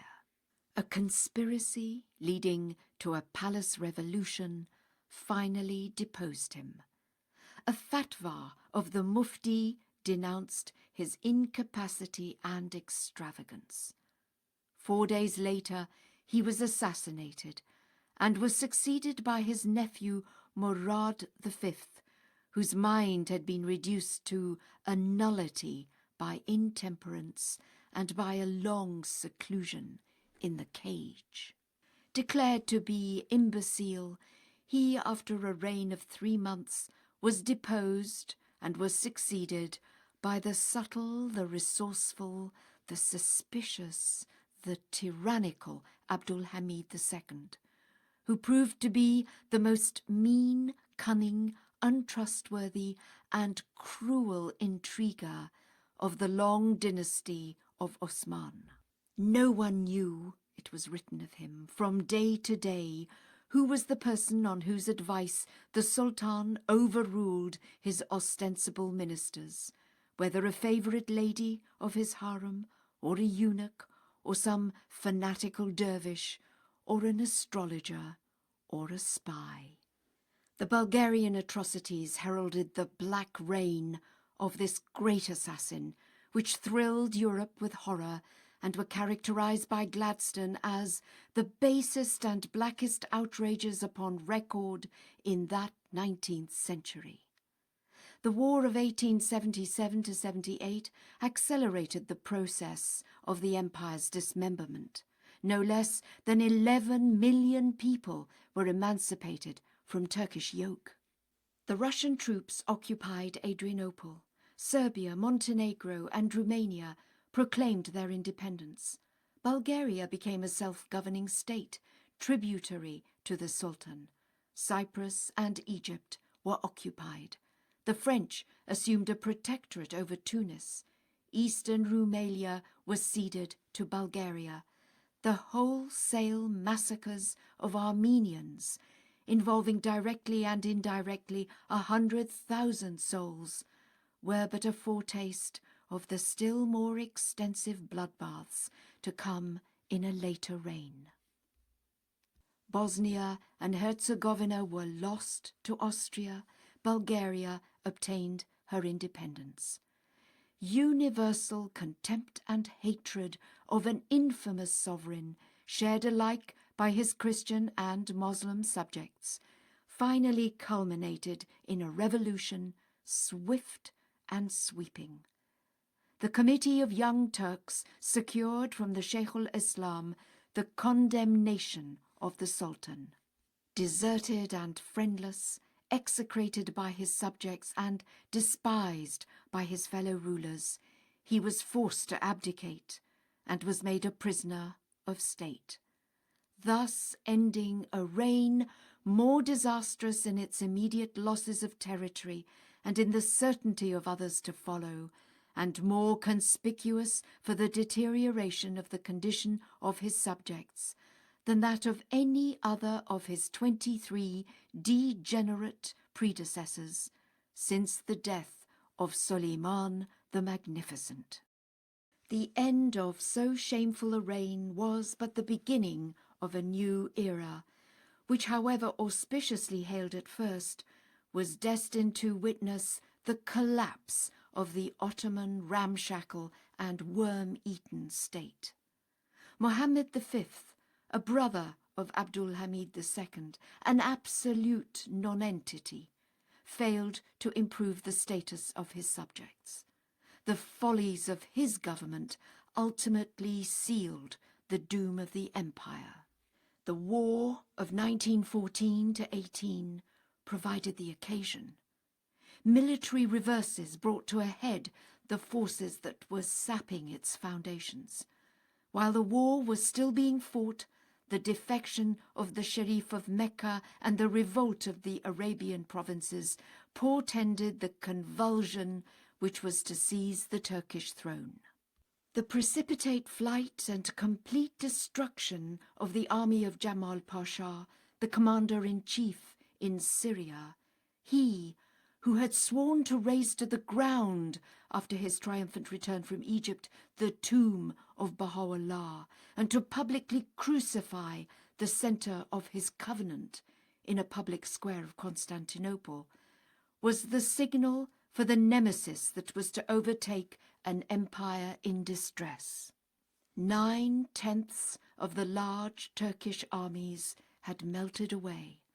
A fourth of the whole population had perished from war, disease, famine, and massacre. A new ruler, Mohammed VI, the last of the 25 successive degenerate sultans, had meanwhile succeeded his wretched brother. The edifice of the empire was now quaking and tottering to its fall. Mustafa Kemal dealt it the final blows. Turkey, that had already shrunk to a small Asiatic state, became a republic. The Sultan was deposed, the Ottoman Sultanate was ended, a rulership that had remained unbroken for 6.5 centuries was extinguished. An empire which had stretched from the centre of Hungary to the Persian Gulf and the Sudan, and from the Caspian Sea to Oran in Africa, had now dwindled to a small Asiatic republic. Constantinople itself, which after the fall of Byzantium had been honoured as the splendid metropolis of the Roman Empire, and had been made the capital of the Ottoman government, was abandoned by its conquerors and stripped of its pomp and glory, a mute reminder of the base tyranny that had for so long stained its throne. Such, in their bare outline, were the awful evidences of that retributive justice which so tragically afflicted Abdulaziz, his successors, his throne, and his dynasty. What of Nasr-ed-Din Shah, the other partner in that imperial conspiracy which sought to extirpate root and branch the budding faith of God? His reaction to the divine message borne to him by the fearless Bahá'í, the pride of martyrs, who had spontaneously dedicated himself to this purpose, was characteristic of that implacable hatred which throughout his reign glowed so fiercely in his breast. Divine retribution on the Qajar dynasty. The French emperor had, it was reported, flung away Baha'u'llah's tablet, and directed his minister, as Baha'u'llah himself asserts, to address to its author an irreverent reply. The Grand Vizier of Abdulaziz, it is reliably stated, blanched while reading the communication addressed to his imperial master and his ministers, and made the following comment: "It is as if the King of Kings were issuing his behest to his humblest vassal king and regulating his conduct." Queen Victoria, it is said, upon reading the tablet revealed for her, remarked, "If this is of God, it will endure. If not, it can do no harm." It was reserved for Nasr-ed-Din Shah, however, to wreak at the instigation of the divines his vengeance on one whom he could no longer personally chastise, by arresting his messenger, a lad of about 17, by freighting him with chains, by torturing him on the rack, and finally slaying him. To this despotic sovereign, Baha'u'llah, who denounced him as the prince of oppressors, and as one who would soon be made an object lesson for the world, had written, "Look upon this youth, O king, with the eyes of justice. Judge thou then with truth concerning what hath befallen him. Of a verity God hath made thee his shadow amongst men, and the sign of his power unto all that dwell on earth." And again, "O king, wert thou to incline thine ears unto the shrill of the pen of glory and the cooing of the dove of eternity, thou wouldst attain unto a station from which thou wouldst behold in the world of being naught save the effulgence of the adored one, and wouldst regard thy sovereignty as the most contemptible of thy possessions, abandoning it to whosoever might desire it, and setting thy face toward the horizon aglow with the light of his countenance." And again, "We fain would hope, however, that His Majesty the Shah will himself examine these matters and bring hope to the hearts. That which we have submitted to thee is indeed for thine highest good." This hope, however, was to remain unfulfilled. It was indeed shattered by a reign which had been inaugurated by the execution of the Bab and the imprisonment of Bahá'u'lláh in the Siarchal of Tehran, by a sovereign who had repeatedly instigated Bahá'u'llah's successive banishments, and by a dynasty that had been sullied by the slaughter of no less than 20,000 of his followers. The Shah's dramatic assassination, the ignoble rule of the last sovereigns of the House of Qajar, and the extinction of that dynasty were signal instances of the divine retribution which these horrid atrocities had provoked. The Qajars, members of the alien Turkoman tribe, had indeed usurped the Persian throne. Agha Muhammad Khan, the eunuch Shah and founder of the dynasty, was such an atrocious, avaricious, bloodthirsty tyrant that the memory of no Persian is so detested and universally execrated as his memory. The record of his reign and that of his immediate successors is one of vandalism, of internal warfare, of recalcitrant and rebellious chieftains, of brigandage and medieval oppression, whilst the annals of the reigns of the later Qajars are marked by the stagnation of the nation, the illiteracy of the people, the corruption and incompetence of the government, the scandalous intrigues of the court, the decadence of the princes, the irresponsibility and extravagance of the sovereign, and his abject subservience to a notoriously degraded clerical order. The successor of Agha Muhammad Khan, the uxorious, philoprogenitive Fath Ali Shah, the so-called Darius of the age, was a vain and arrogant and unscrupulous miser, notorious for the enormous number of his wives and concubines, numbering above 1,000, his incalculable progeny, and the disasters which his rule brought upon his country. He it was who commanded that his vizier, to whom he owed his throne, be cast into a cauldron of boiling oil. As to his successor, the bigoted Muhammad Shah, one of his earliest acts, definitely condemned by the pen of Bahá'u'lláh, was the order to strangle his first minister, the illustrious Qa'im Maqam, immortalized by that same pen as the prince of the city of statesmanship and literary accomplishment, and to have him replaced by that low-bred, consummate scoundrel, Haji Mirza Aghasi, who brought the country to the verge of bankruptcy and revolution.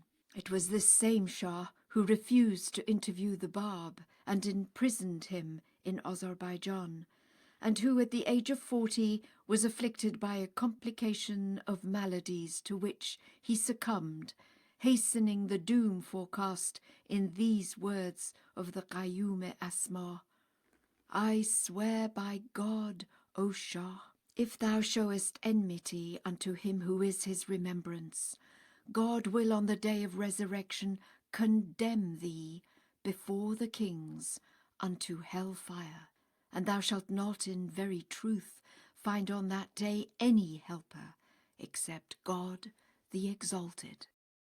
Nasir-ed-Din Shah, a selfish, capricious, imperious monarch, succeeded to the throne, and for half a century was destined to remain the sole arbiter of the fortunes of his hapless country. A disastrous obscurantism, a chaotic administration in the provinces, the disorganization of the finances of the realm, the intrigues, the vindictiveness and profligacy of the pampered and greedy courtiers who buzzed and swarmed round his throne, his own despotism, which but for the restraining fear of European public opinion and the desire to be thought well of in the capitals of the West would have been more cruel and savage, were the distinguishing features of the bloody reign of one who styled himself footpath of heaven and asylum of the universe. A triple darkness of chaos, bankruptcy, and oppression enveloped the country. His own assassination was the first portent of the revolution which was to restrict the prerogatives of his son and successor, depose the last two monarchs of the House of Qajar, and extinguish their dynasty. On the eve of his jubilee, which was to inaugurate a new era, and the celebration of which had been elaborately prepared, he fell in the shrine of Shah Abdul Azim, a victim to an assassin's pistol, his dead body driven back to his capital, propped up in the royal carriage in front of his Grand Vizier, in order to defer the news of his murder. It was whispered, writes an eyewitness of both the ceremony and the assassination, that the day of the Shah's celebration was to be the greatest in the history of Persia. Prisoners were to be released without condition, and a general amnesty was to be proclaimed. Peasants were promised exemption from taxes for at least 2 years. The poor were to be fed for months. Ministers and officials were already intriguing for honours and pension from the Shah. Shrines and sacred places were to open their gates to all wayfarers and pilgrims, and the sayyids and mullahs were taking cough medicine to clear their throats, to sing and chant the praises of the Shah in all the pulpits. The mosques were swept and prepared for general meetings and public prayers in behalf of the sovereign. Sacred fountains were enlarged to hold more holy water, and the rightful authorities had foreseen that many miracles might take place on the day of the Jubilee with the aid of these fountains. The Shah had declared that he would renounce his prerogatives as despot and proclaim himself the majestic father of all the Persians. The city authority was to relax its vigilant watch. No record was to be kept of the strangers who flocked to the caravanserais, and the population was to be left free to wander the streets during the whole night. Even the great mujtahids had, according to what had been reported to that same eyewitness, decided for the time being to discontinue persecuting the Babis and other infidels. Thus fell the one whose reign will remain forever associated with the most heinous crime in history, the martyrdom of that one whom the supreme manifestation of God proclaimed to be the point round whom the realities of the prophets and messengers revolve. In a tablet in which the pen of Bahá'u'lláh condemns him, we read, "Among them, kings of the earth, is the king of Persia, who suspended him who is the temple of the cause, the Bab, in the air, and put him to death with such cruelty that all created things and the inmates of paradise and the concourse on high wept for him. He slew, moreover, some of our kindred and plundered our property and made our family captives in the hands of the oppressors. Once and again he imprisoned me. By God the True One, none can reckon the things which befell me in prison, save God the Reckoner, the Omniscient, the Almighty. Subsequently, he banished me and my family from my country, whereupon we arrived in Iraq in evident sorrow.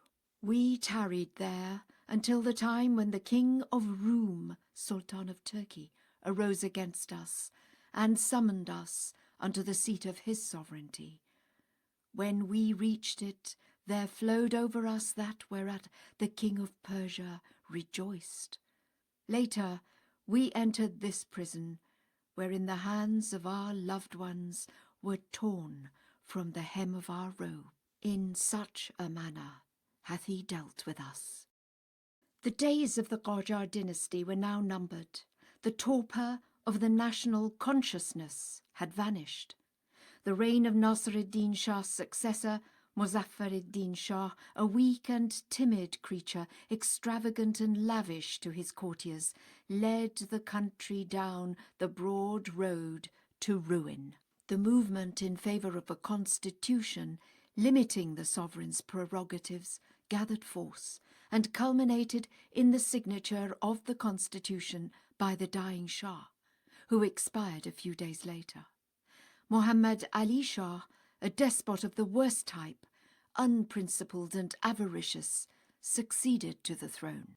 Hostile to the constitution, he, by his summary action involving the bombardment of the Bahá'istan where the assembly met, precipitated a revolution which led to his deposition by the nationalists.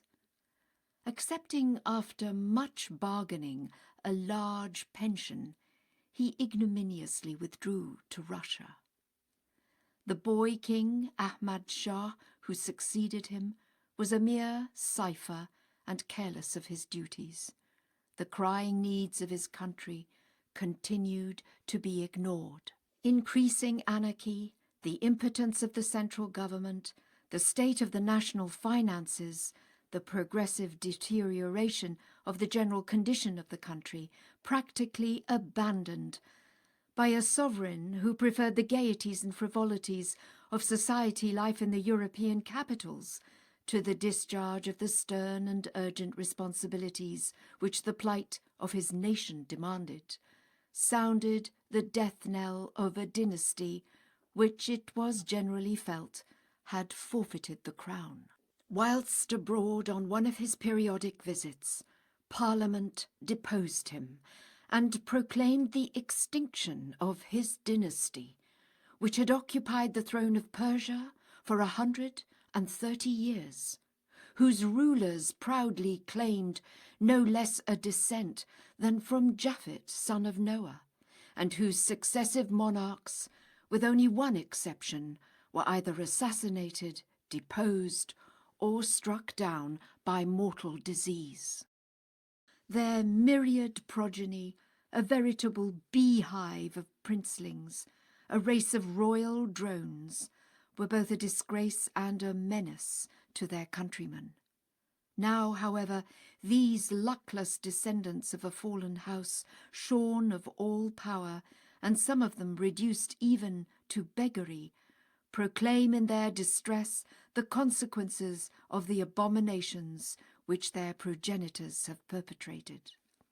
Swelling the ranks of the ill-fated scions of the House of Osman and of the rulers of the Romanov, the Hohenzollern, the Habsburg, and the Napoleonic dynasties, they roam the face of the earth, scarcely aware of the character of those forces which have operated such tragic revolutions in their lives, and so powerfully contributed to their present plight.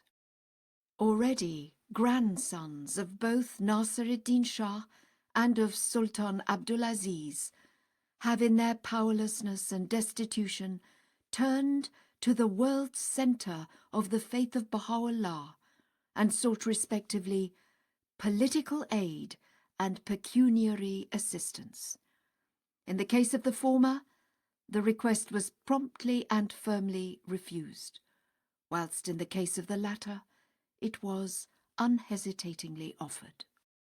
The decline in the fortunes of royalty. And as we survey in other fields the decline in the fortunes of royalty, whether in the years immediately preceding the Great War or after, and contemplate the fate that has overtaken the Chinese Empire, the Portuguese and Spanish monarchies, and more recently the vicissitudes that have afflicted and are still afflicting the sovereigns of Norway, of Denmark, and of Holland, and observe the impotence of their fellow sovereigns, and note the fear and trembling that has seized their thrones, may we not associate their plight with the opening passages of the Surah Muluk, which in view of their momentous significance, I feel impelled to quote a second time. Fear God, O concourse of kings, and suffer not yourselves to be deprived of this most sublime grace. Set your hearts towards the face of God, and abandon that which your desires have bidden you to follow, and be not of those who perish. Ye examined not his the Barb's cause, when so to do had been better for you than all that the sun shineth upon, could ye but perceive it. Beware that ye be not careless henceforth, as ye have been careless aforetime. My face hath come forth from the veils, and shed its radiance upon all that is in heaven and on earth, and yet ye turned not towards him. Arise then, and make ye amends for that which hath escaped you, if ye pay no heed unto the counsels which in peerless and unequivocal language we have revealed in this tablet. Divine chastisement shall assail you from every direction, and the sentence of his justice shall be pronounced against you. 20 years have passed, O kings, during which we have each day tasted the agony of a fresh tribulation. Though aware of most of our afflictions, ye nevertheless have failed to stay the hand of the aggressor. For is it not your clear duty to restrain the tyranny of the oppressor, and to deal equitably with your subjects, that your high sense of justice may be fully demonstrated to all mankind? No wonder that Bahá'u'lláh, in view of the treatment meted out to him by the sovereigns of the earth, should, as already quoted, have written these words: From 2 ranks amongst men power hath been seized, kings and ecclesiastics. Indeed, he even goes further and states in his tablet addressed to Sheikh Salman, one of the signs of the maturity of the world is that no one will accept to bear the weight of kingship. Kingship will remain with none willing to bear alone its weight. That day will be the day whereon wisdom will be manifested among mankind. Only in order to proclaim the cause of God and spread abroad his faith will anyone be willing to bear this grievous weight. Well is it with him who for love of God and his cause, and for the sake of God, and for the purpose of proclaiming his faith, will expose himself unto this great danger, and will accept this toil and trouble. Recognition of kingship. Let none, however, mistake or unwittingly misrepresent the purpose of Bahá'u'lláh.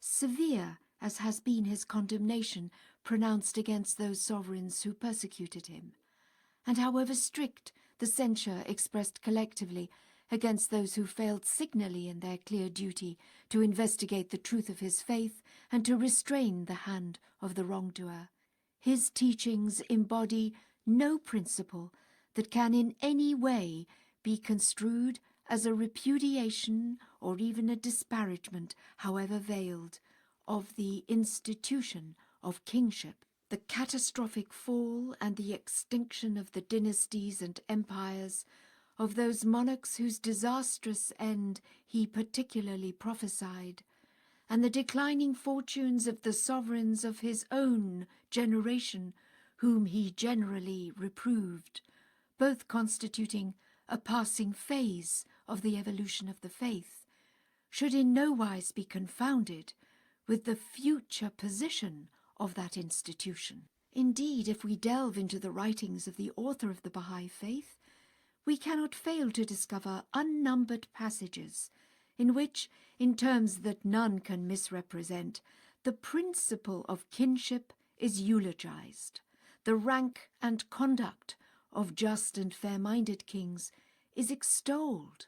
The rise of monarchs ruling with justice and even professing his faith is envisaged, and the solemn duty to arise and ensure the triumph of Bahá'í sovereigns is inculcated. To conclude from the above-quoted words addressed by Bahá'u'lláh to the monarchs of the earth, to infer from the recital of the woeful disasters that have overtaken so many of them, that his followers either advocate or anticipate the definite extinction of the institution of kingship would indeed be tantamount to a distortion of his teaching. I can do no better than quote some of Bahá'u'llah's own testimonies, leaving the reader to shape his own judgment as to the falsity of such a deduction. In his epistle to the Son of the Wolf, he indicates the true source of kinship. Regard for the rank of sovereigns is divinely ordained, as is clearly attested by the words of the prophets of God and his chosen ones. He who is the Spirit, Jesus, may peace be upon him, was asked, O Spirit of God, is it lawful to give tribute to Caesar or not? And he made reply, Yea, render to Caesar the things that are Caesar's, and to God the things that are God's. He forbade it not. These two sayings are, in the estimation of men of insight, one and the same. For if that which belonged to Caesar had not come from God, he would have forbidden it. And likewise, in the sacred verse, Obey God and obey the apostle and those among you invested with authority. By those invested with authority is meant primarily and more especially the imams, the blessings of God rest upon them. They, verily, are the manifestations of the power of God and the sources of his authority, and the repositories of his knowledge and the daysprings of his commandments. Secondarily, these words refer unto the kings and rulers, those through the brightness of whose justice the horizons of the world are resplendent and luminous.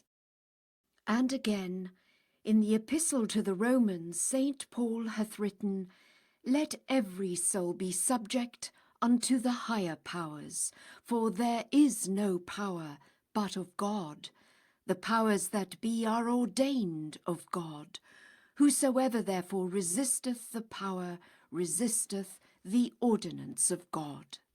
And further, for he is the minister of God, a revenger to execute wrath upon him that doeth evil. He saith that the appearance of the kings and their majesty and power are of God.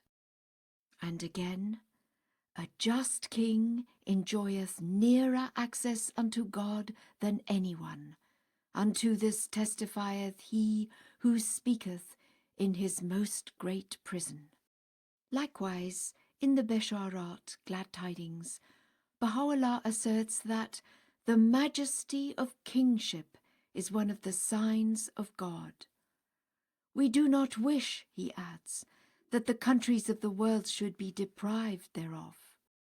In the Kitab al-Aqdas, he sets forth his purpose and eulogizes the king who will profess his faith.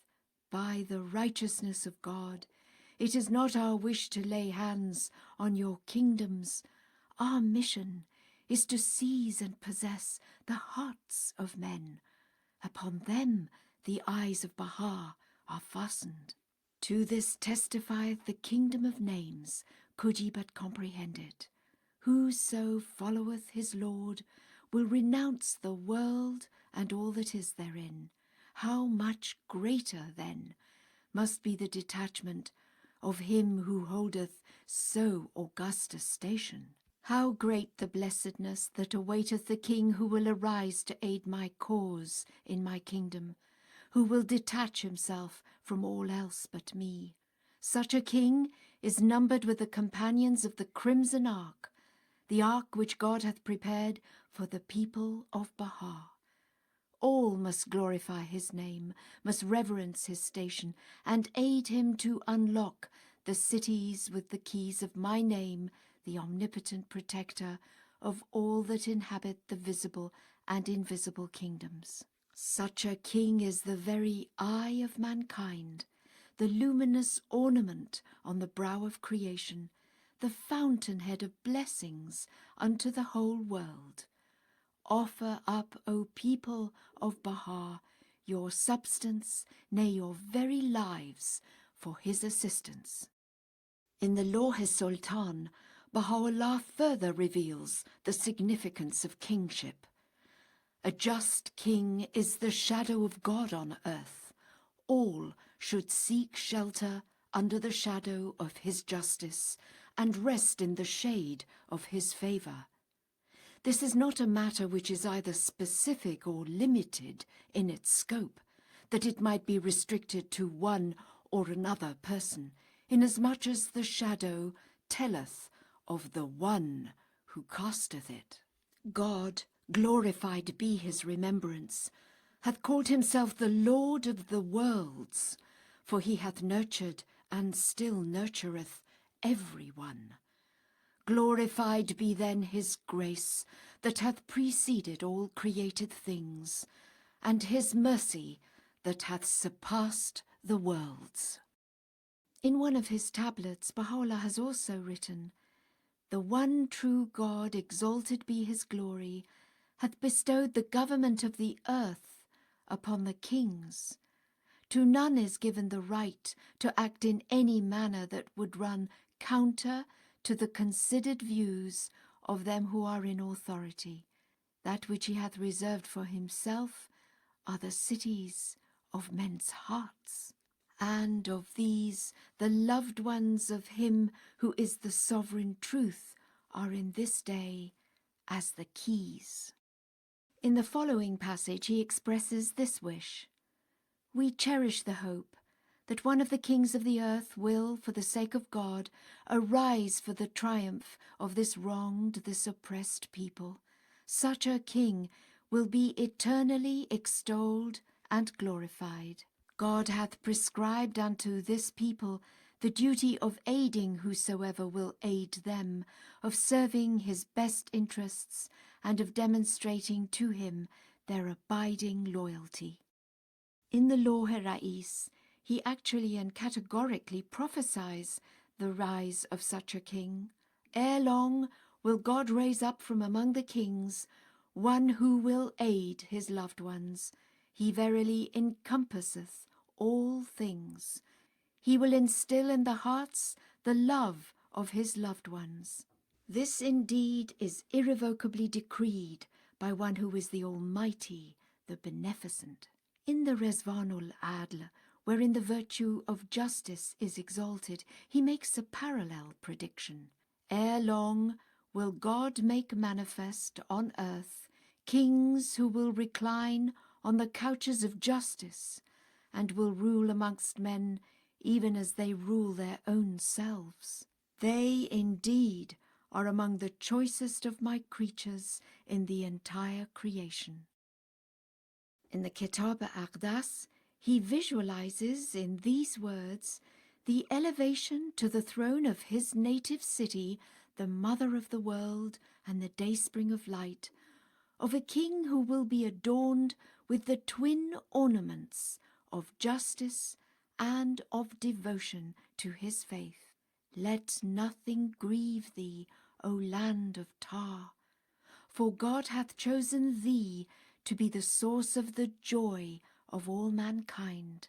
He shall, if it be his will, bless thy throne with one who will rule with justice, who will gather together the flock of God which the wolves have scattered. Such a ruler will with joy and gladness turn his face towards and extend his favours unto the people of Baha. He indeed is accounted in the sight of God as a jewel among men. Upon him rest forever the glory of God, and the glory of all that dwell in the kingdom of his revelation." The crumbling of religious orthodoxy.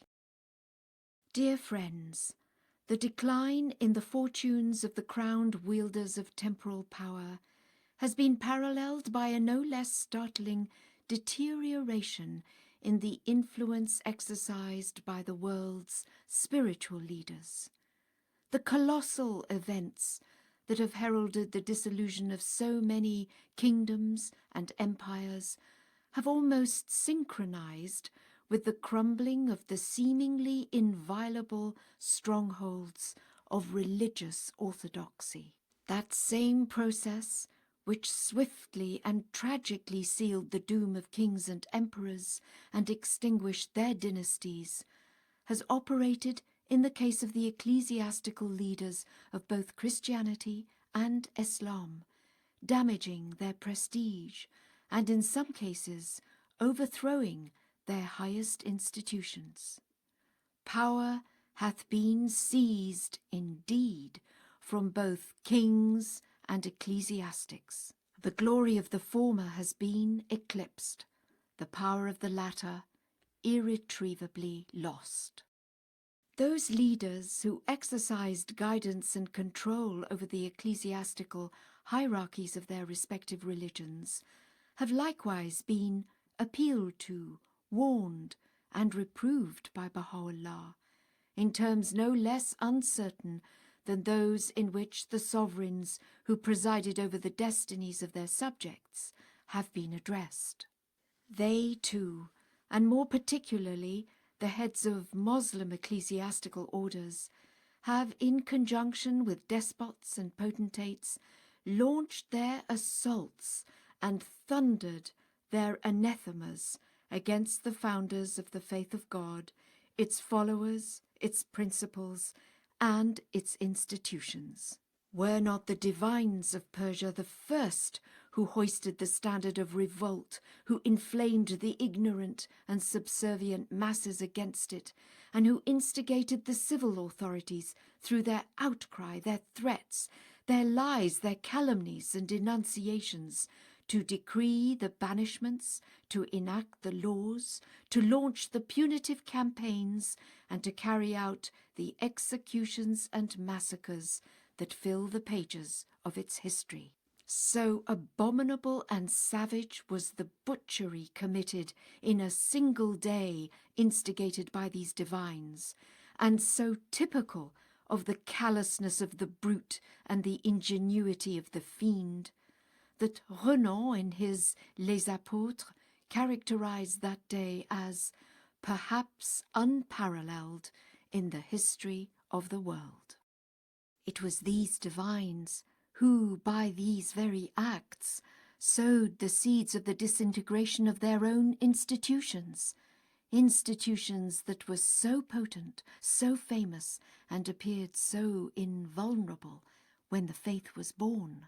It was they who, by assuming so lightly and foolishly such awful responsibilities, were primarily answerable for the release of those violent and disruptive influences that have unchained disasters as catastrophic as those which overwhelmed kings, dynasties, and empires, and which constitute the most noteworthy landmarks in the history of the first century of the Bahá'í era.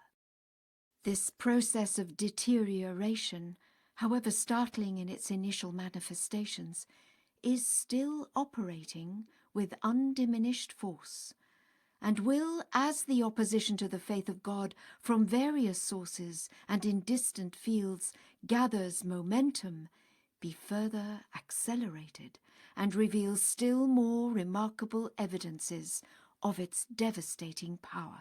I cannot, in view of the proportions which this communication has already assumed, expatiate as fully as I would wish on the aspects of this weighty theme, which, together with the reaction of the sovereigns of the earth to the message of Bahá'u'lláh, is one of the most fascinating and edifying episodes in the dramatic story of his faith. I will only consider the repercussions of the violent assaults made by the ecclesiastical leaders of Islam, and to a lesser degree by certain exponents of Christian orthodoxy, upon their respective institutions. I will preface these observations with some passages gleaned from the great mass of Baha'u'llah's tablets, which both directly and indirectly bear reference to Muslim and Christian divines, and which throw such a powerful light on the dismal disasters that have overtaken and are still overtaking the ecclesiastical hierarchies of the two religions with which the faith has been immediately concerned. It must not be inferred, however, that Baha'u'lláh directed his historic addresses exclusively to the leaders of Islam and Christianity, or that the impact of an all-pervading faith on the strongholds of religious orthodoxy is to be confined to the institutions of these two religious systems. The time foreordained unto the peoples and kindreds of the earth, affirms Baha'u'lláh, is now come. The promises of God as recorded in the Holy Scriptures have all been fulfilled. This is the day which the pen of the Most High hath glorified in all the Holy Scriptures. There is no verse in them that doth not declare the glory of his holy name, and no book that doth not testify unto the loftiness of this most exalted theme. Were we, he adds, to make mention of all that hath been revealed in these heavenly books and holy scriptures concerning this revelation, this tablet would assume impossible dimensions. As the promise of the faith of Baha'u'lláh is enshrined in all the scriptures of past religions, so does its author address himself to their followers, and particularly to their responsible leaders who have intervened between him and their respective congregations. At one time, writes Baha'u'lláh, we address the people of the Torah and summon them unto him who is the revealer of verses, who hath come from him who layeth low the necks of men. At another, we address the people of the Evangel and say, the All-Glorious is come in this name, whereby the breeze of God hath wafted over all regions. At still another, we address the people of the Qur'an, saying, fear the All-Merciful, and cavil not at him through whom all religions were founded. Know thou, moreover, that we have addressed to the Magians our tablets, and adorned them with our law. We have revealed in them the essence of all the hints and allusions contained in their books. The Lord verily is the Almighty, the All-Knowing. Addressing the Jewish people, Baha'u'lláh has written, the most great law is come, and the ancient beauty ruleth upon the throne of David. Thus hath my pen spoken that which the histories of bygone ages have related. At this time, however, David crieth aloud and saith, O my loving Lord, do thou number me with such as have stood steadfast in thy cause. O thou through whom the faces have been illumined and the footsteps have slipped. And again, the breath hath been wafted and the breeze hath blown, and from Zion hath appeared that which was hidden, and from Jerusalem is heard the voice of God, the one, the incomparable, the omniscient. Furthermore, in his epistle to the Son of the Wolf, Baha'u'lláh has revealed, lend an ear unto the song of David. He saith, who will bring me into the strong city? The strong city is Acca, which hath been named the most great prison, and which possesseth a fortress and mighty ramparts. O Shaykh, peruse that which Isaiah hath spoken in his book. He saith, get thee up into the high mountain, O Zion, that bringest good tidings. Lift up thy voice with strength, O Jerusalem, that bringest good tidings. Lift it up, be not afraid. Say unto the cities of Judah, behold your God. Behold, the Lord God will come with strong hand, and his arm shall rule for him. This day all the signs have appeared. A great city hath descended from heaven, and Zion trembleth and exulteth with joy at the revelation of God, for it hath heard the voice of God on every side.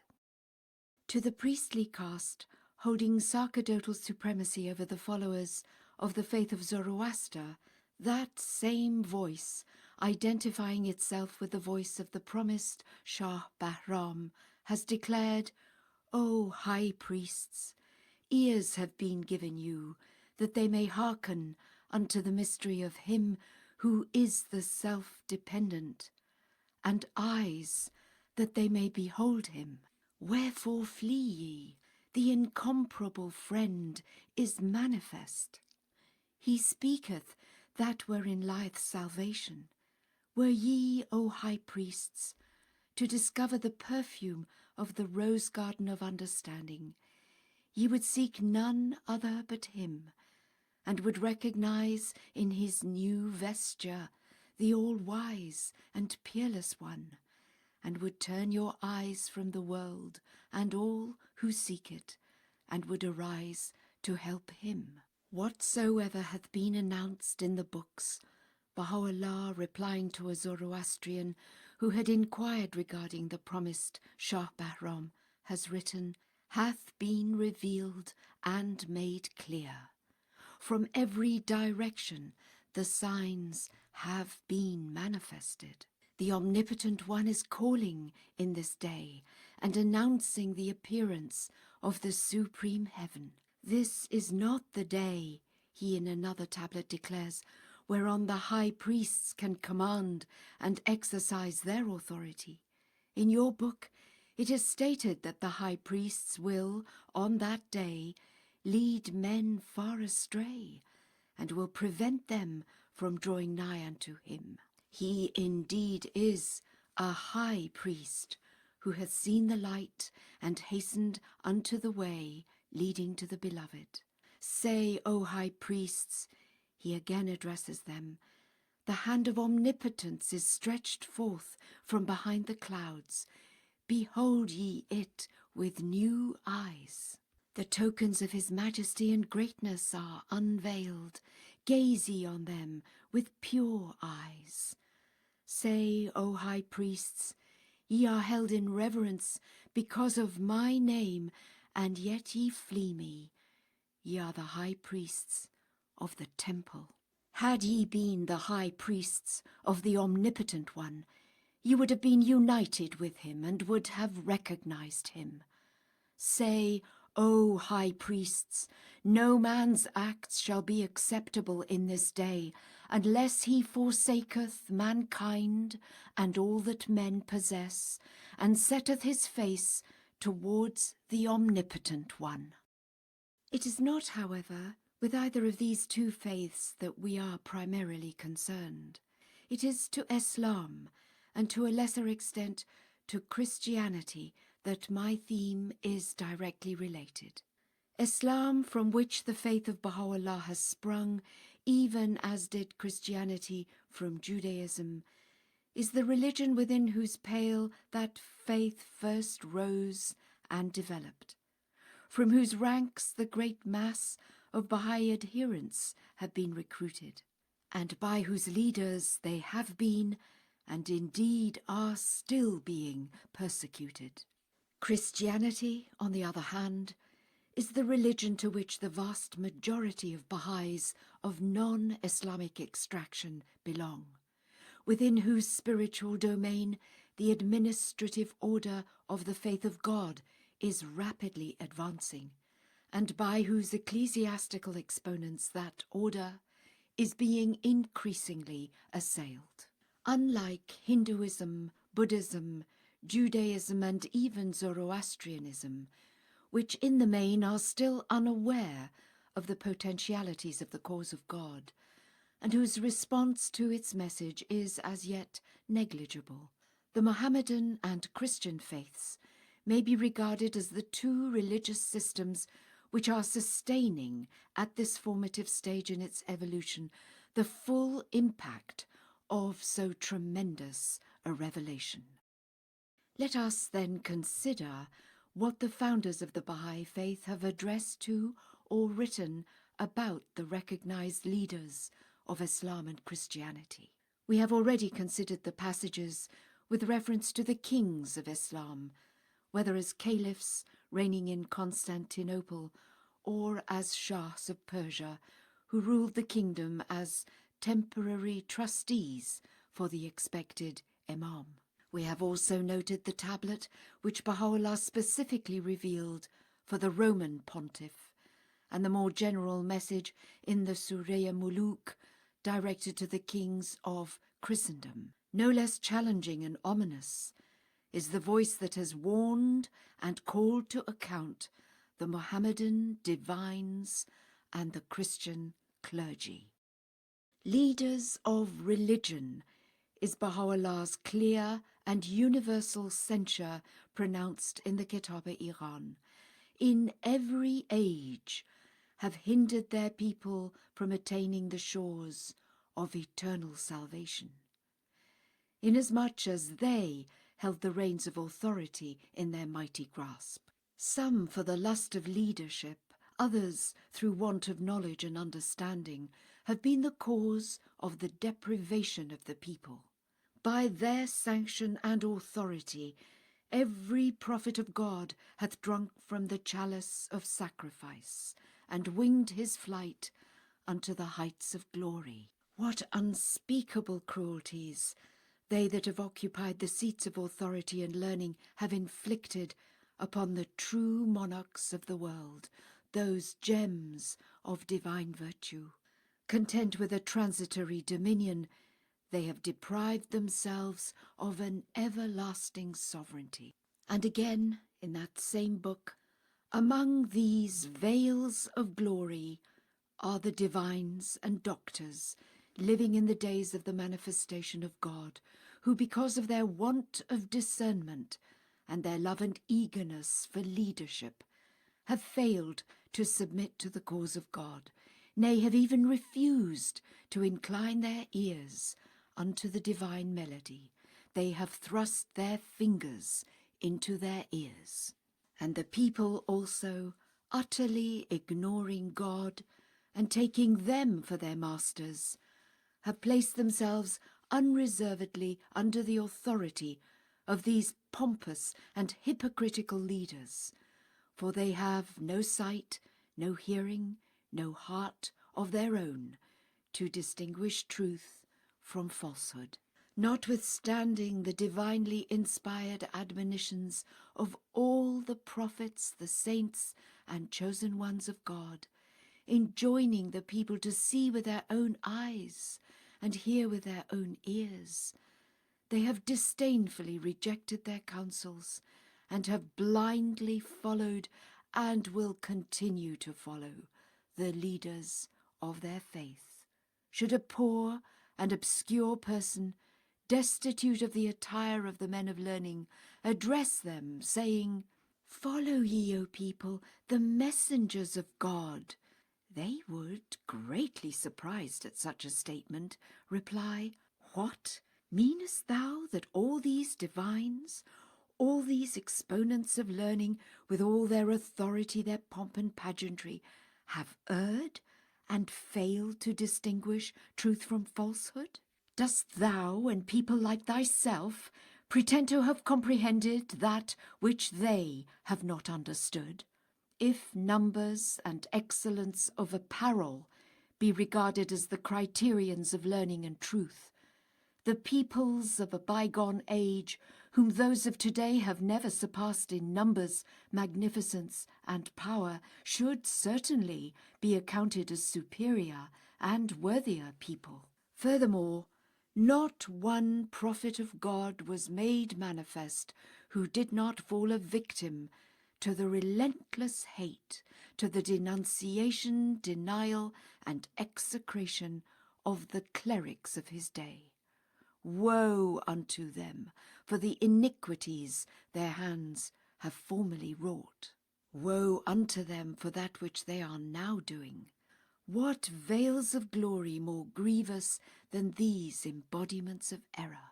By the righteousness of God, to pierce such veils is the mightiest of all acts, and to rend them asunder the most meritorious of all deeds. On their tongue, he moreover has written, the mention of God hath become an empty name. In their midst, his holy word, a dead letter. Such is the sway of their desires, that the lamp of conscience and reason hath been quenched in their hearts.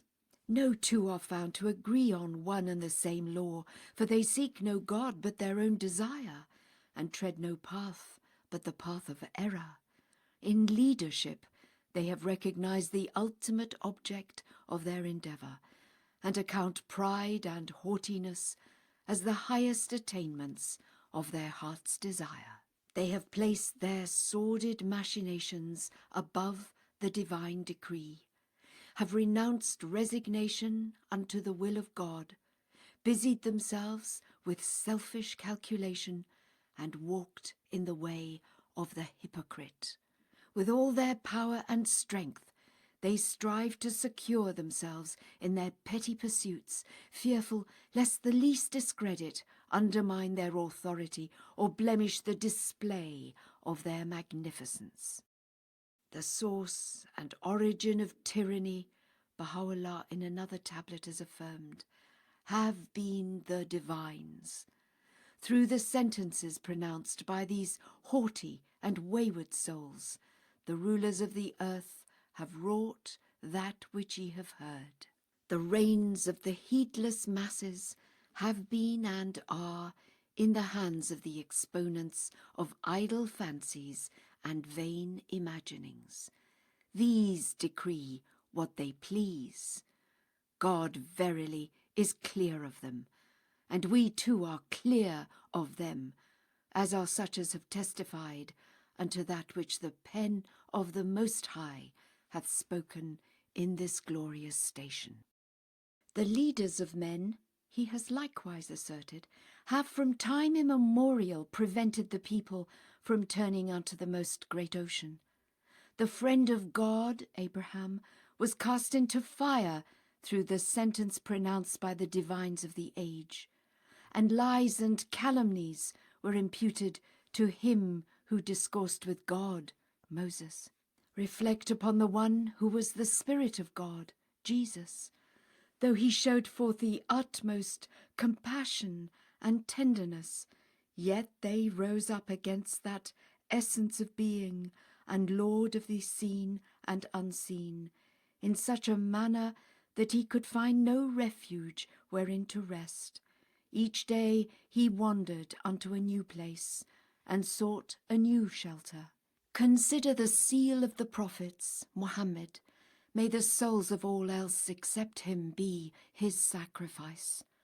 How grievous the things which befell that Lord of all being at the hands of the priests of idolatry and of the Jewish doctors, after he had uttered the blessed words proclaiming the unity of God.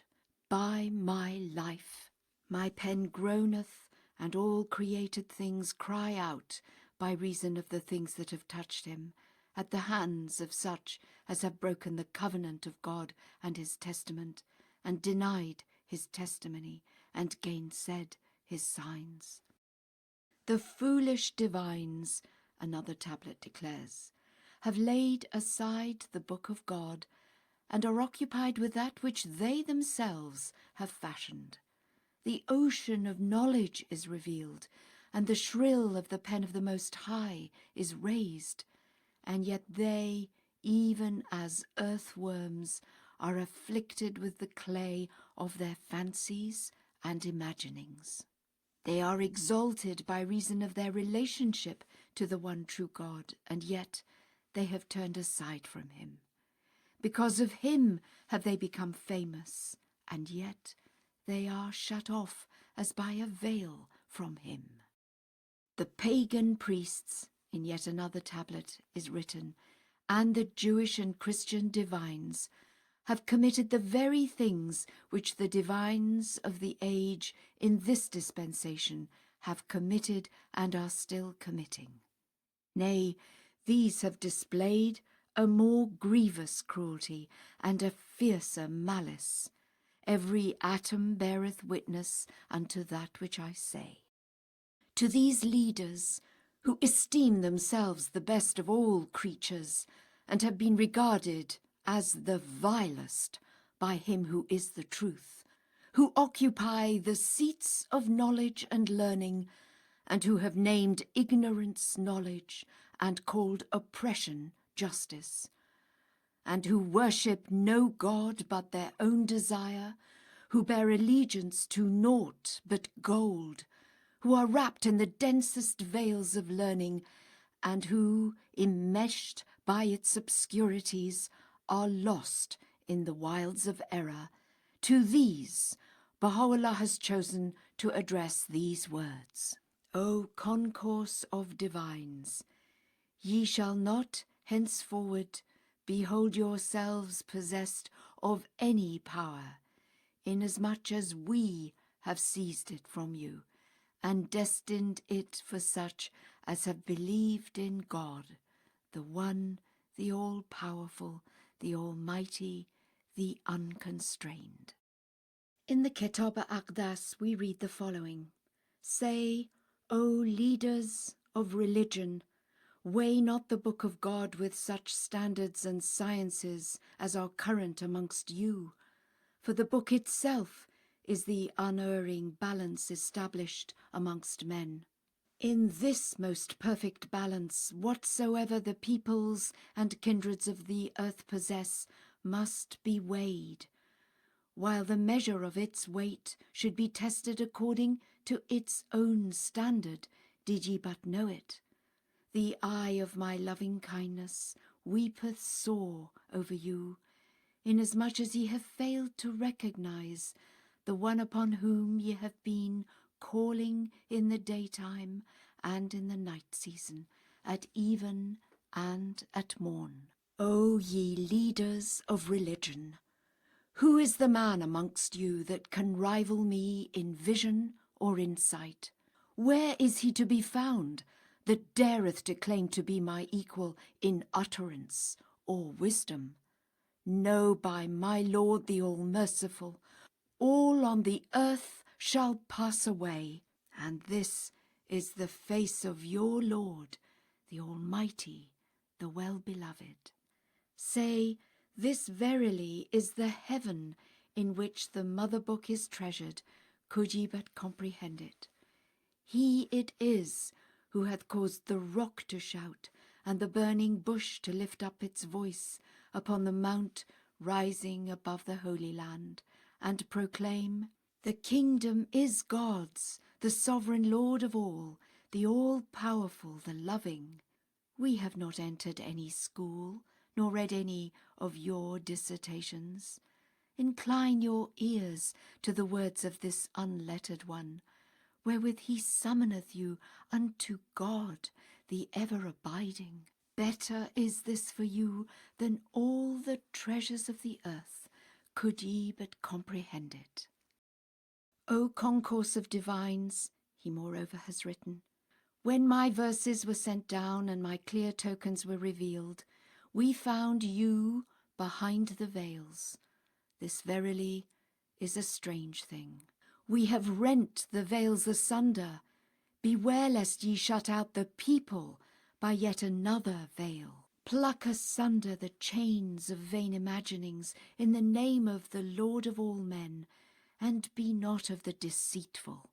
Should ye turn unto God and embrace his cause, spread not disorder within it, and measure not the book of God with your selfish desires. This verily is the counsel of God aforetime and hereafter. Had ye believed in God when he revealed himself, the people would not have turned aside from him, nor would the things ye witness today have befallen us. Fear God, and be not of the heedless. This is the cause that hath caused all your superstitions and idols to tremble. O concourse of divines, beware lest ye be the cause of strife in the land, even as ye were the cause of the repudiation of the faith in its early days. Gather the people around this word that hath made the pebbles to cry out, the kingdom is God's, the dawning place of all signs. Tear the veils asunder in such wise that the inmates of the kingdom will hear them being rent. This is the command of God in days gone by and for those to come. Blessed the man that observeth that whereunto he was bidden, and woe betide the negligent. And again, how long will ye, O concourse of divines, level the spears of hatred at the face of Baha? Rein in your pens. Lo, the most sublime pen speaketh betwixt earth and heaven. Fear God, and follow not your desires, which have altered the face of creation. Purify your ears, that they may hearken unto the voice of God. By God, it is even as fire that consumeth the veils, and as water that washeth the souls of all who are in the universe. Say, O concourse of divines, he furthermore addresses them, can any one of you race with the divine youth in the arena of wisdom and utterance, or soar with him into the heaven of inner meaning and explanation? Nay, by my Lord, the God of mercy. All have swooned away in this day from the word of thy Lord. They are even as dead and lifeless, except him whom thy Lord the Almighty, the unconstrained, hath willed to exempt. Such a one is indeed of those endued with knowledge, in the sight of him who is the all-knowing. The inmates of paradise and the dwellers of the sacred folds bless him at eventide and at dawn. Can the one possessed of wooden legs resist him whose feet God hath made of steel?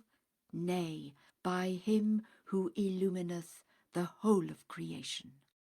When we observed carefully, he significantly remarks, we discovered that our enemies are, for the most part, the divines. Among the people are those who said, he hath repudiated the divines. Say, yea, by my Lord. I, in very truth, was the one who abolished the idols. We verily have sounded the trumpet, which is our most sublime pen. And lo, the divines and the learned and the doctors and the rulers swooned away, except such as God preserved, as a token of his grace. And he verily is the all-bounteous, the Ancient of Days. O concourse of divines, fling away idle fancies and imaginings, and turn then towards the horizon of certitude. I swear by God, all that ye possess will profit you not, neither all the treasures of the earth, nor the leadership ye have usurped. Fear God, and be not of the lost ones. Say, O concourse of divines, lay aside all your veils and coverings. Give ear unto that whereunto calleth you the most sublime pen in this wondrous day. The world is laden with dust by reason of your vain imaginings, and the hearts of such as enjoy near access to God are troubled because of your cruelty. Fear God, and be of them that judge equitably. O ye the dawning places of knowledge, he thus exhorts them, beware that ye suffer not yourselves to become changed, for as ye change, most men will likewise change. This verily is an injustice unto yourselves and unto others. Ye are even as a spring. If it be changed, so will the streams that branch out from it be changed. Fear God, and be numbered with the godly. In like manner, if the heart of man be corrupted, his limbs will also be corrupted. And similarly, if the root of a tree be corrupted, its branches and its offshoots, and its leaves and its fruits will be corrupted. Say, O concourse of divines, he thus appeals to them, be fair, I adjure you by God, and nullify not the truth with the things ye possess. Peruse that which we have sent down with truth. It will verily aid you, and will draw you nigh unto God the mighty, the great. Consider and call to mind how when Mohammed, the apostle of God, appeared, the people denied him. They ascribed unto him what caused the Spirit Jesus to lament in his most sublime station, and the faithful Spirit to cry out. Consider, moreover, the things which befell the apostles and messengers of God before him, by reason of what the hands of the unjust have wrought. We make mention of you for the sake of God, and remind you of his signs, and announce unto you the things ordained for such as are nigh unto him, in the most sublime paradise, and the all highest heaven. And I, verily, am the announcer, the omniscient.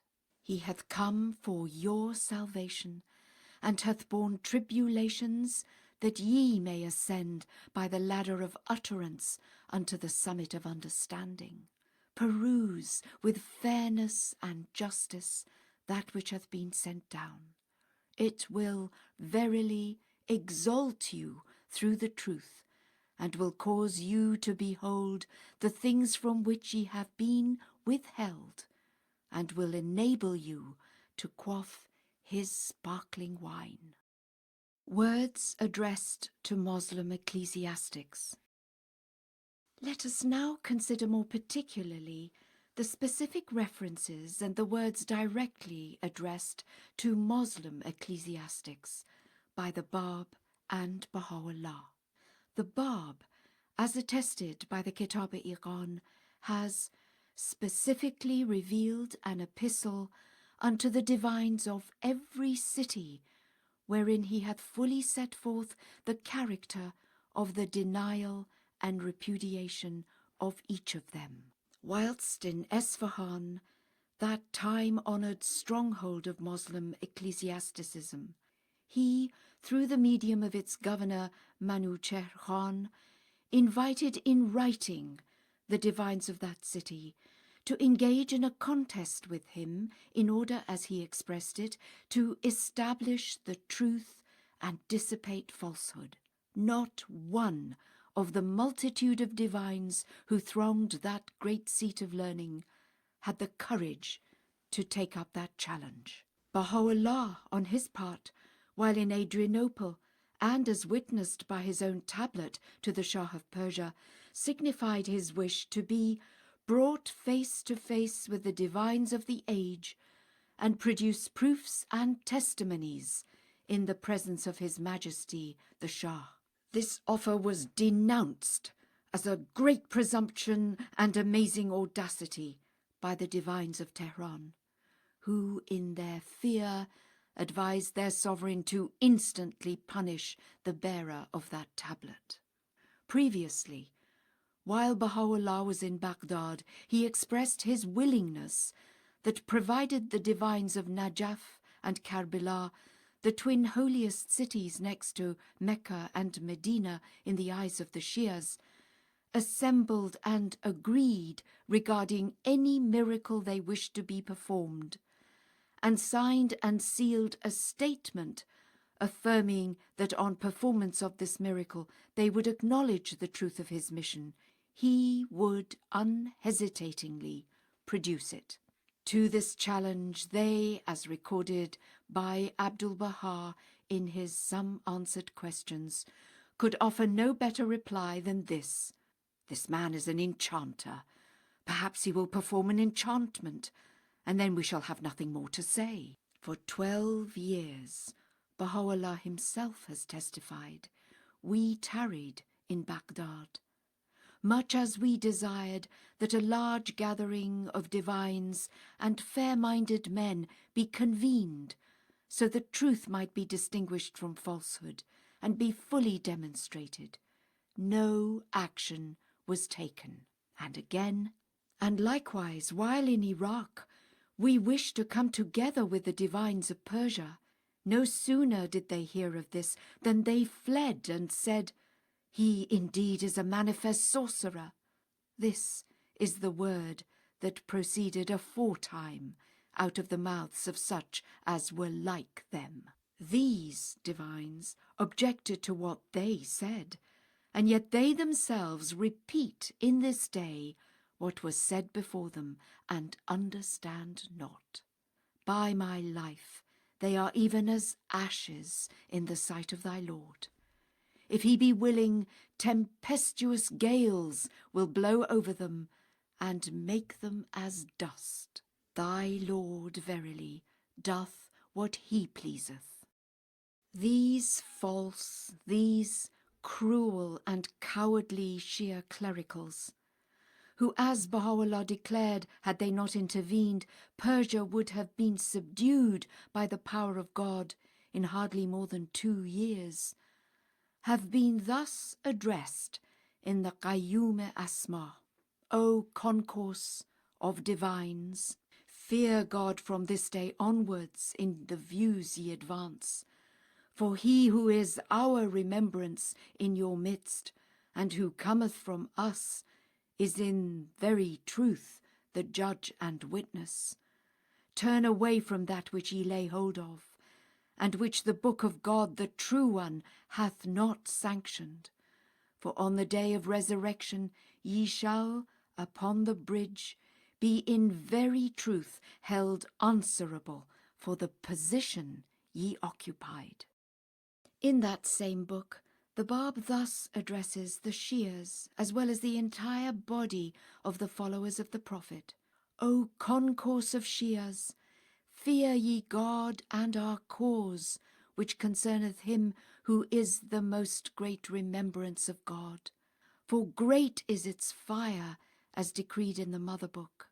O people of the Quran, ye are as nothing unless ye submit unto the remembrance of God and unto this book. If ye follow the cause of God, we will forgive you your sins, and if ye turn aside from our command, we will in truth condemn your souls in our book unto the most great fire. We verily do not deal unjustly with men, even to the extent of a speck on a date stone. And finally, in that same commentary, this startling prophecy is recorded. Ere long we will in very truth torment such as waged war against Hussein, Imam Hussein, in the land of the Euphrates, with the most afflictive torment, and the most dire and exemplary punishment. Ere long, he also referring to that same people in that same book has written, will God wreak his vengeance upon them at the time of our return, and he hath in very truth prepared for them in the world to come a severe torment. As to Baha'u'lláh, the passages I cite in these pages constitute but a fraction of the references to the Moslem divines with which his writings abound. The lote tree beyond which there is no passing, he exclaims, crieth out by reason of the cruelty of the divines. It shouteth aloud and bewaileth itself. From the inception of this sect, Shia, he, in his epistle to the son of the wolf, has written, until the present day, how great hath been the number of the divines that have appeared, none of whom became cognizant of the nature of this revelation. What could have been the cause of this waywardness? Were we to mention it, their limbs would cleave asunder. It is necessary for them to meditate, nay, to meditate for 1,000 years, that haply they may attain unto a sprinkling from the ocean of knowledge, and discover the things whereof they are oblivious in this day.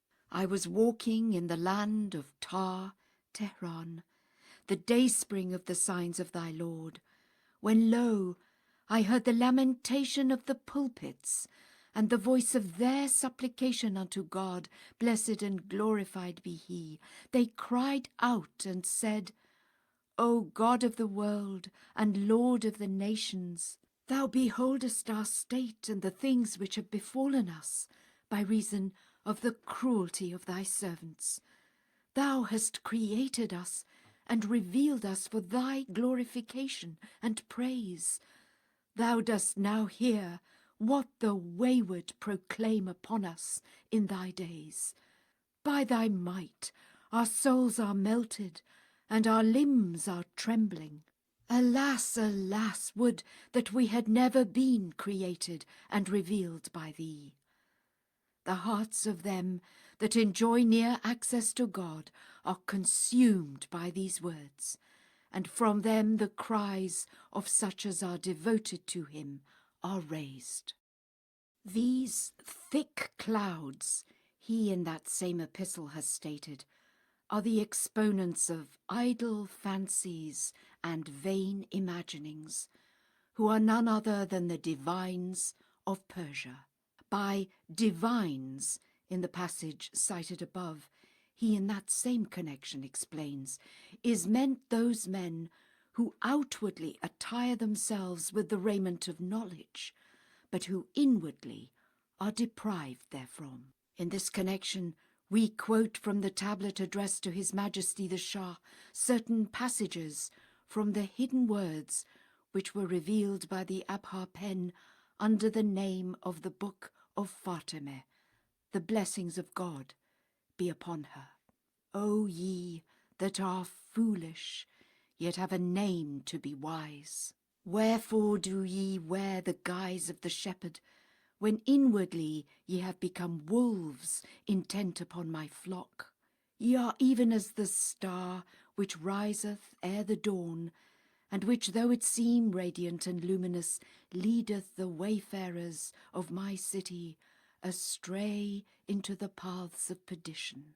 And likewise he saith, O ye seemingly fair, yet inwardly foul, ye are like clear but bitter water, which to outward seeming is but crystal pure, but of which when tested by the divine assayer, not a drop is accepted.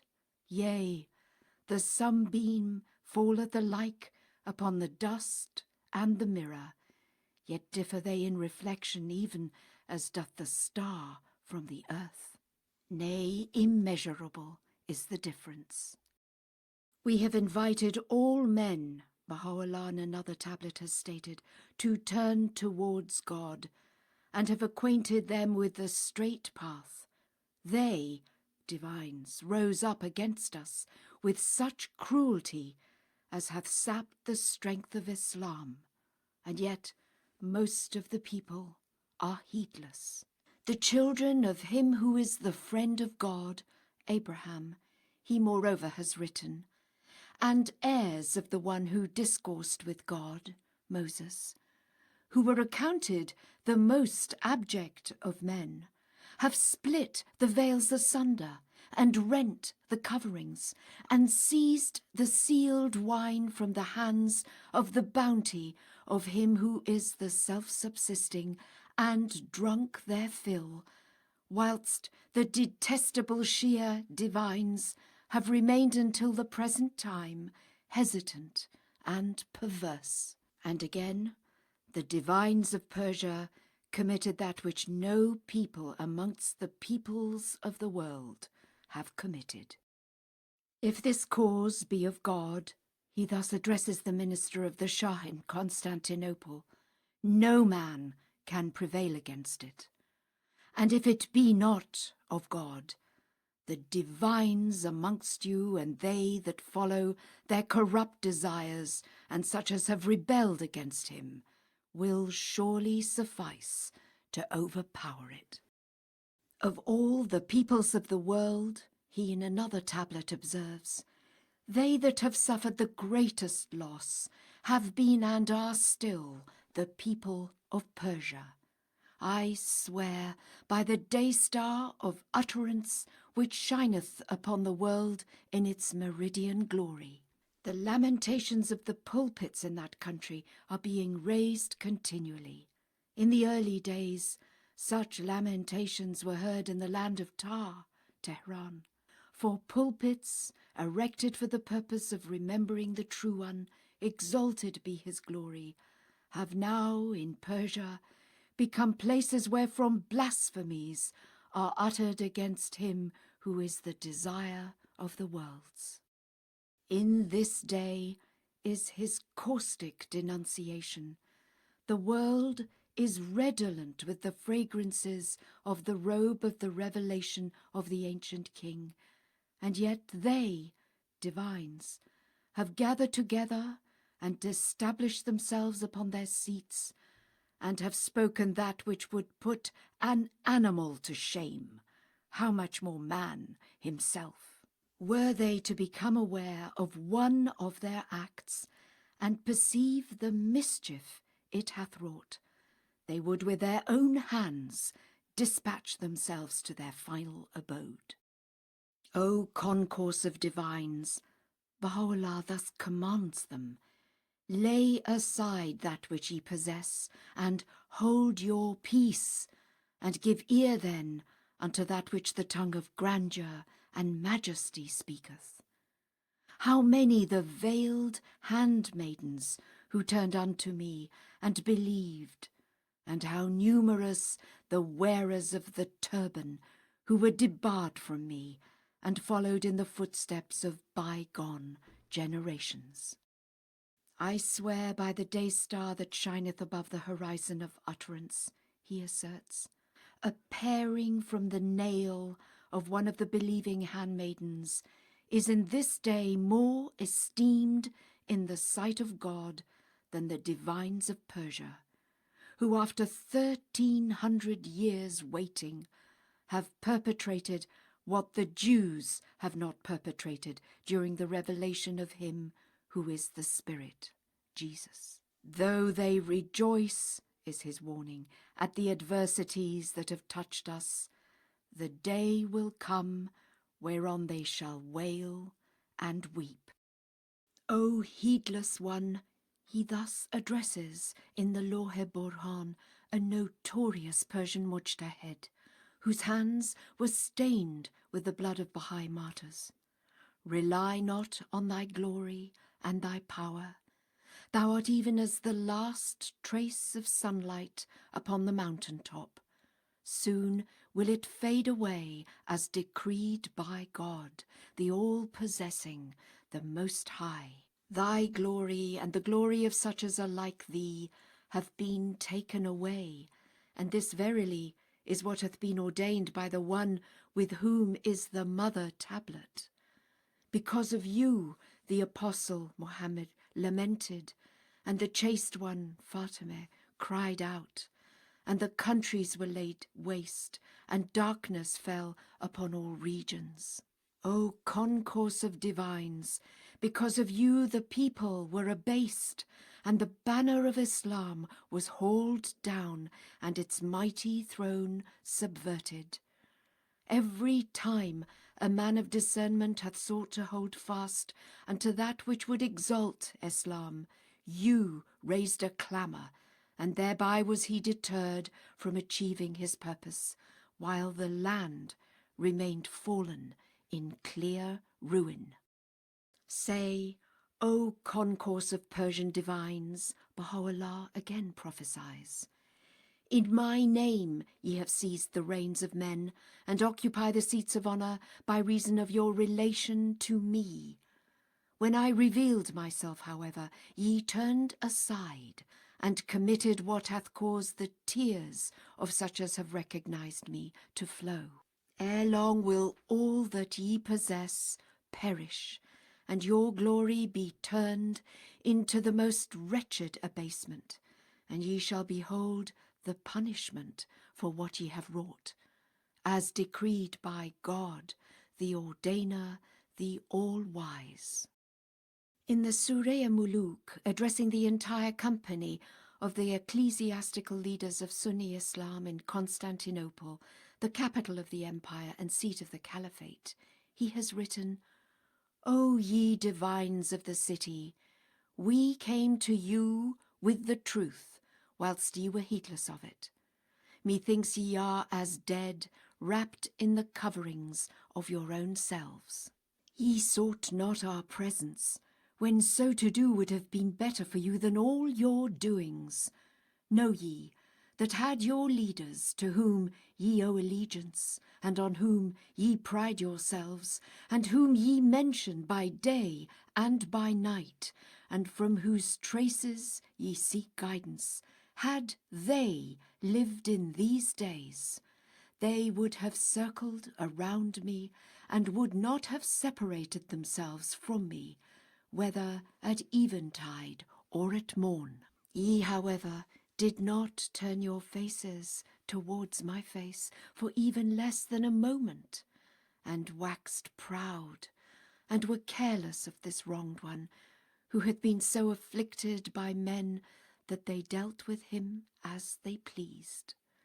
Ye failed to inquire about my condition, nor did ye inform yourselves of the things which befell me. Thereby have ye withheld from yourselves the winds of holiness and the breezes of bounty that blow from this luminous and perspicuous spot.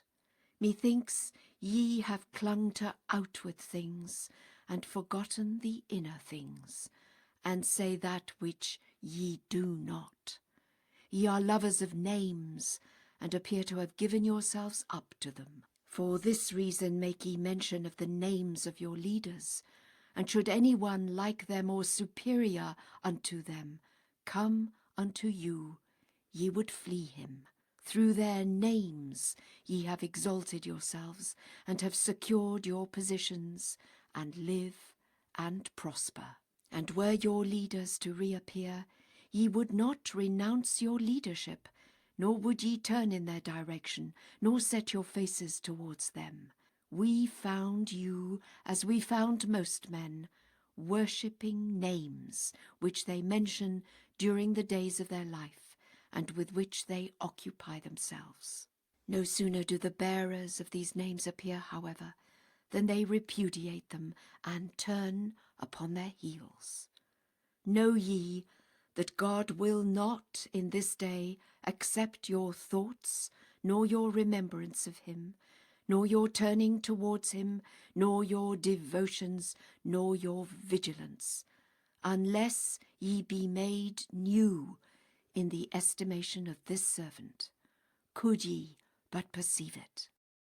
The voice of Abdul-Baha, the centre of the covenant of God, has likewise been raised, announcing the dire misfortunes which were to overtake soon after his passing the ecclesiastical hierarchies of both Sunni and Shia Islam.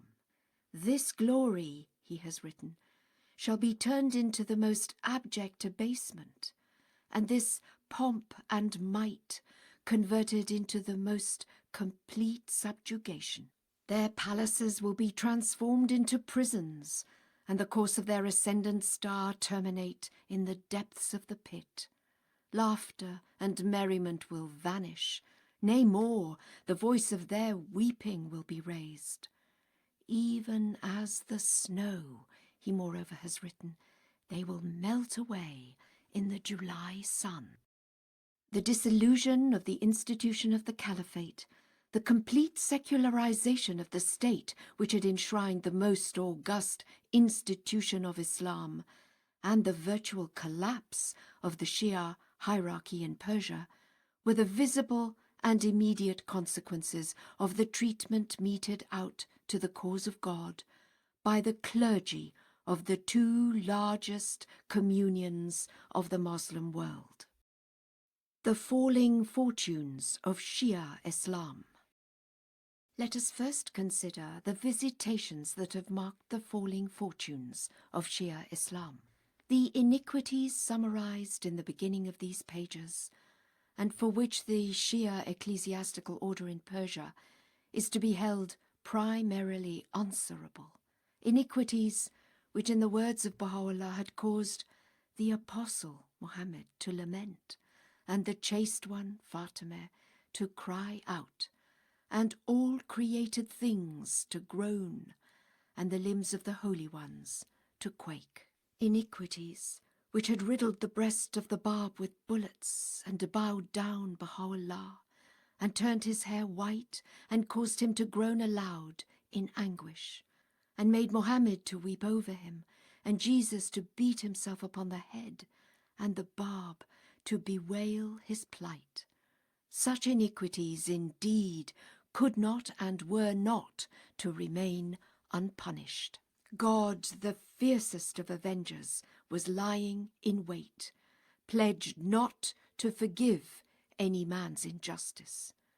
The scourge of his chastisement, swift, sudden, and terrible, was at long last let loose upon the perpetrators of these iniquities.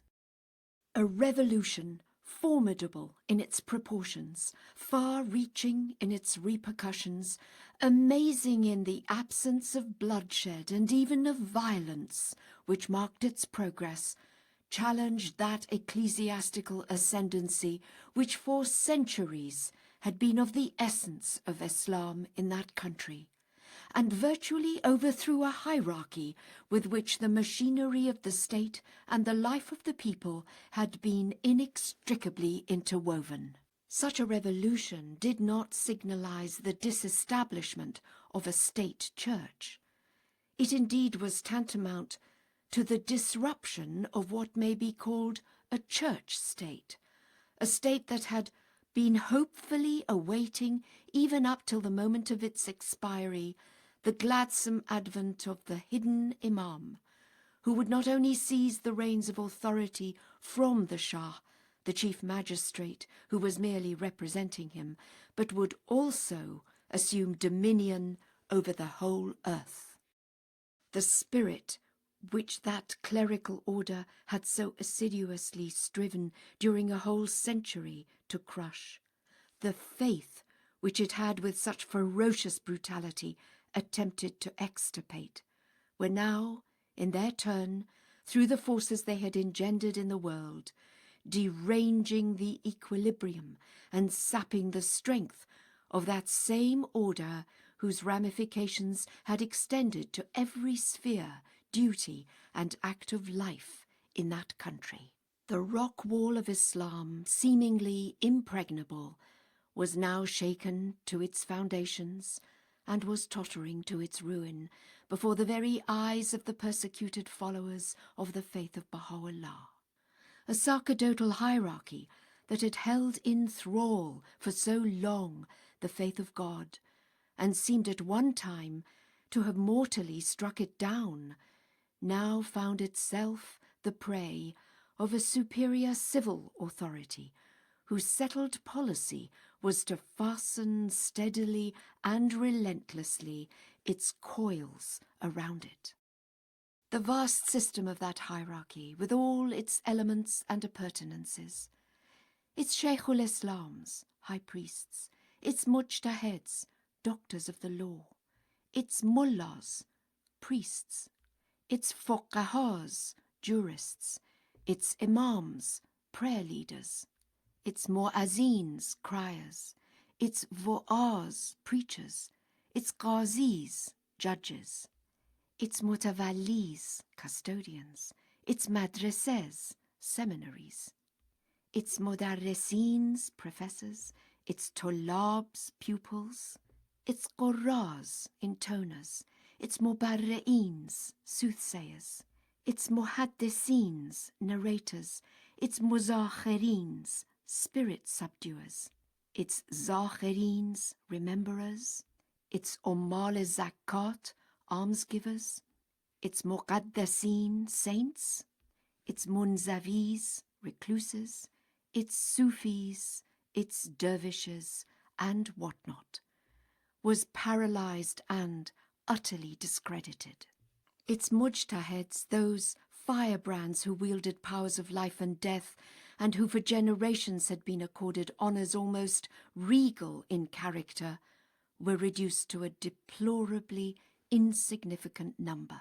The beturbaned prelates of the Islamic Church, who, in the words of Baha'u'lláh, decked their heads with green and white and committed what made the faithful spirit to groan, were ruthlessly swept away except for a handful, who, in order to safeguard themselves against the fury of an impious populace, are now compelled to submit to the humiliation of producing, whenever the occasion demands it, the license granted them by the civil authorities to wear this vanishing emblem of a vanished authority. The rest of this turbaned class, whether Sayyids, Mullahs or Hajis, were forced not only to exchange their venerable headdress for the Kolay Farangi, European hat, which not long ago they themselves had anathematized, but also to discard their flowing robes and don the tight-fitting garments of European style, the introduction of which into their country they had a generation ago so violently disapproved.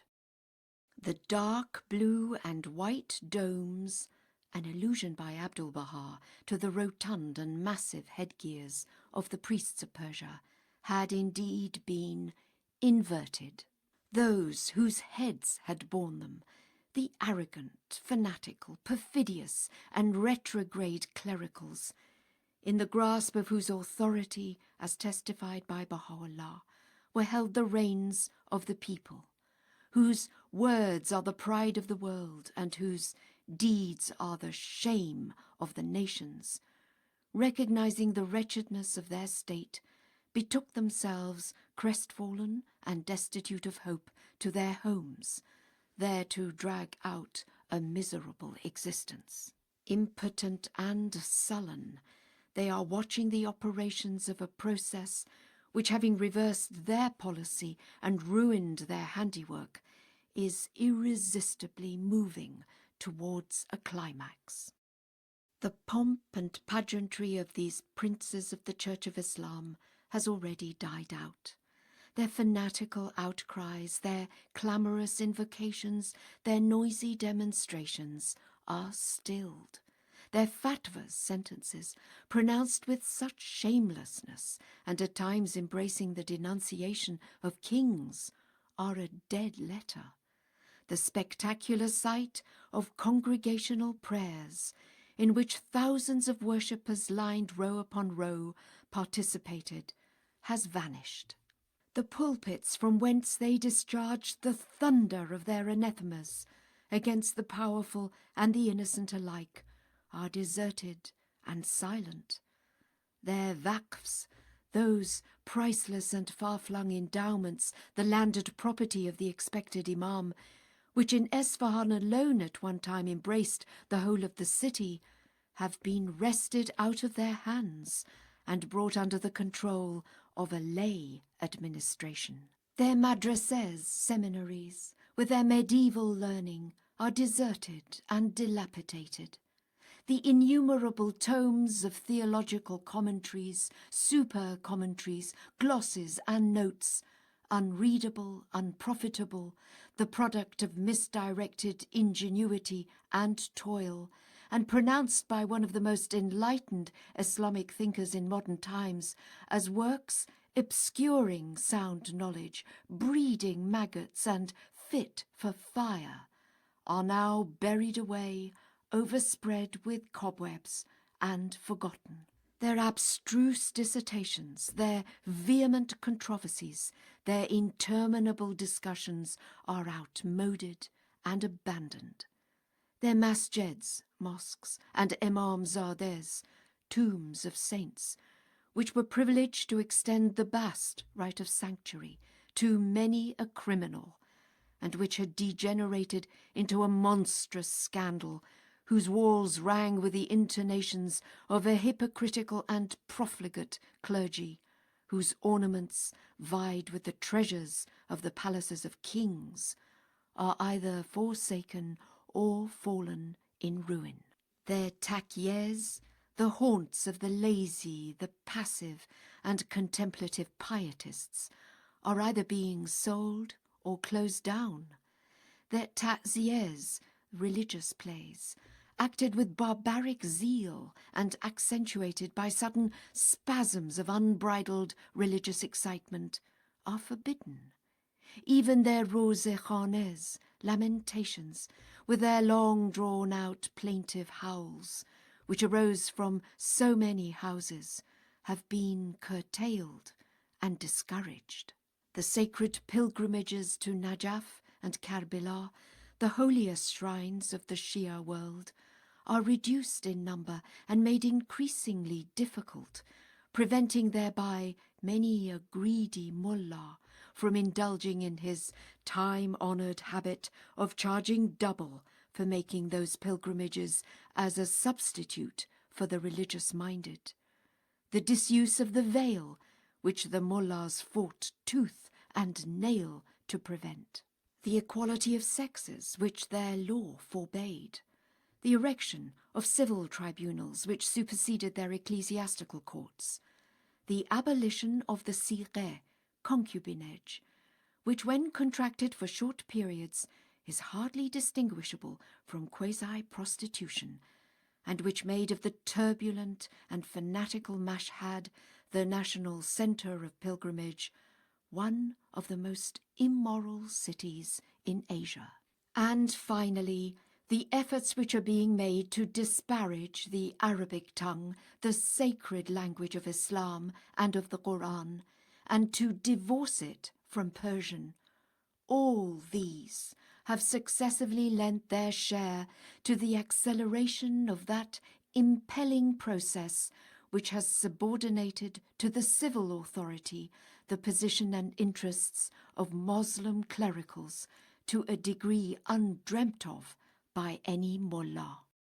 Well might the once lofty-turbaned, long-bearded, grave-looking Agha mullah, who had so insolently concerned himself with every department of human activity, as he sits, hatless, clean-shaven, in the seclusion of his home, and perhaps listening to the strains of Western music blared upon the ethers of his native land, pause to reflect for a while on the vanished splendours of his defunct empire. Well might he muse upon the havoc which the rising tide of nationalism and scepticism has wrought in the adamantine traditions of his country.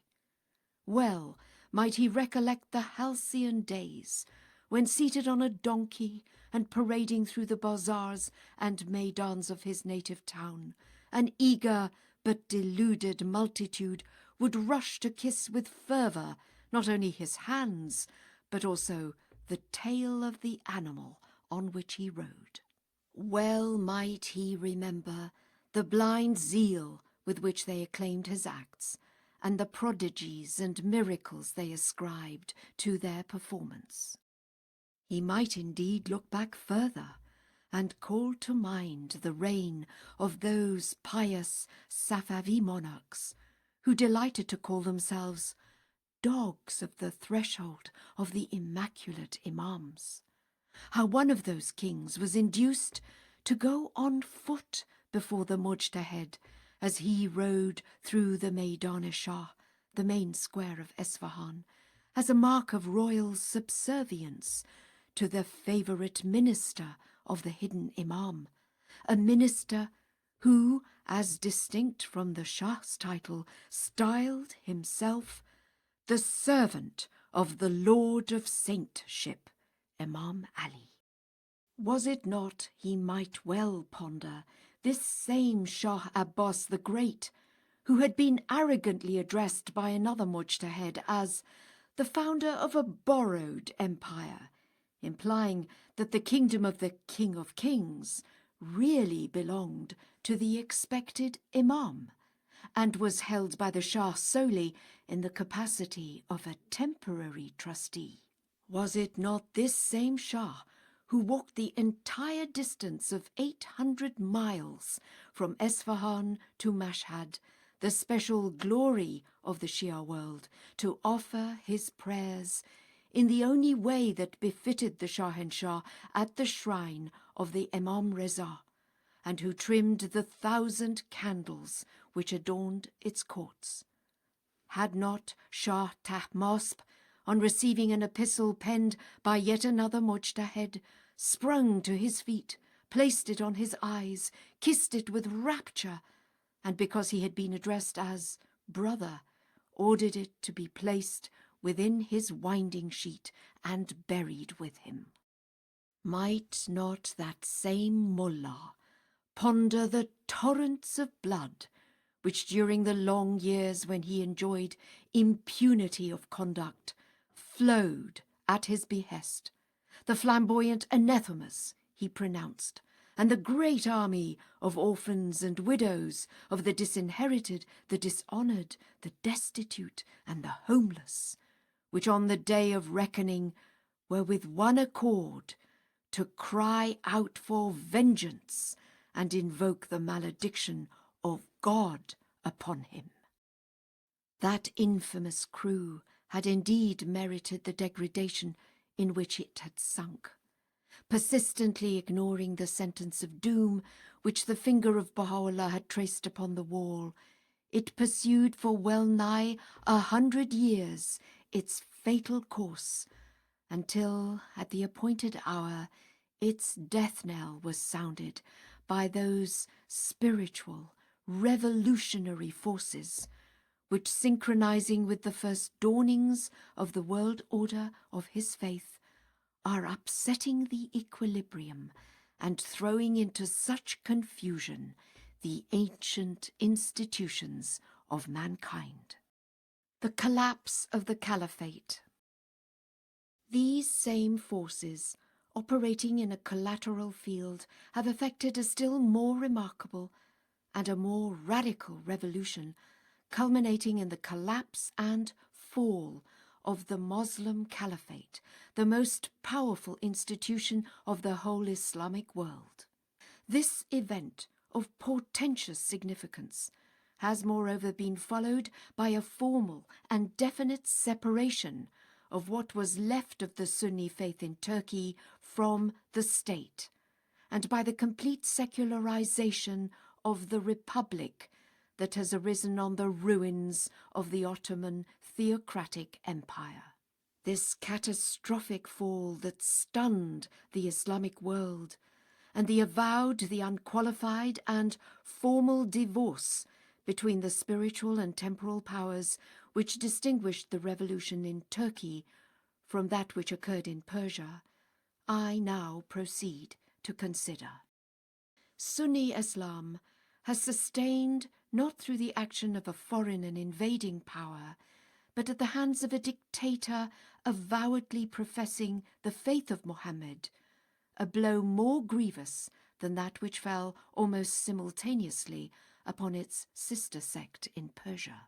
This retributive act, directed against the arch-enemy of the faith of Baha'u'lláh, recalls a similar disaster precipitated through the action of a Roman emperor during the latter part of the 1st century of the Christian era, a disaster that razed to its foundations the Temple of Solomon, destroyed the Holy of Holies, laid waste the city of David, uprooted the Jewish hierarchy in Jerusalem, massacred thousands of the Jewish people, the persecutors of the religion of Jesus Christ, dispersed the remainder over the surface of the earth, and reared a pagan colony on Zion.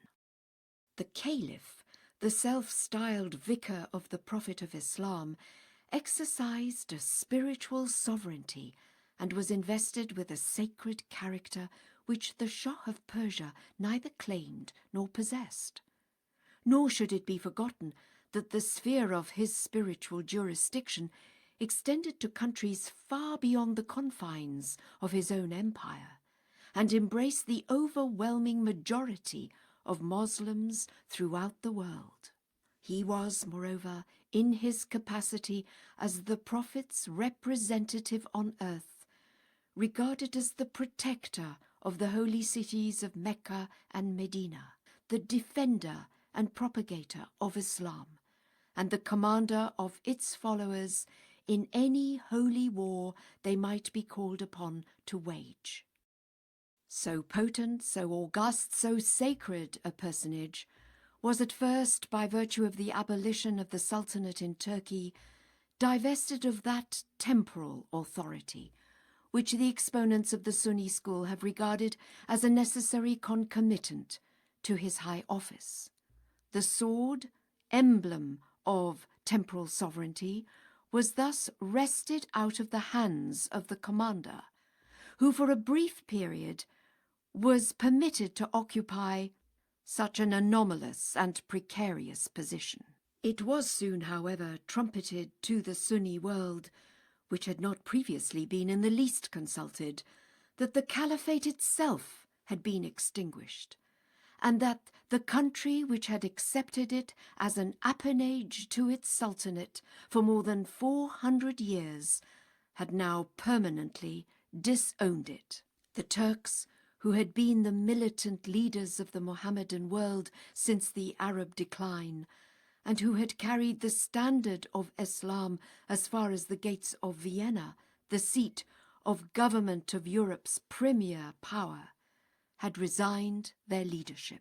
The ex-caliph, shorn of his royal pomp, stripped of the symbols of his vicarship, and deserted by friend and foe alike, was forced to flee from Constantinople, the proud seat of a dual sovereignty, to the land of the infidels, resigning himself to that same life of exile to which a number of his fellow sovereigns had been and were still condemned.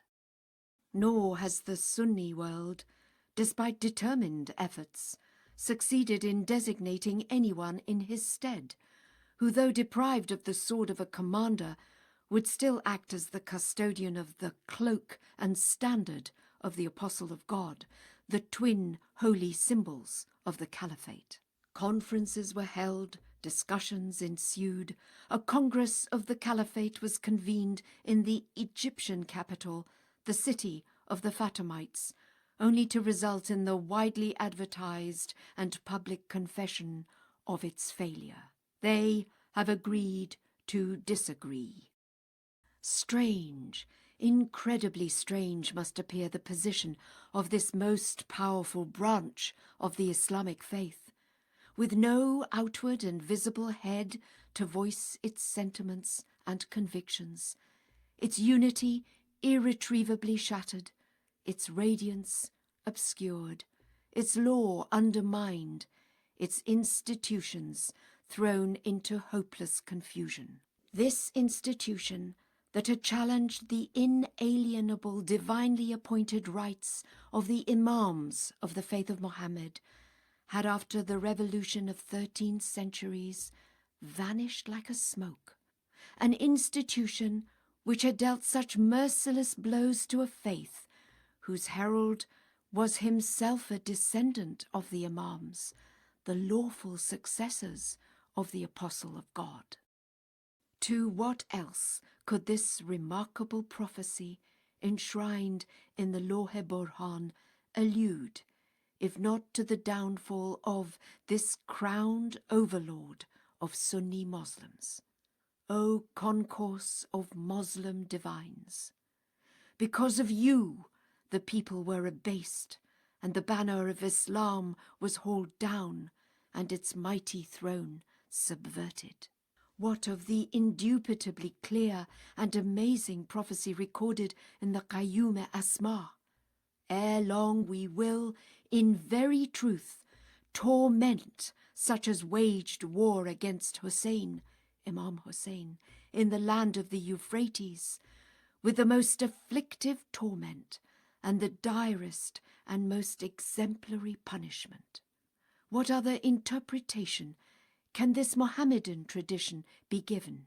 In the latter days, a grievous calamity shall befall my people at the hands of their ruler, a calamity such as no man ever heard to surpass it. This was not all, however. The disappearance of the Caliph, the spiritual head of above 200 million Mohammedans, brought in its wake, in the land that had dealt Islam such a heavy blow, the annulment of the Sharia canonical law, the disendowment of Sunni institutions, the promulgation of a civil code, the suppression of religious orders, the abrogation of ceremonials and traditions inculcated by the religion of Mohammed. The Shaykhul Islam and his satellites, including muftis, qazis, hujjas, sheikhs, sufis, hajis, mawlavis, dervishes and others, vanished at a stroke more determined, more open and drastic than the one dealt the Shias by the Shah and his government. The mosques of the capital, the pride and glory of the Islamic world, were deserted, and the fairest and most famous of them all, the peerless Saint Sophia, the second firmament, the vehicle of the cherubim, converted by the blatant creators of a secular regime into a museum. The Arabic tongue, the language of the Prophet of God, was banished from the land. Its alphabet was superseded by Latin characters, and the Quran itself translated into Turkish for the few who still cared to read it.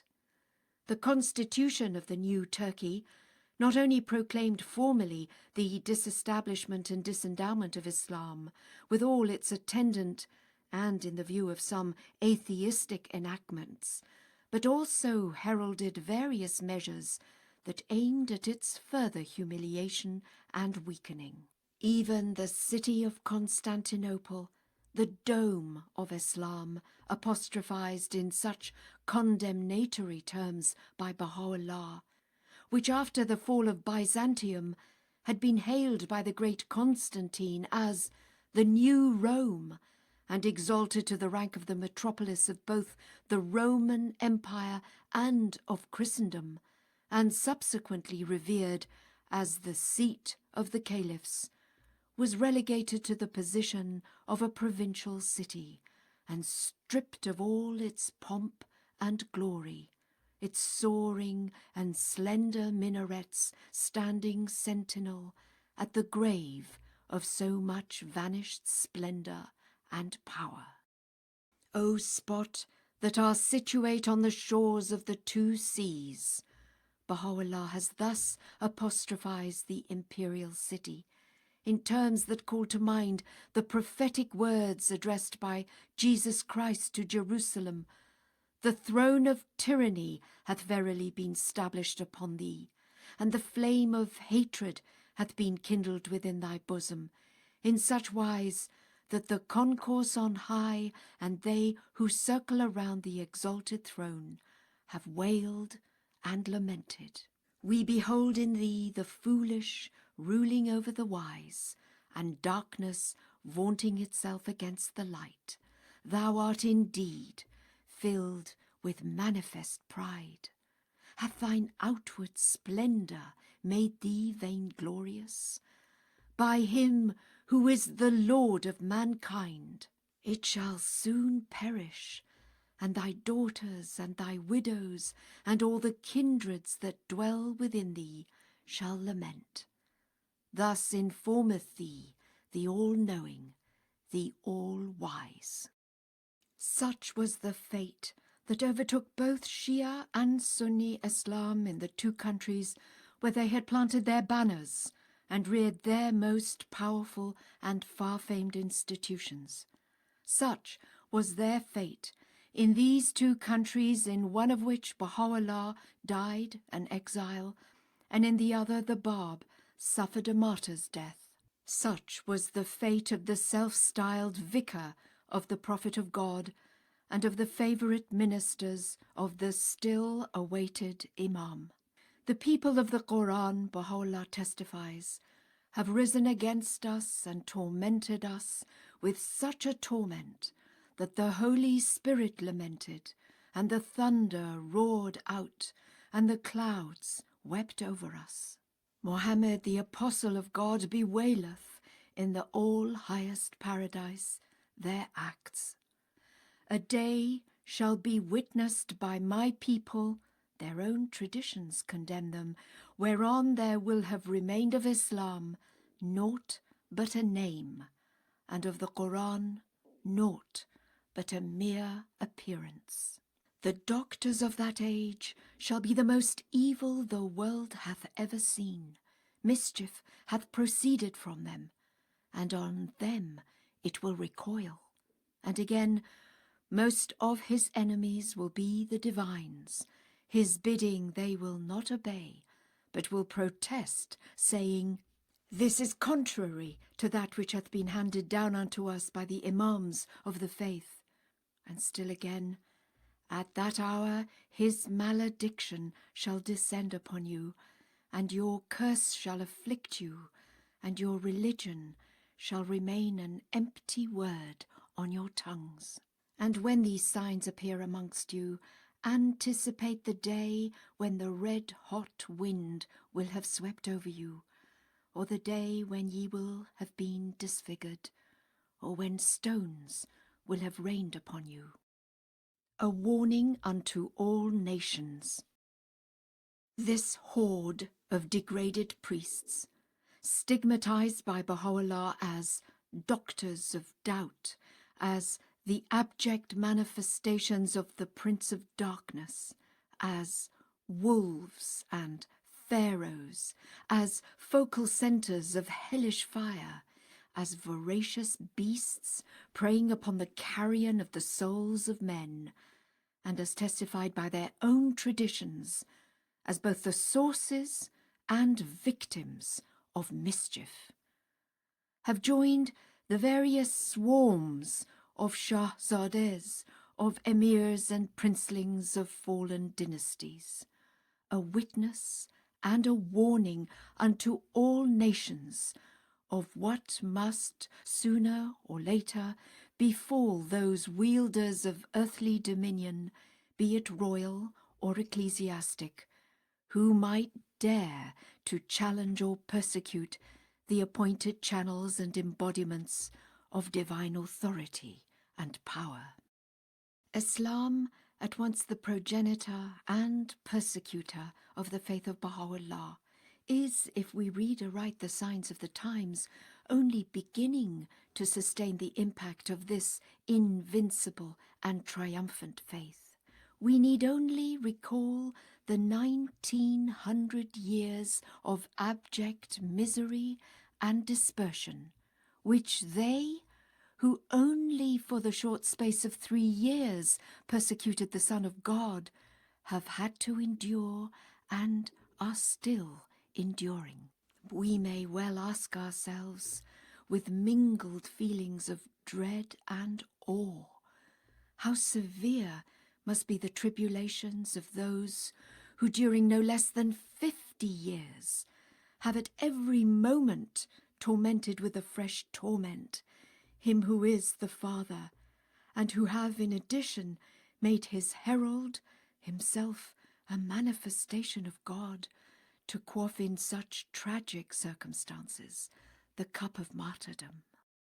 I have in the pages immediately preceding quoted certain passages addressed collectively to the members of the ecclesiastical order, both Islamic and Christian, and have then recorded a number of specific addresses and references to Muslim divines, both Shia and Sunni, after which I proceeded to describe the calamities that afflicted these Mohammedan hierarchies, their heads, their members, their properties, their ceremonials and institutions. Let us now consider the addresses specifically made to the members of the Christian clerical order, who for the most part have ignored the faith of Baha'u'lláh, whilst a few among them have, as its administrative order gained in stature and spread its ramifications over Christian countries, arisen to check its progress, to belittle its influence, and obscure its purpose. His messages to Christian leaders. A glance at the writings of the author of the Bahá'í revelation will reveal the important and significant fact that he who addressed collectively an immortal message to all the kings of the earth, who revealed a tablet to each of the outstanding crowned heads of Europe and Asia, who issued his call to the sacerdotal leaders of Islam, both Sunni and Shia, who did not exclude from his purview the Jews and the Zoroastrians, has, apart from his numerous and repeated exhortations and warnings to the entire Christian world, directed particular messages, some general, others precise and challenging, to the heads as well as to the rank and file of the ecclesiastical orders of Christendom, its pope, its kings, its patriarchs, its archbishops, its bishops, its priests, and its monks. We have already, in connection with the messages of Baha'u'lláh to the crowned heads of the world, considered certain features of the tablet to the Roman pontiff, as well as the words written to the kings of Christendom. Let us now turn our attention to those passages in which the aristocracy of the Church and its ordained servants are singled out for exhortation and admonition by the pen of Baha'u'lláh. Say, O concourse of patriarchs, he whom you were promised in the tablets is come. Fear God, and follow not the vain imaginings of the superstitious. Lay aside the things ye possess, and take fast hold of the tablet of God by his sovereign power. Better is this for you than all your possessions. Unto this testifieth every understanding heart and every man of insight. Pride ye yourselves on my name, and yet shut yourselves out as by a veil from me? This indeed is a strange thing. Say, O concourse of archbishops, he who is the Lord of all men hath appeared. In the plain of guidance he calleth mankind, whilst ye are numbered with the dead. Great is the blessedness of him who is stirred by the breeze of God, and hath arisen from amongst the dead in this perspicuous name. Say, O concourse of bishops, trembling hath seized all the kindreds of the earth, and he who is the everlasting Father calleth aloud between earth and heaven. Blessed the ear that hath heard, and the eye that hath seen, and the heart that hath turned unto him who is the point of adoration of all who are in the heavens and all who are on earth. O concourse of bishops, ye are the stars of the heaven of my knowledge. My mercy desireth not that ye should fall upon the earth. My justice, however, declareth, this is that which the Son, Jesus, hath decreed. And whatsoever hath proceeded out of his blameless, his truth-speaking, trustworthy mouth can never be altered. The bells verily peal out my name and lament over me, but my spirit rejoiceth with evident gladness. The body of the loved one yearneth for the cross, and his head is eager for the spear in the path of the All-Merciful. The ascendancy of the oppressor can in no wise deter him from his purpose. And again, the stars of the heaven of knowledge have fallen, they that adduce the proofs they possess in order to demonstrate the truth of my cause, and who make mention of God in my name. When I came unto them in my majesty, however, they turned aside from me. They verily are of the fallen. This is what the Spirit, Jesus, prophesied when he came with the truth, and the Jewish doctors cavilled at him until they committed what made the Holy Spirit to lament, and the eyes of such as enjoy near access to God to weep. Say, O concourse of priests, leave the bells and come forth then from your churches. It behoveth you in this day to proclaim aloud the most great name among the nations. Prefer ye to be silent, whilst every stone and every tree shouteth aloud, The Lord is come in his great glory. He that summoneth men in my name is verily of me. And he will show forth that which is beyond the power of all that are on earth. Let the breeze of God awaken you. Verily, it hath wafted over the world. Well is it with him that hath discovered the fragrance thereof, and been accounted among the well-assured. And again, O concourse of priests, the day of reckoning hath appeared, the day whereon he who was in heaven hath come. He verily is the one whom ye were promised in the books of God, the Holy, the Almighty, the All-Praised. How long will ye wander in the wilderness of heedlessness and superstition? Turn with your hearts in the direction of your Lord, the forgiving, the generous. Say, O concourse of monks, seclude not yourselves in churches and cloisters. Come forth by my leave, and occupy yourselves with that which will profit your souls and the souls of men. Thus biddeth you the King of the day of reckoning. Seclude yourselves in the stronghold of my love. This verily is a befitting seclusion, were ye of them that perceive it. He that shutteth himself up in a house is indeed as one dead.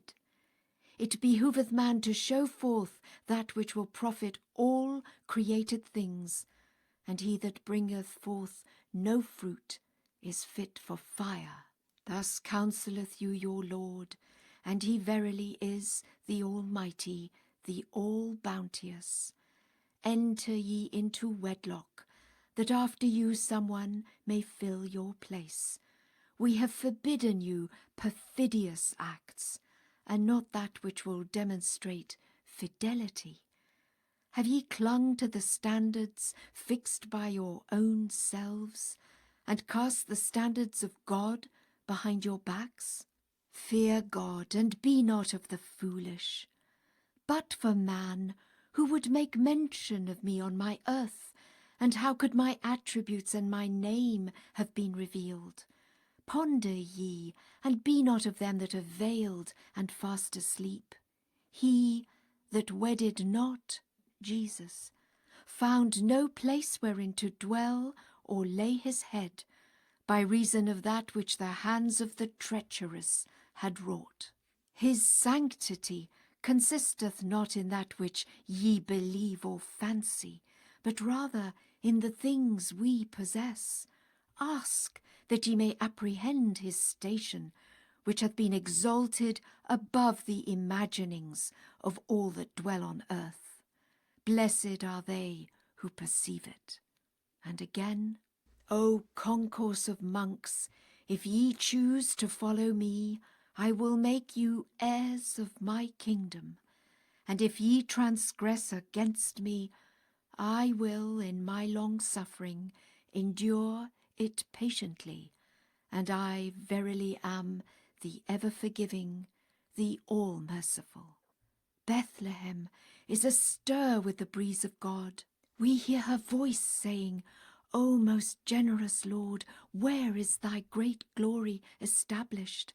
The sweet savours of thy presence have quickened me after I had melted in my separation from thee. Praise be thou, in that thou hast raised the veils and come with power in evident glory. We called unto her from behind the tabernacle of majesty and grandeur. O Bethlehem, this light hath risen in the Orient and travelled towards the Occident, until it reached thee in the evening of its life. Tell me then, do the sons recognize the Father and acknowledge him, or do they deny him, even as the people aforetime denied him, Jesus? Whereupon she cried out, saying, Thou art in truth the all-knowing, the best informed.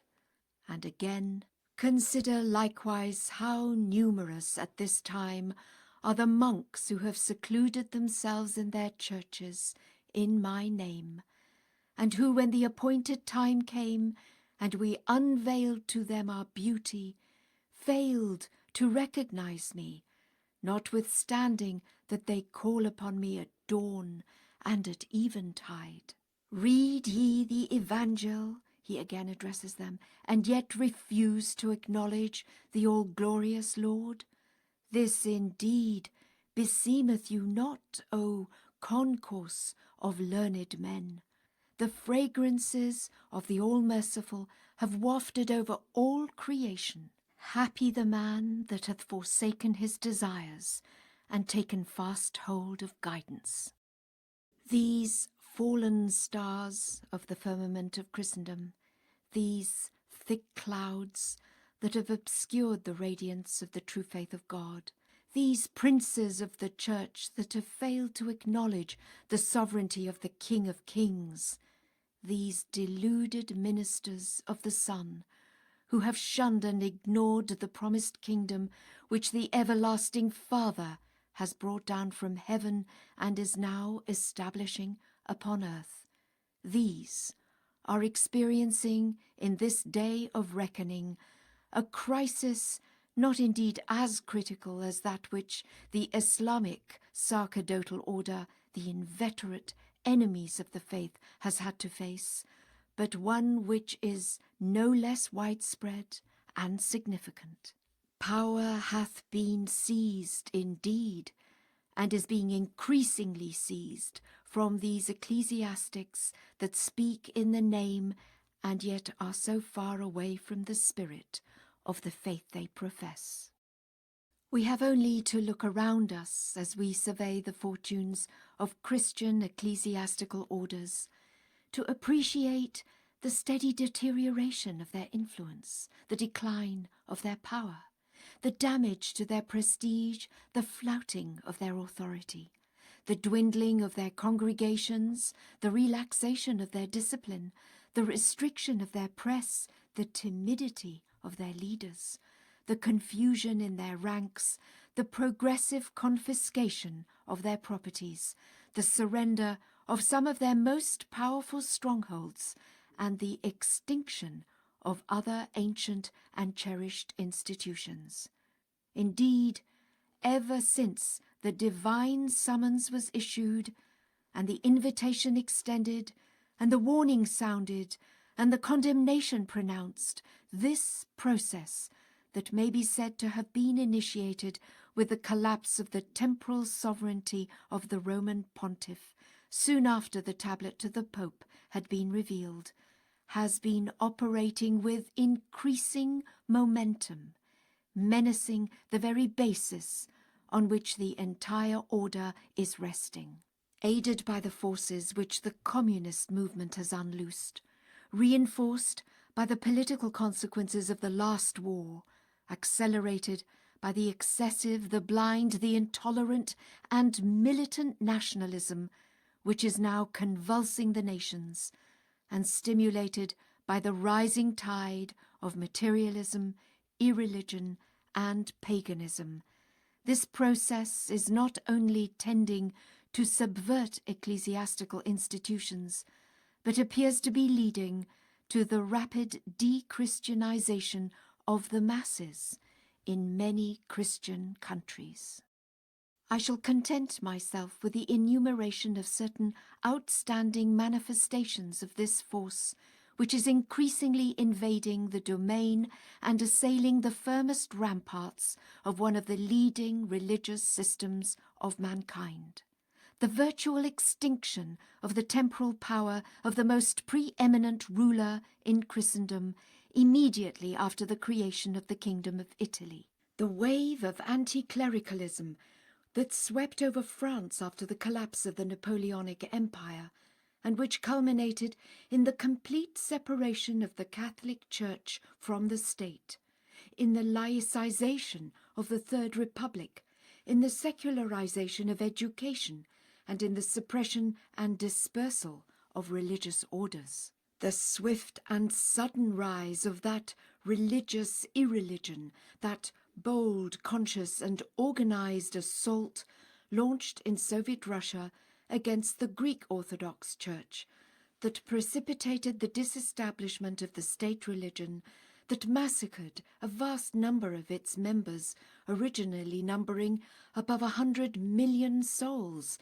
that pulled down, closed, or converted into museums, theatres, and warehouses thousands upon thousands of churches, monasteries, synagogues, and mosques, that stripped the church of its 6.5 million acres of property, and sought, through its league of militant atheists and the promulgation of a 5-year plan of godlessness, to loosen from its foundations the religious life of the masses. The dismemberment of the Austro-Hungarian monarchy, that dissolved by one stroke the most powerful unit which owed its allegiance to and supported through its resources the administration of the Church of Rome, the divorce of the Spanish state from that same church, and the overthrow of the monarchy, the champion of Catholic Christendom. The nationalistic philosophy, the parent of an unbridled and obsolete nationalism, which, having dethroned Islam, has indirectly assaulted the front line of the Christian Church in non-Christian lands, and is dealing such heavy blows to Catholic, Anglican, and Presbyterian missions in Persia, Turkey, and the Far East. The revolutionary movement that brought in its wake the persecution of the Catholic Church in Mexico, and finally the gospel of modern paganism, unconcealed, aggressive, and unrelenting, which in the years preceding the present turmoil, and increasingly since its outbreak, has swept over the continent of Europe, invading the citadels and sowing confusion in the hearts of the supporters of the Catholic, the Greek Orthodox, and the Lutheran churches in Austria, Poland, the Baltic, and Scandinavian states, and more recently in Western Europe, the home and centre of the most powerful hierarchies of Christendom. Christian nations against Christian nations. What a sorry spectacle of impotence and disruption does this fratricidal war which Christian nations are waging against Christian nations, Anglicans pitted against Lutherans, Catholics against Greek Orthodox, Catholics against Catholics, and Protestants against Protestants, in support of a so-called Christian civilization, offer to the eyes of those who are already perceiving the bankruptcy of the institutions that claim to speak in the name and to be the custodians of the faith of Jesus Christ. The powerlessness and despair of the Holy See to halt this internecine strife, in which the children of the Prince of Peace, blessed and supported by the benedictions and harangues of the prelates of a hopelessly divided church, are engaged, proclaim the degree of subservience into which the once all-powerful institutions of the Christian faith have sunk, and are a striking reminder of the parallel state of decadence into which the hierarchies of its sister religion have fallen. How tragically has Christendom ignored and how far it has strayed from that high mission which he who is the true Prince of Peace has in these, the concluding passages of his tablet to Pope Pius IX, called upon the entire body of Christians to fulfill. Passages which establish for all time the distinction between the mission of Bahá'u'lláh in this age and that of Jesus Christ. Say, O concourse of Christians, we have on a previous occasion revealed ourselves unto you, and ye recognized me not. This is yet another occasion vouchsafed unto you. This is the day of God. Turn ye unto him. The beloved one loveth not that ye be consumed with the fire of your desires. Were ye to be shut out as by a veil from him, this would be for no other reason than your own waywardness and ignorance. Ye make mention of me, and know me not. Ye call upon me, and are heedless of my revelation. O people of the gospel, they who were not in the kingdom have now entered it, whilst we behold you in this day tarrying at the gate. Rend the veils asunder by the power of your Lord, the Almighty, the All-Bounteous, and enter then in my name, my kingdom. Thus biddeth you he who desireth for you everlasting life. We behold you, O children of the kingdom, in darkness. This verily beseemeth you not. Are ye in the face of the light, fearful because of your deeds? Direct yourselves towards him. Verily, he, Jesus, said, Come ye after me, and I will make you to become fishers of men.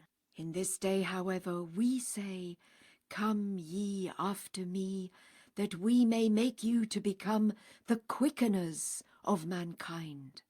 Say, he moreover has written, We verily have come for your sakes, and have borne the misfortunes of the world for your salvation. Flee ye the one who hath sacrificed his life, that ye may be quickened. Fear God, O followers of the Spirit, Jesus, and walk not in the footsteps of every divine that hath gone far astray. Open the doors of your hearts. He who is the Spirit, Jesus, verily standeth before them. Wherefore keep ye afar from him who hath purposed to draw you nigh unto a resplendent spot? Say, We in truth have opened unto you the gates of the kingdom. Will ye bar the doors of your houses in my face? This indeed is naught but a grievous error. Such is the pass to which the Christian clergy have come, a clergy that have interposed themselves between their flock and the Christ returned in the glory of the Father. As the faith of this promised one penetrates farther and farther into the heart of Christendom, as its recruits from the garrisons which its spirit is assailing multiply and provoke a concerted and determined action in defense of the strongholds of Christian orthodoxy, and as the forces of nationalism, paganism, secularism, and racialism move jointly towards a climax, might we not expect that the decline in the power, the authority, and the prestige of these ecclesiastics will be accentuated, and further demonstrate the truth and more fully unfold the implications of Baha'u'llah's pronouncement predicting the eclipse of the luminaries of the Church of Jesus Christ? Devastating indeed has been the havoc wrought in the fortunes of the Shia hierarchy in Persia, and pitiable the lot reserved for its remnant now groaning under the yoke of a civil authority it had for centuries scorned and dominated.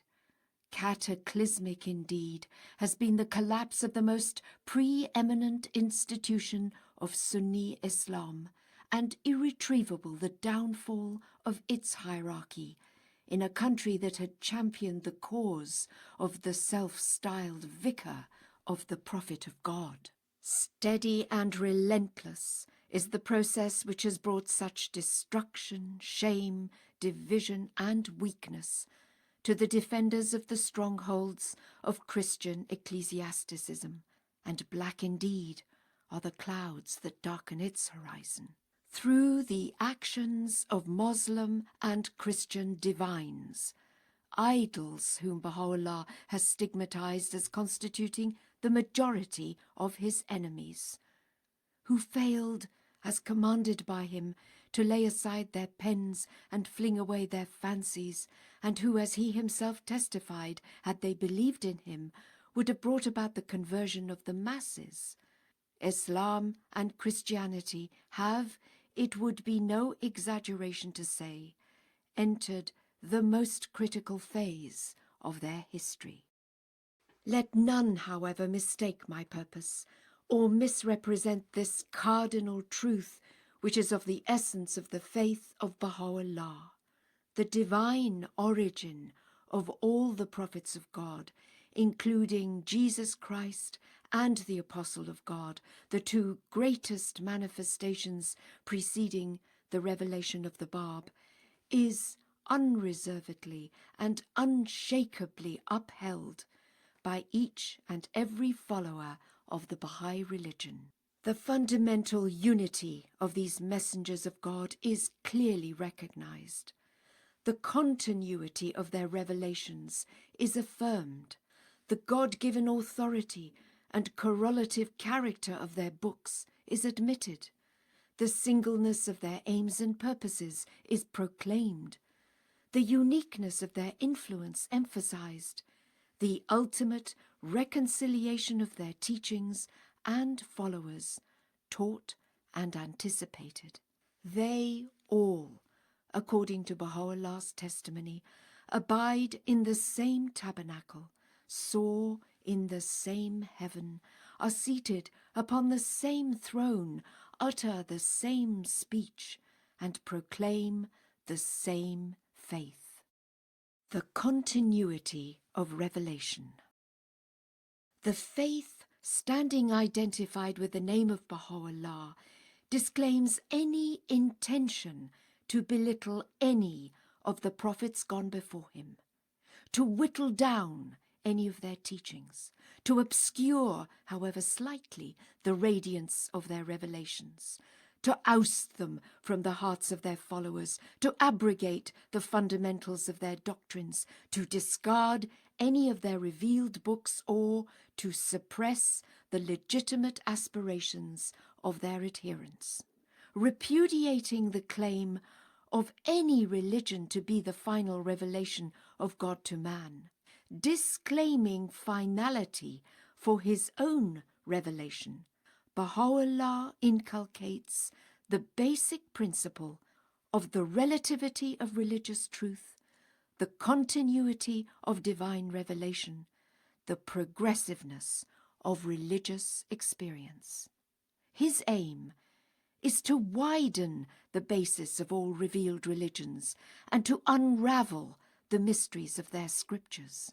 He insists on the unqualified recognition of the unity of their purpose, restates the eternal verities they enshrine, coordinates their functions, distinguishes the essential and the authentic from the non-essential and spurious in their teachings, separates the God-given truths from the priest-prompted superstitions, and on this, as a basis, proclaims the possibility and even prophesies the inevitability of their unification and the consummation of their highest hopes.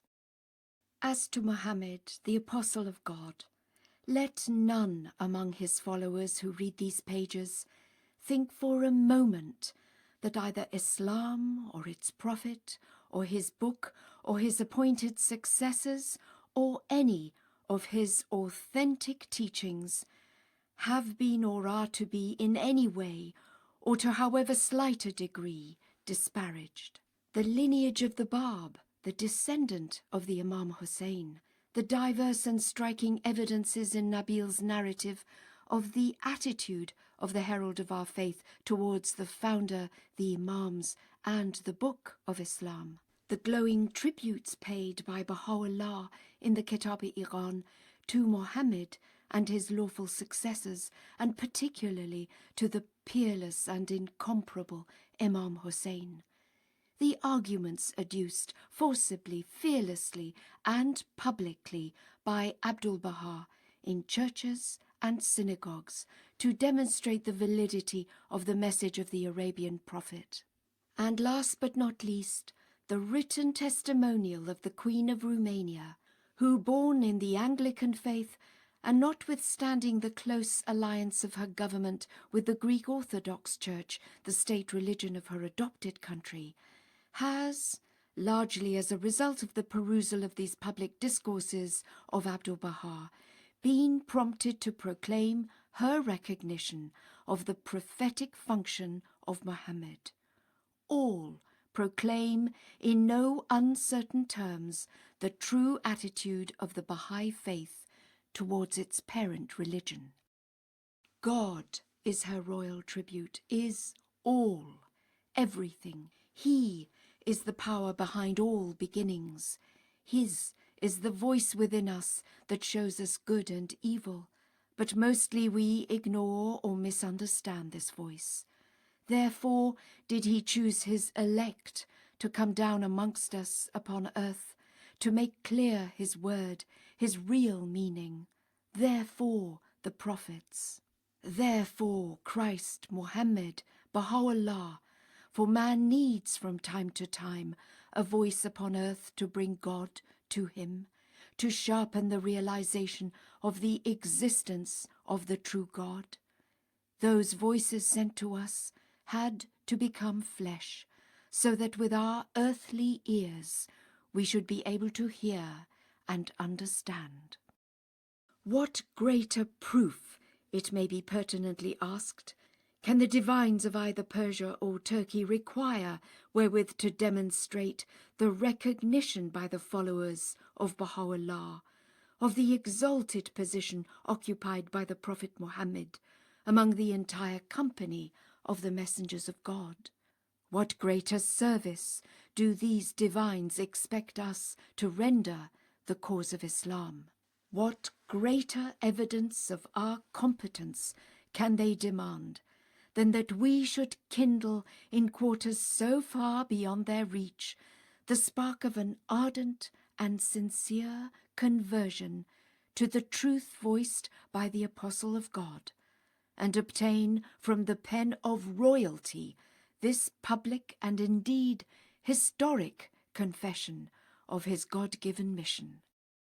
As to the position of Christianity, let it be stated without any hesitation or equivocation that its divine origin is unconditionally acknowledged, that the sonship and divinity of Jesus Christ are fearlessly asserted, that the divine inspiration of the gospel is fully recognized, that the reality of the mystery of the immaculacy of the Virgin Mary is confessed, and the primacy of Peter, the prince of the apostles, is upheld and defended.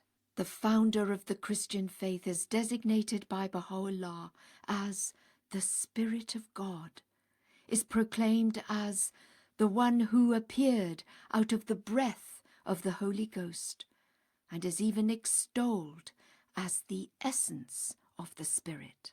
His mother is described as that veiled and immortal, that most beauteous countenance, and the station of her son eulogized as a station which hath been exalted above the imaginings of all that dwell on earth, whilst Peter is recognized as one whom God has caused the mysteries of wisdom and of utterance to flow out of his mouth. Know thou, Bahá'u'lláh has moreover testified, that when the Son of Man yielded up his breath to God, the whole creation wept with a great weeping. By sacrificing himself, however, a fresh capacity was infused into all created things. Its evidences, as witnessed in all the peoples of the earth, are now manifest before thee. The deepest wisdom which the sages have uttered, the profoundest learning which any mind hath unfolded, the arts which the ablest hands have produced, the influence exerted by the most potent of rulers, are but manifestations of the quickening power released by his transcendent, his all-pervasive and resplendent spirit. We testify that when he came into the world, he shed the splendor of his glory upon all created things. Through him, the leper recovered from the leprosy of perversity and ignorance.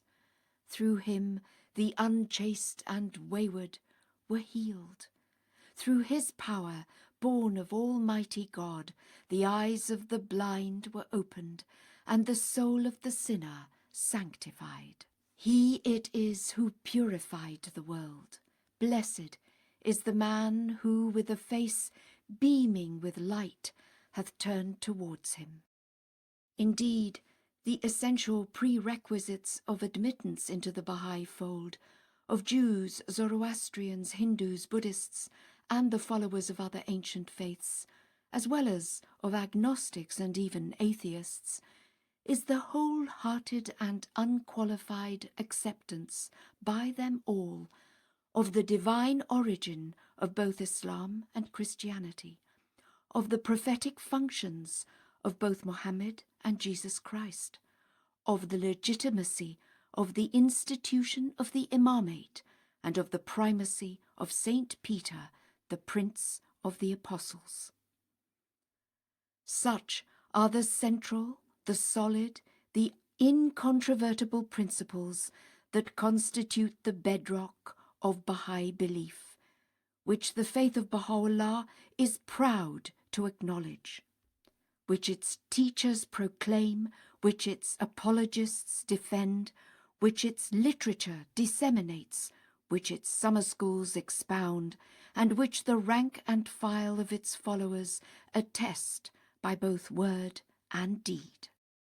Nor should it be thought for a moment that the followers of Bahá'u'lláh either seek to degrade or even belittle the rank of the world's religious leaders, whether Christian, Muslim, or of any other denomination, should their conduct conform to their professions and be worthy of the position they occupy. Those divines, Bahá'u'lláh has affirmed, who are truly adorned with the ornament of knowledge and of a goodly character, are verily as a head to the body of the world, and as eyes to the nations. The guidance of men hath at all times been and is dependent upon these blessed souls. And again, the divine whose conduct is upright, and the sage who is just, are as the spirit unto the body of the world. Well is it with that divine whose head is attired with the crown of justice, and whose temple is adorned with the ornament of equity. And yet again, the divine who hath seized and quaffed the most holy wine in the name of the sovereign ordainer is as an eye unto the world. Well is it with them who obey him and call him to remembrance. Great is the blessedness of that divine, he in another connection has written, that hath not allowed knowledge to become a veil between him and the one who is the object of all knowledge, and who, when the self-subsisting appeared, hath turned with a beaming face towards him. He in truth is numbered with the learned. The inmates of paradise seek the blessing of his breath, and his lamp sheddeth its radiance over all who are in heaven and on earth. He verily is numbered with the inheritors of the prophets. He that beholdeth him hath verily beheld the true one, and he that turneth towards him hath verily turned towards God the Almighty, the All-Wise. Respect ye the divines amongst you, is his exhortation, they whose acts conform to the knowledge they possess, who observe the statutes of God, and decree the things God hath decreed in the book. Know ye that they are the lamps of guidance betwixt earth and heaven. They that have no consideration for the position and merit of the divines amongst them have verily altered the bounty of God vouchsafed unto them. Dear friends, I have in the preceding pages attempted to represent this world-afflicting ordeal that has laid its grip upon mankind as primarily a judgment of God pronounced against the peoples of the earth who for a century have refused to recognize the one whose advent had been promised to all religions, and in whose faith all nations can alone and must eventually seek their true salvation. I have quoted certain passages from the writings of Bahá'u'lláh and the Bab that reveal the character and foreshadow the occurrence of this divinely inflicted visitation. I have enumerated the woeful trials with which the faith, its herald, its founder, and its exemplar have been afflicted, and exposed the tragic failure of the generality of mankind and its leaders to protest against these tribulations and to acknowledge the claims advanced by those who bore them. I have, moreover, indicated that a direct and awful and inescapable responsibility rested on the sovereigns of the earth and the world's religious leaders, who in the days of the Bab and Bahá'u'lláh held within their grasp the reins of absolute political and religious authority.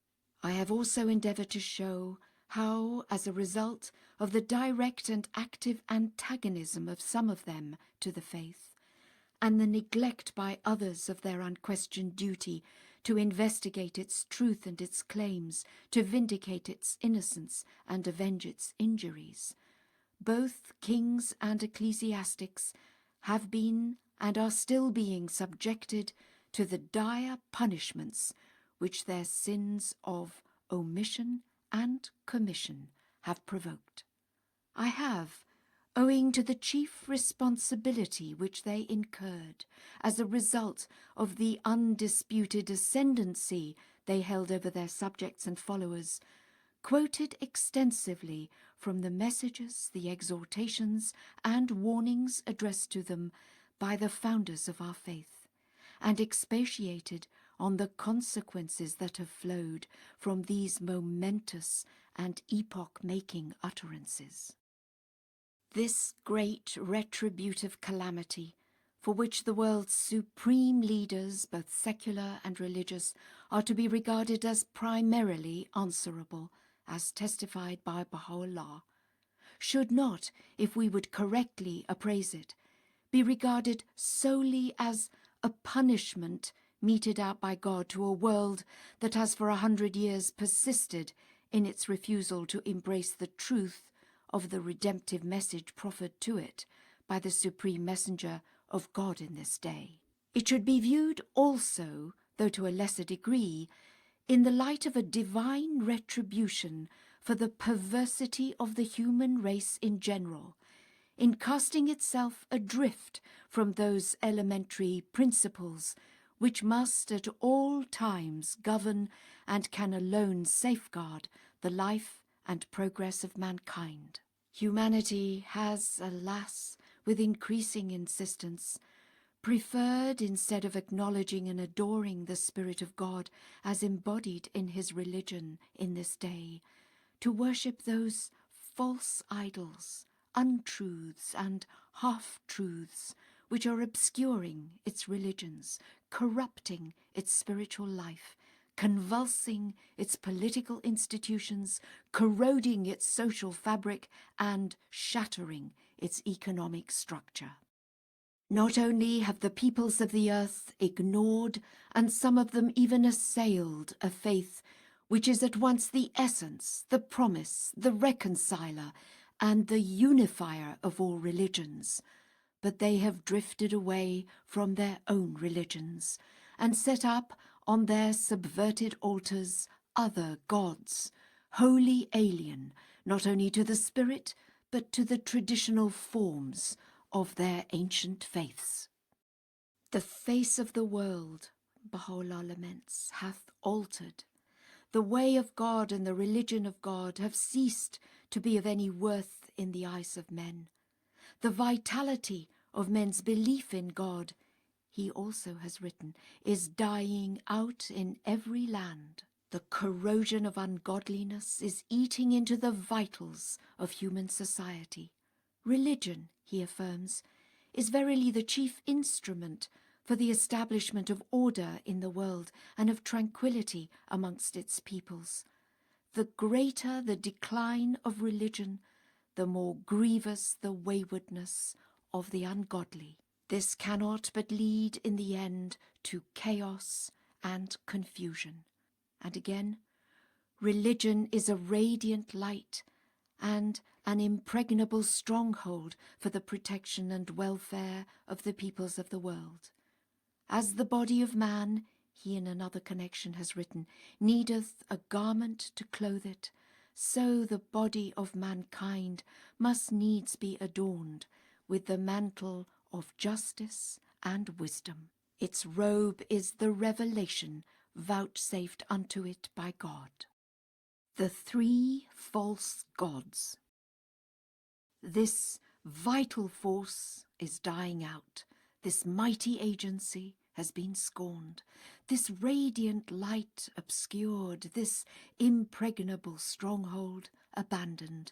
This beauteous robe discarded. God himself has indeed been dethroned from the hearts of men, and an idolatrous world passionately and clamorously hails and worships the false gods, which its own idle fancies have fatuously created, and its misguided hands so impiously exalted. The chief idols in the desecrated temple of mankind are none other than the triple gods of nationalism, racialism, and communism, at whose altars governments and peoples, whether democratic or totalitarian, at peace or at war, of the East or of the West, Christian or Islamic, are in various forms and in different degrees now worshipping. Their high priests are the politicians and the worldly wise, the so-called sages of the age. Their sacrifice, the flesh and blood of the slaughtered multitudes. Their incantations, outworn shibboleths and insidious and irreverent formulas. Their incense, the smoke of anguish that ascends from the lacerated hearts of the bereaved, the maimed, and the homeless.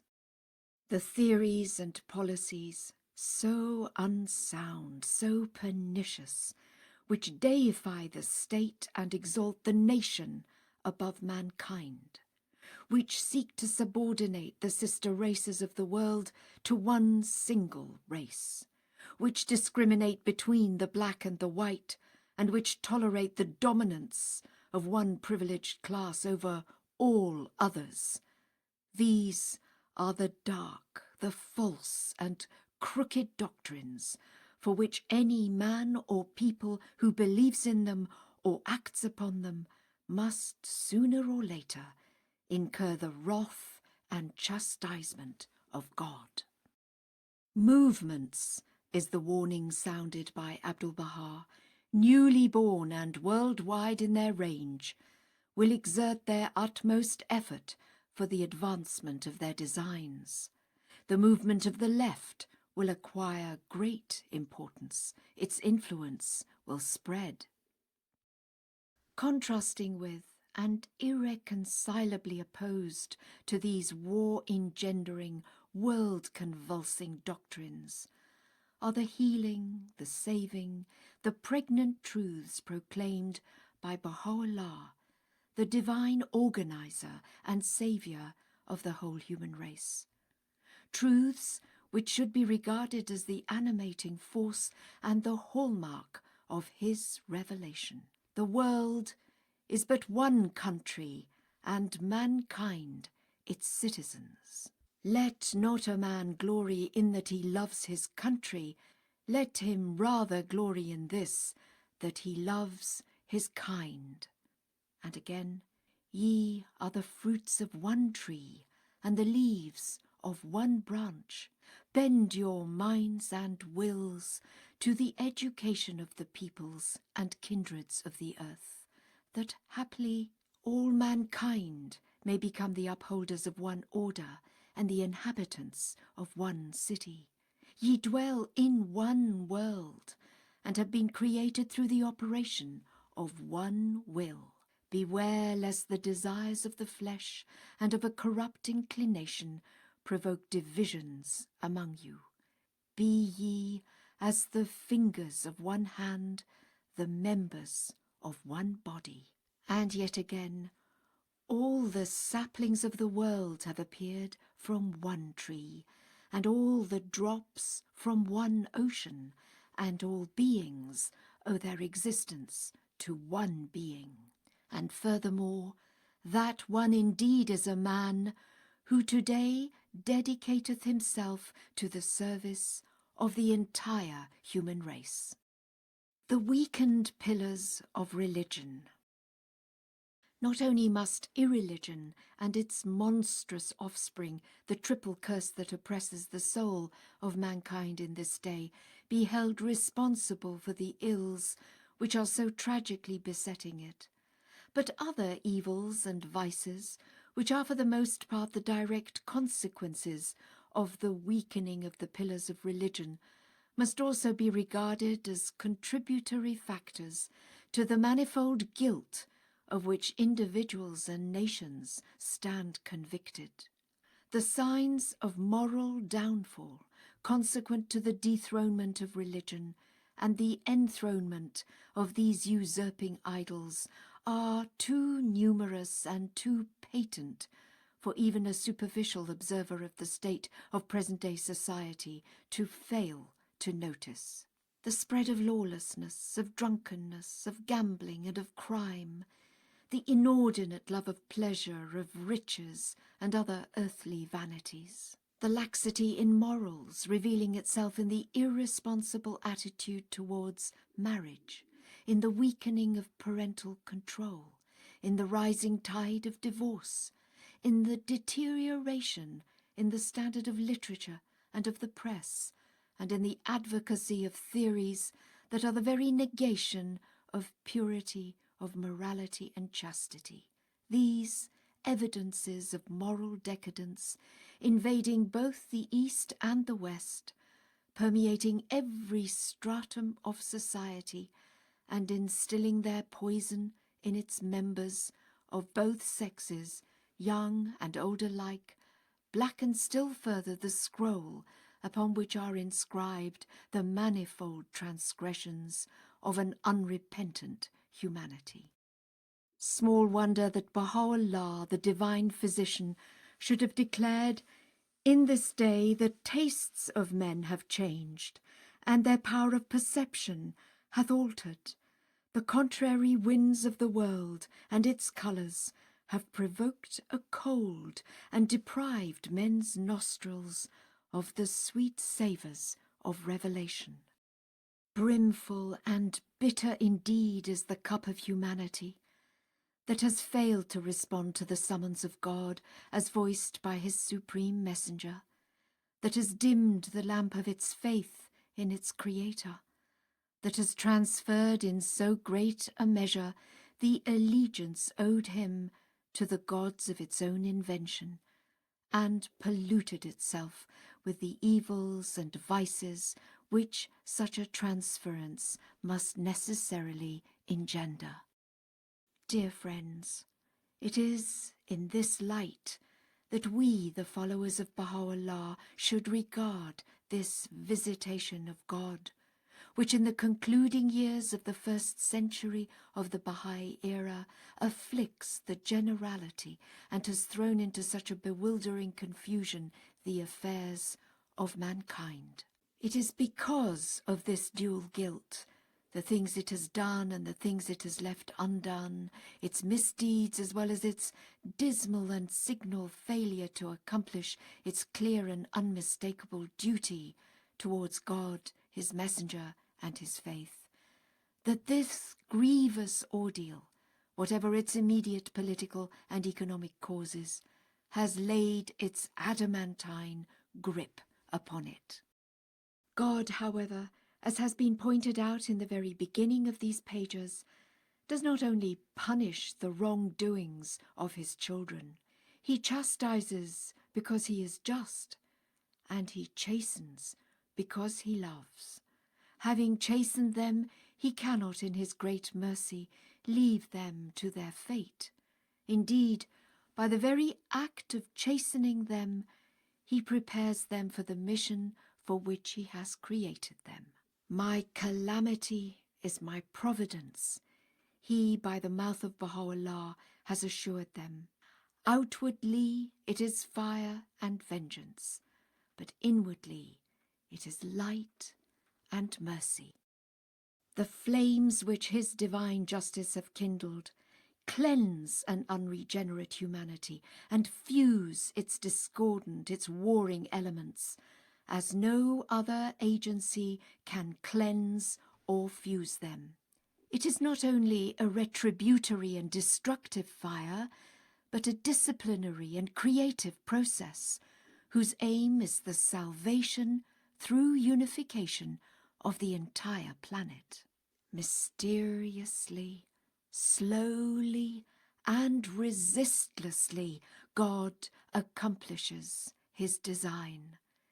Though the sight that meets our eyes in this day be the spectacle of a world hopelessly entangled in its own meshes, utterly careless of the voice which for a century has been calling it to God, and miserably subservient to the siren voices which are attempting to lure it into the vast abyss.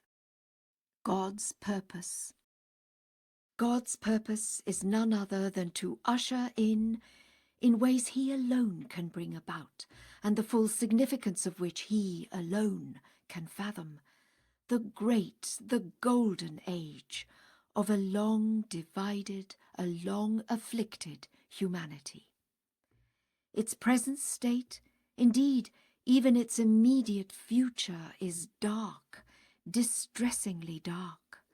Its distant future, however, is radiant, gloriously radiant, so radiant that no eye can visualize it. The winds of despair, writes Bahá'u'lláh, as he surveys the immediate destinies of mankind, are alas blowing from every direction, and the strife that divides and afflicts the human race is daily increasing. The signs of impending convulsions and chaos can now be discerned, inasmuch as the prevailing order appears to be lamentably defective. Such shall be its plight, he in another connection has declared that to disclose it now would not be meet and seemly. These fruitless strifes, he on the other hand, contemplating the future of mankind, has emphatically prophesied in the course of his memorable interview with the Persian Orientalist Edward G. Brown.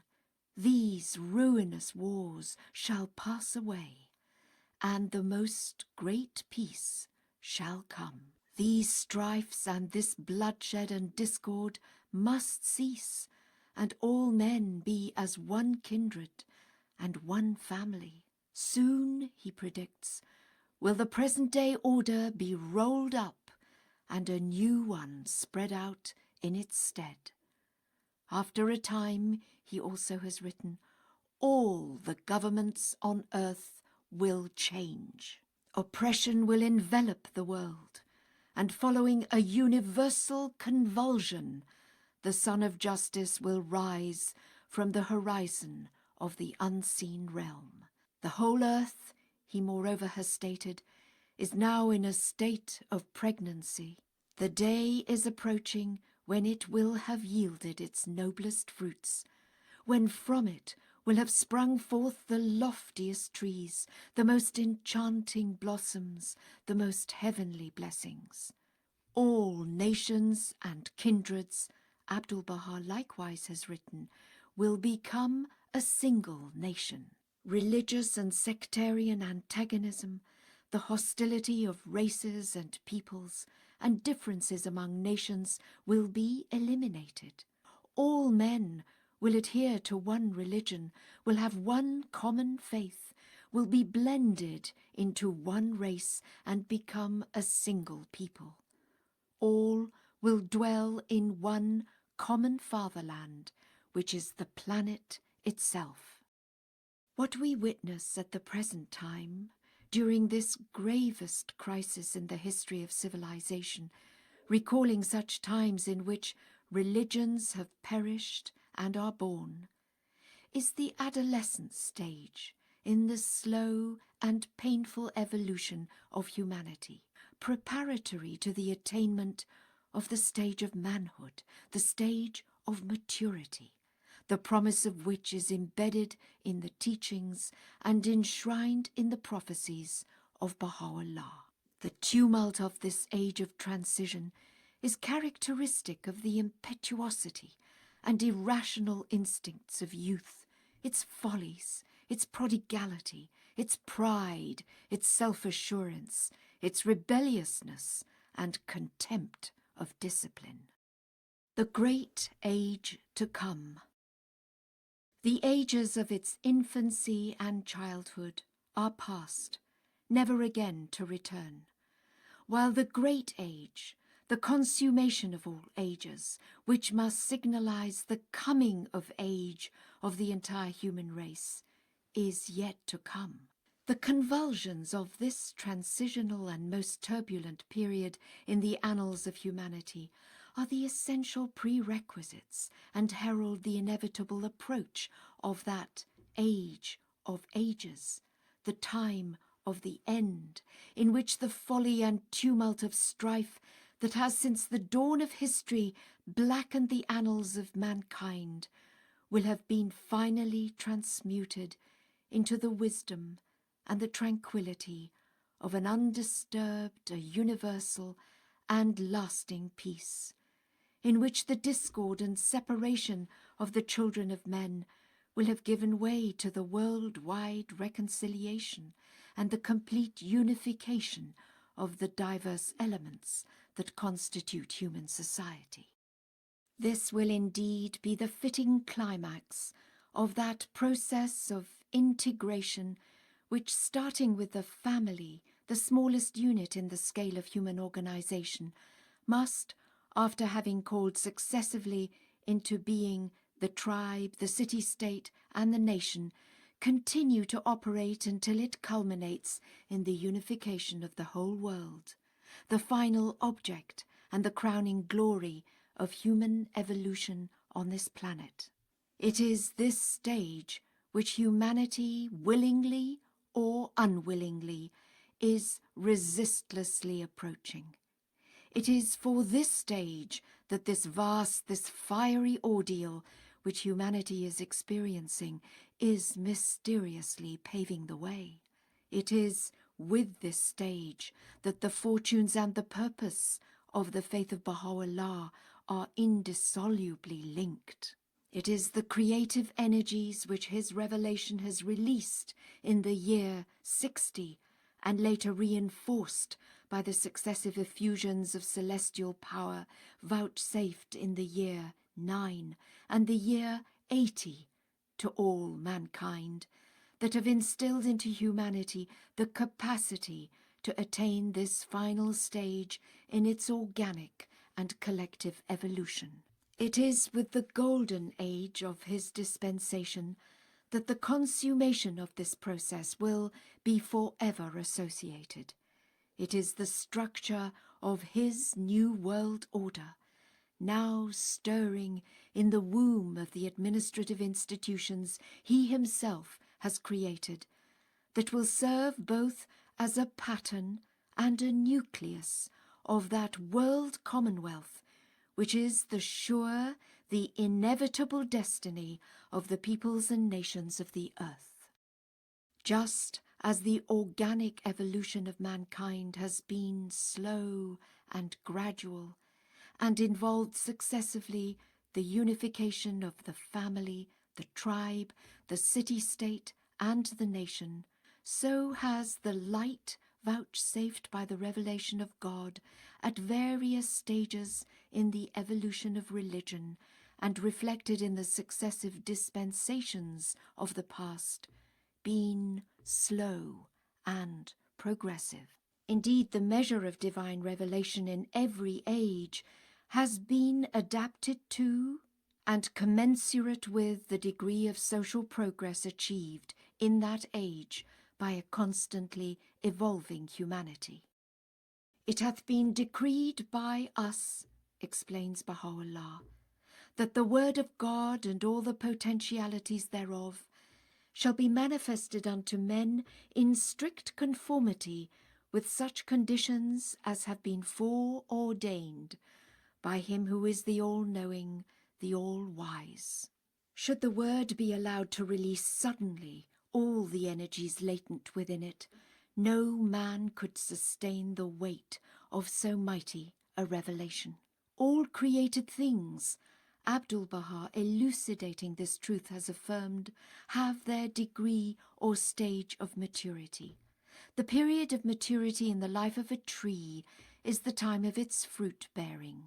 The animal attains a stage of full growth and completeness, and in the human kingdom, man reaches his maturity when the light of his intelligence attains its greatest power and development.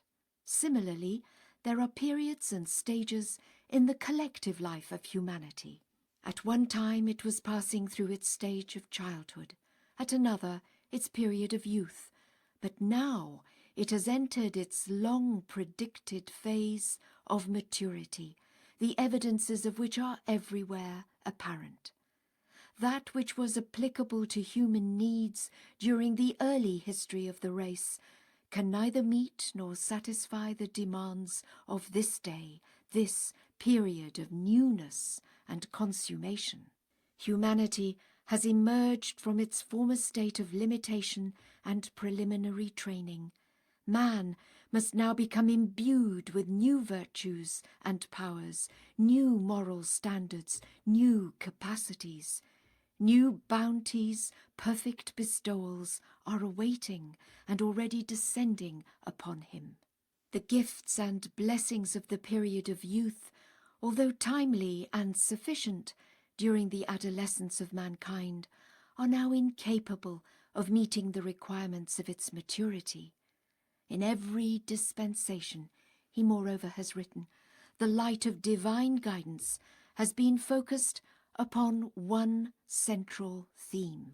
In this wondrous revelation, this glorious century, the foundation of the faith of God and the distinguishing feature of his law is the consciousness of the oneness of mankind. Religion and social evolution. The revelation associated with the faith of Jesus Christ focused attention primarily on the redemption of the individual and the moulding of his conduct, and stressed as its central theme the necessity of inculcating a high standard of morality and discipline into man as the fundamental unit in human society. Nowhere in the Gospels do we find any reference to the unity of nations or the unification of mankind as a whole. When Jesus spoke to those around him, he addressed them primarily as individuals, rather than as component parts of one universal, indivisible entity. The whole surface of the earth was as yet unexplored, and the organization of all its peoples and nations as one unit could consequently not be envisaged, how much less proclaimed or established. What other interpretation can be given to these words, addressed specifically by Baha'u'lláh to the followers of the Gospel, in which the fundamental distinction between the mission of Jesus Christ concerning primarily the individual and his own message, directed more particularly to mankind as a whole, has been definitely established. Verily, he, Jesus, said, "Come ye after me, and I will make you to become fishers of men." In this day, however, we say, "Come ye after me, that we may make you to become the quickeners of mankind." The faith of Islam, the succeeding link in the chain of divine revelation, introduced, as Baha'u'lláh himself testifies, the conception of the nation as a unit and a vital stage in the organization of human society, and embodied it in its teaching. This indeed is what is meant by this brief yet highly significant and illuminating pronouncement of Baha'u'lláh.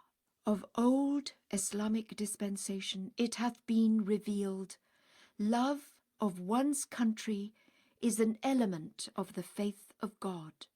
This principle was established and stressed by the Apostle of God, inasmuch as the evolution of human society required it at that time. Nor could any stage above and beyond it have been envisaged, as world conditions preliminary to the establishment of a superior form of organization were as yet unobtainable. The conception of nationality, the attainment to the state of nationhood, may therefore be said to be the distinguishing characteristics of the Mohammedan dispensation, in the course of which the nations and races of the world, and particularly in Europe and America, were unified and achieved political independence. Abdu'l-Baha himself elucidates this truth in one of his tablets.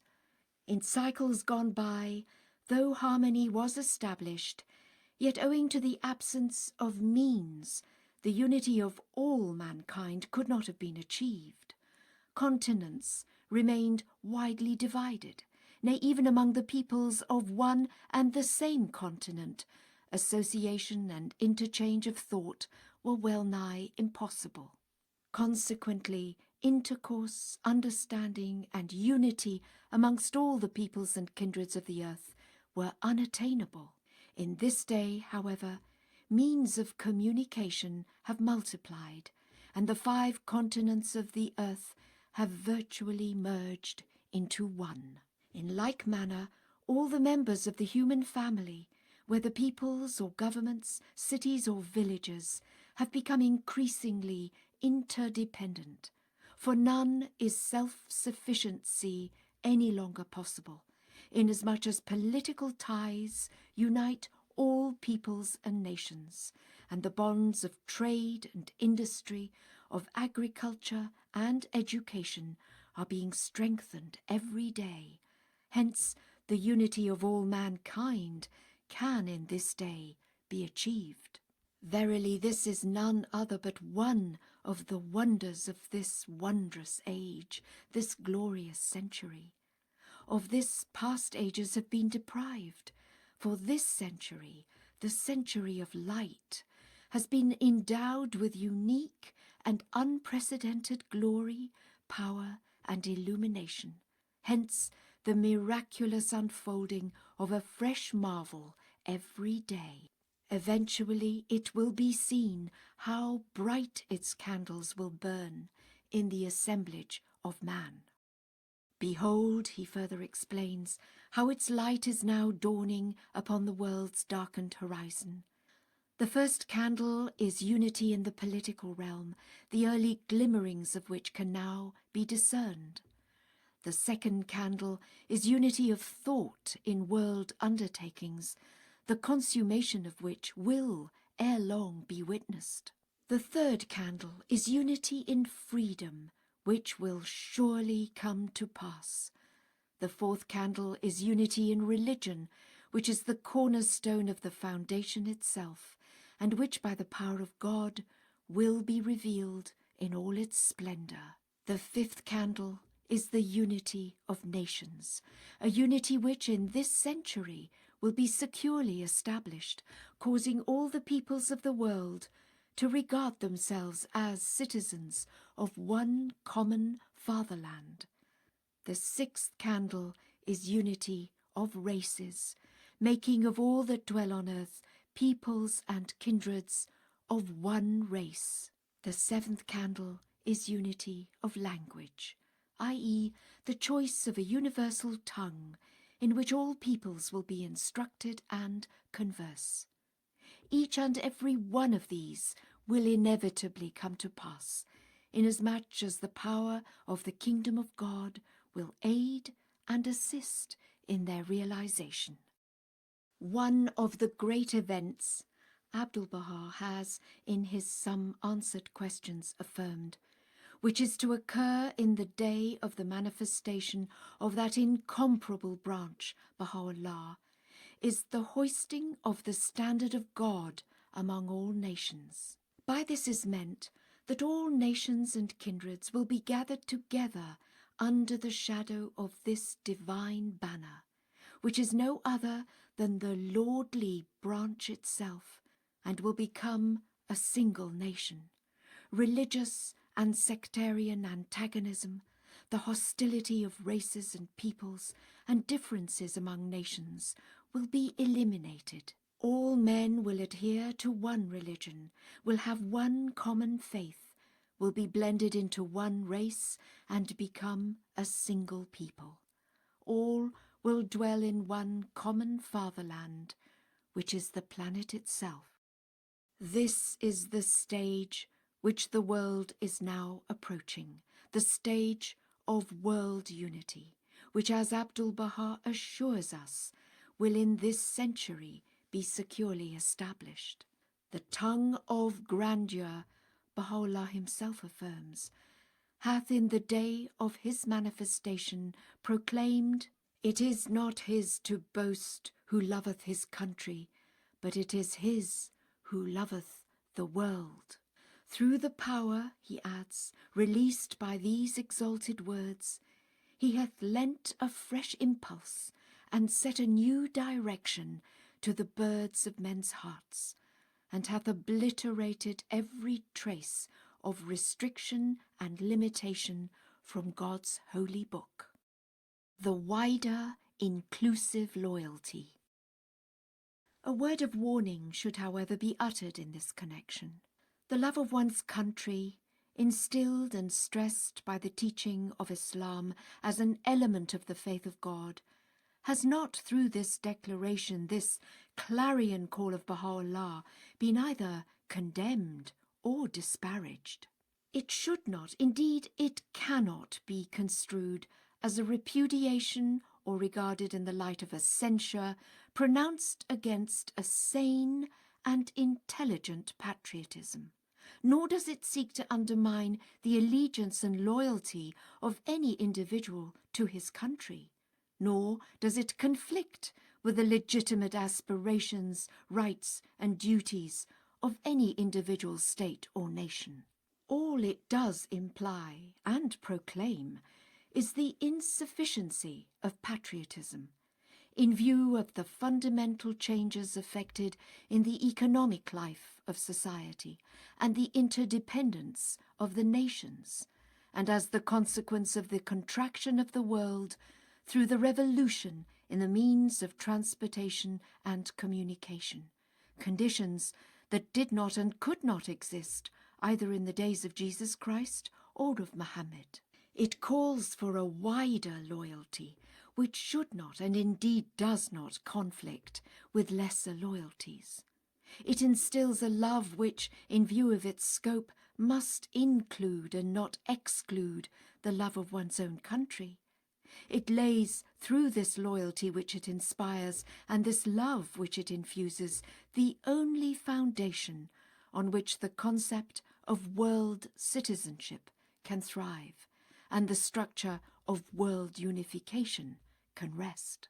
It does insist, however, on the subordination of national considerations and particularistic interests to the imperative and paramount claims of humanity as a whole, inasmuch as in a world of interdependent nations and peoples, the advantage of the part is best to be reached by the advantage of the whole.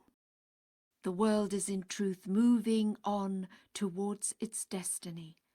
The interdependence of the peoples and nations of the earth, whatever the leaders of the divisive forces of the world may say or do, is already an accomplished fact. Its unity in the economic sphere is now understood and recognized. The welfare of the part means the welfare of the whole, and the distress of the part brings distress to the whole. The revelation of Baha'u'lláh has, in his own words, lent a fresh impulse and set a new direction to this vast process now operating in the world. The fires lit by this great ordeal are the consequences of men's failure to recognize it. They are, moreover, hastening its consummation.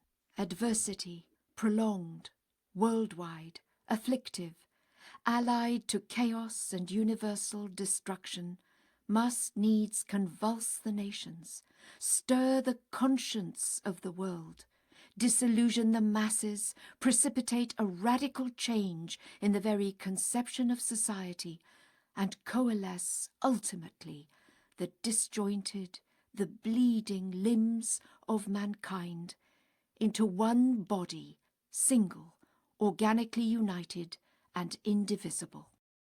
World Commonwealth. To the general character, the implications and features of this world commonwealth, destined to emerge sooner or later out of the carnage, agony, and havoc of this great world convulsion, I have already referred in my previous communications. Suffice it to say that this consummation will by its very nature be a gradual process, and must, as Baha'u'lláh has himself anticipated, lead at first to the establishment of that lesser peace, which the nations of the earth, as yet unconscious of his revelation, and yet unwittingly enforcing the general principles which he has enunciated, will themselves establish. This momentous and historic step, involving the reconstruction of mankind as the result of the universal recognition of its oneness and wholeness, will bring in its wake the spiritualization of the masses, consequent to the recognition of the character and the acknowledgement of the claims of the faith of Baha'u'lláh, the essential condition to that ultimate fusion of all races, creeds, classes and nations which must signalize the emergence of his new world order. Then will the coming of age of the entire human race be proclaimed and celebrated by all the peoples and nations of the earth. Then will the banner of the most great peace be hoisted. Then will the worldwide sovereignty of Baha'u'lláh, the establisher of the kingdom of the Father, foretold by the Son and anticipated by the prophets of God before him and after him, be recognized, acclaimed, and firmly established. Then will a world civilization be born, flourish, and perpetuate itself, a civilization with a fullness of life such as the world has never seen nor can as yet conceive. Then will the everlasting covenant be fulfilled in its completeness. Then will the promise enshrined in all the books of God be redeemed, and all the prophecies uttered by the prophets of old come to pass, and the vision of seers and poets be realized. Then will the planet, galvanized through the universal belief of its dwellers in one God and their allegiance to one common revelation, mirror within the limitations imposed upon it the effulgent glories of the sovereignty of Baha'u'lláh, shining in the plenitude of its splendor in the Abha paradise, and be made the footstool of his throne on high, and acclaimed as the earthly heaven, capable of fulfilling that ineffable destiny fixed for it from time immemorial by the love and wisdom of its Creator. Not ours, puny mortals that we are, to attempt at so critical a stage in the long and checkered history of mankind, to arrive at a precise and satisfactory understanding of the steps which must successively lead a bleeding humanity, wretchedly oblivious of its God and careless of Bahá'u'lláh, from its Calvary to its ultimate resurrection. Not ours, the living witnesses of the all-subduing potency of his faith, to question for a moment, and however dark the misery that enshrouds the world, the ability of Bahá'u'lláh to forge with the hammer of his will and through the fire of tribulation upon the anvil of this travailing age, and in the particular shape his mind has envisaged, these scattered and mutually destructive fragments into which a perverse world has fallen, into one single unit, solid and indivisible, able to execute his design for the children of men.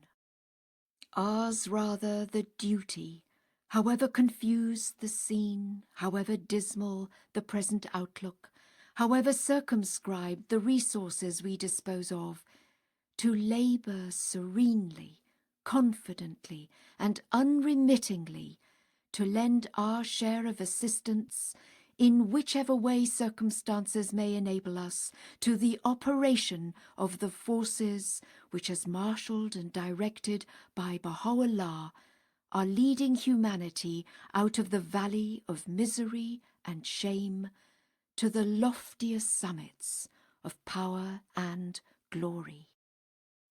Shoghi, to the beloved of God and the handmaids of the merciful throughout the West. Haifa, Palestine, March 28, 1941.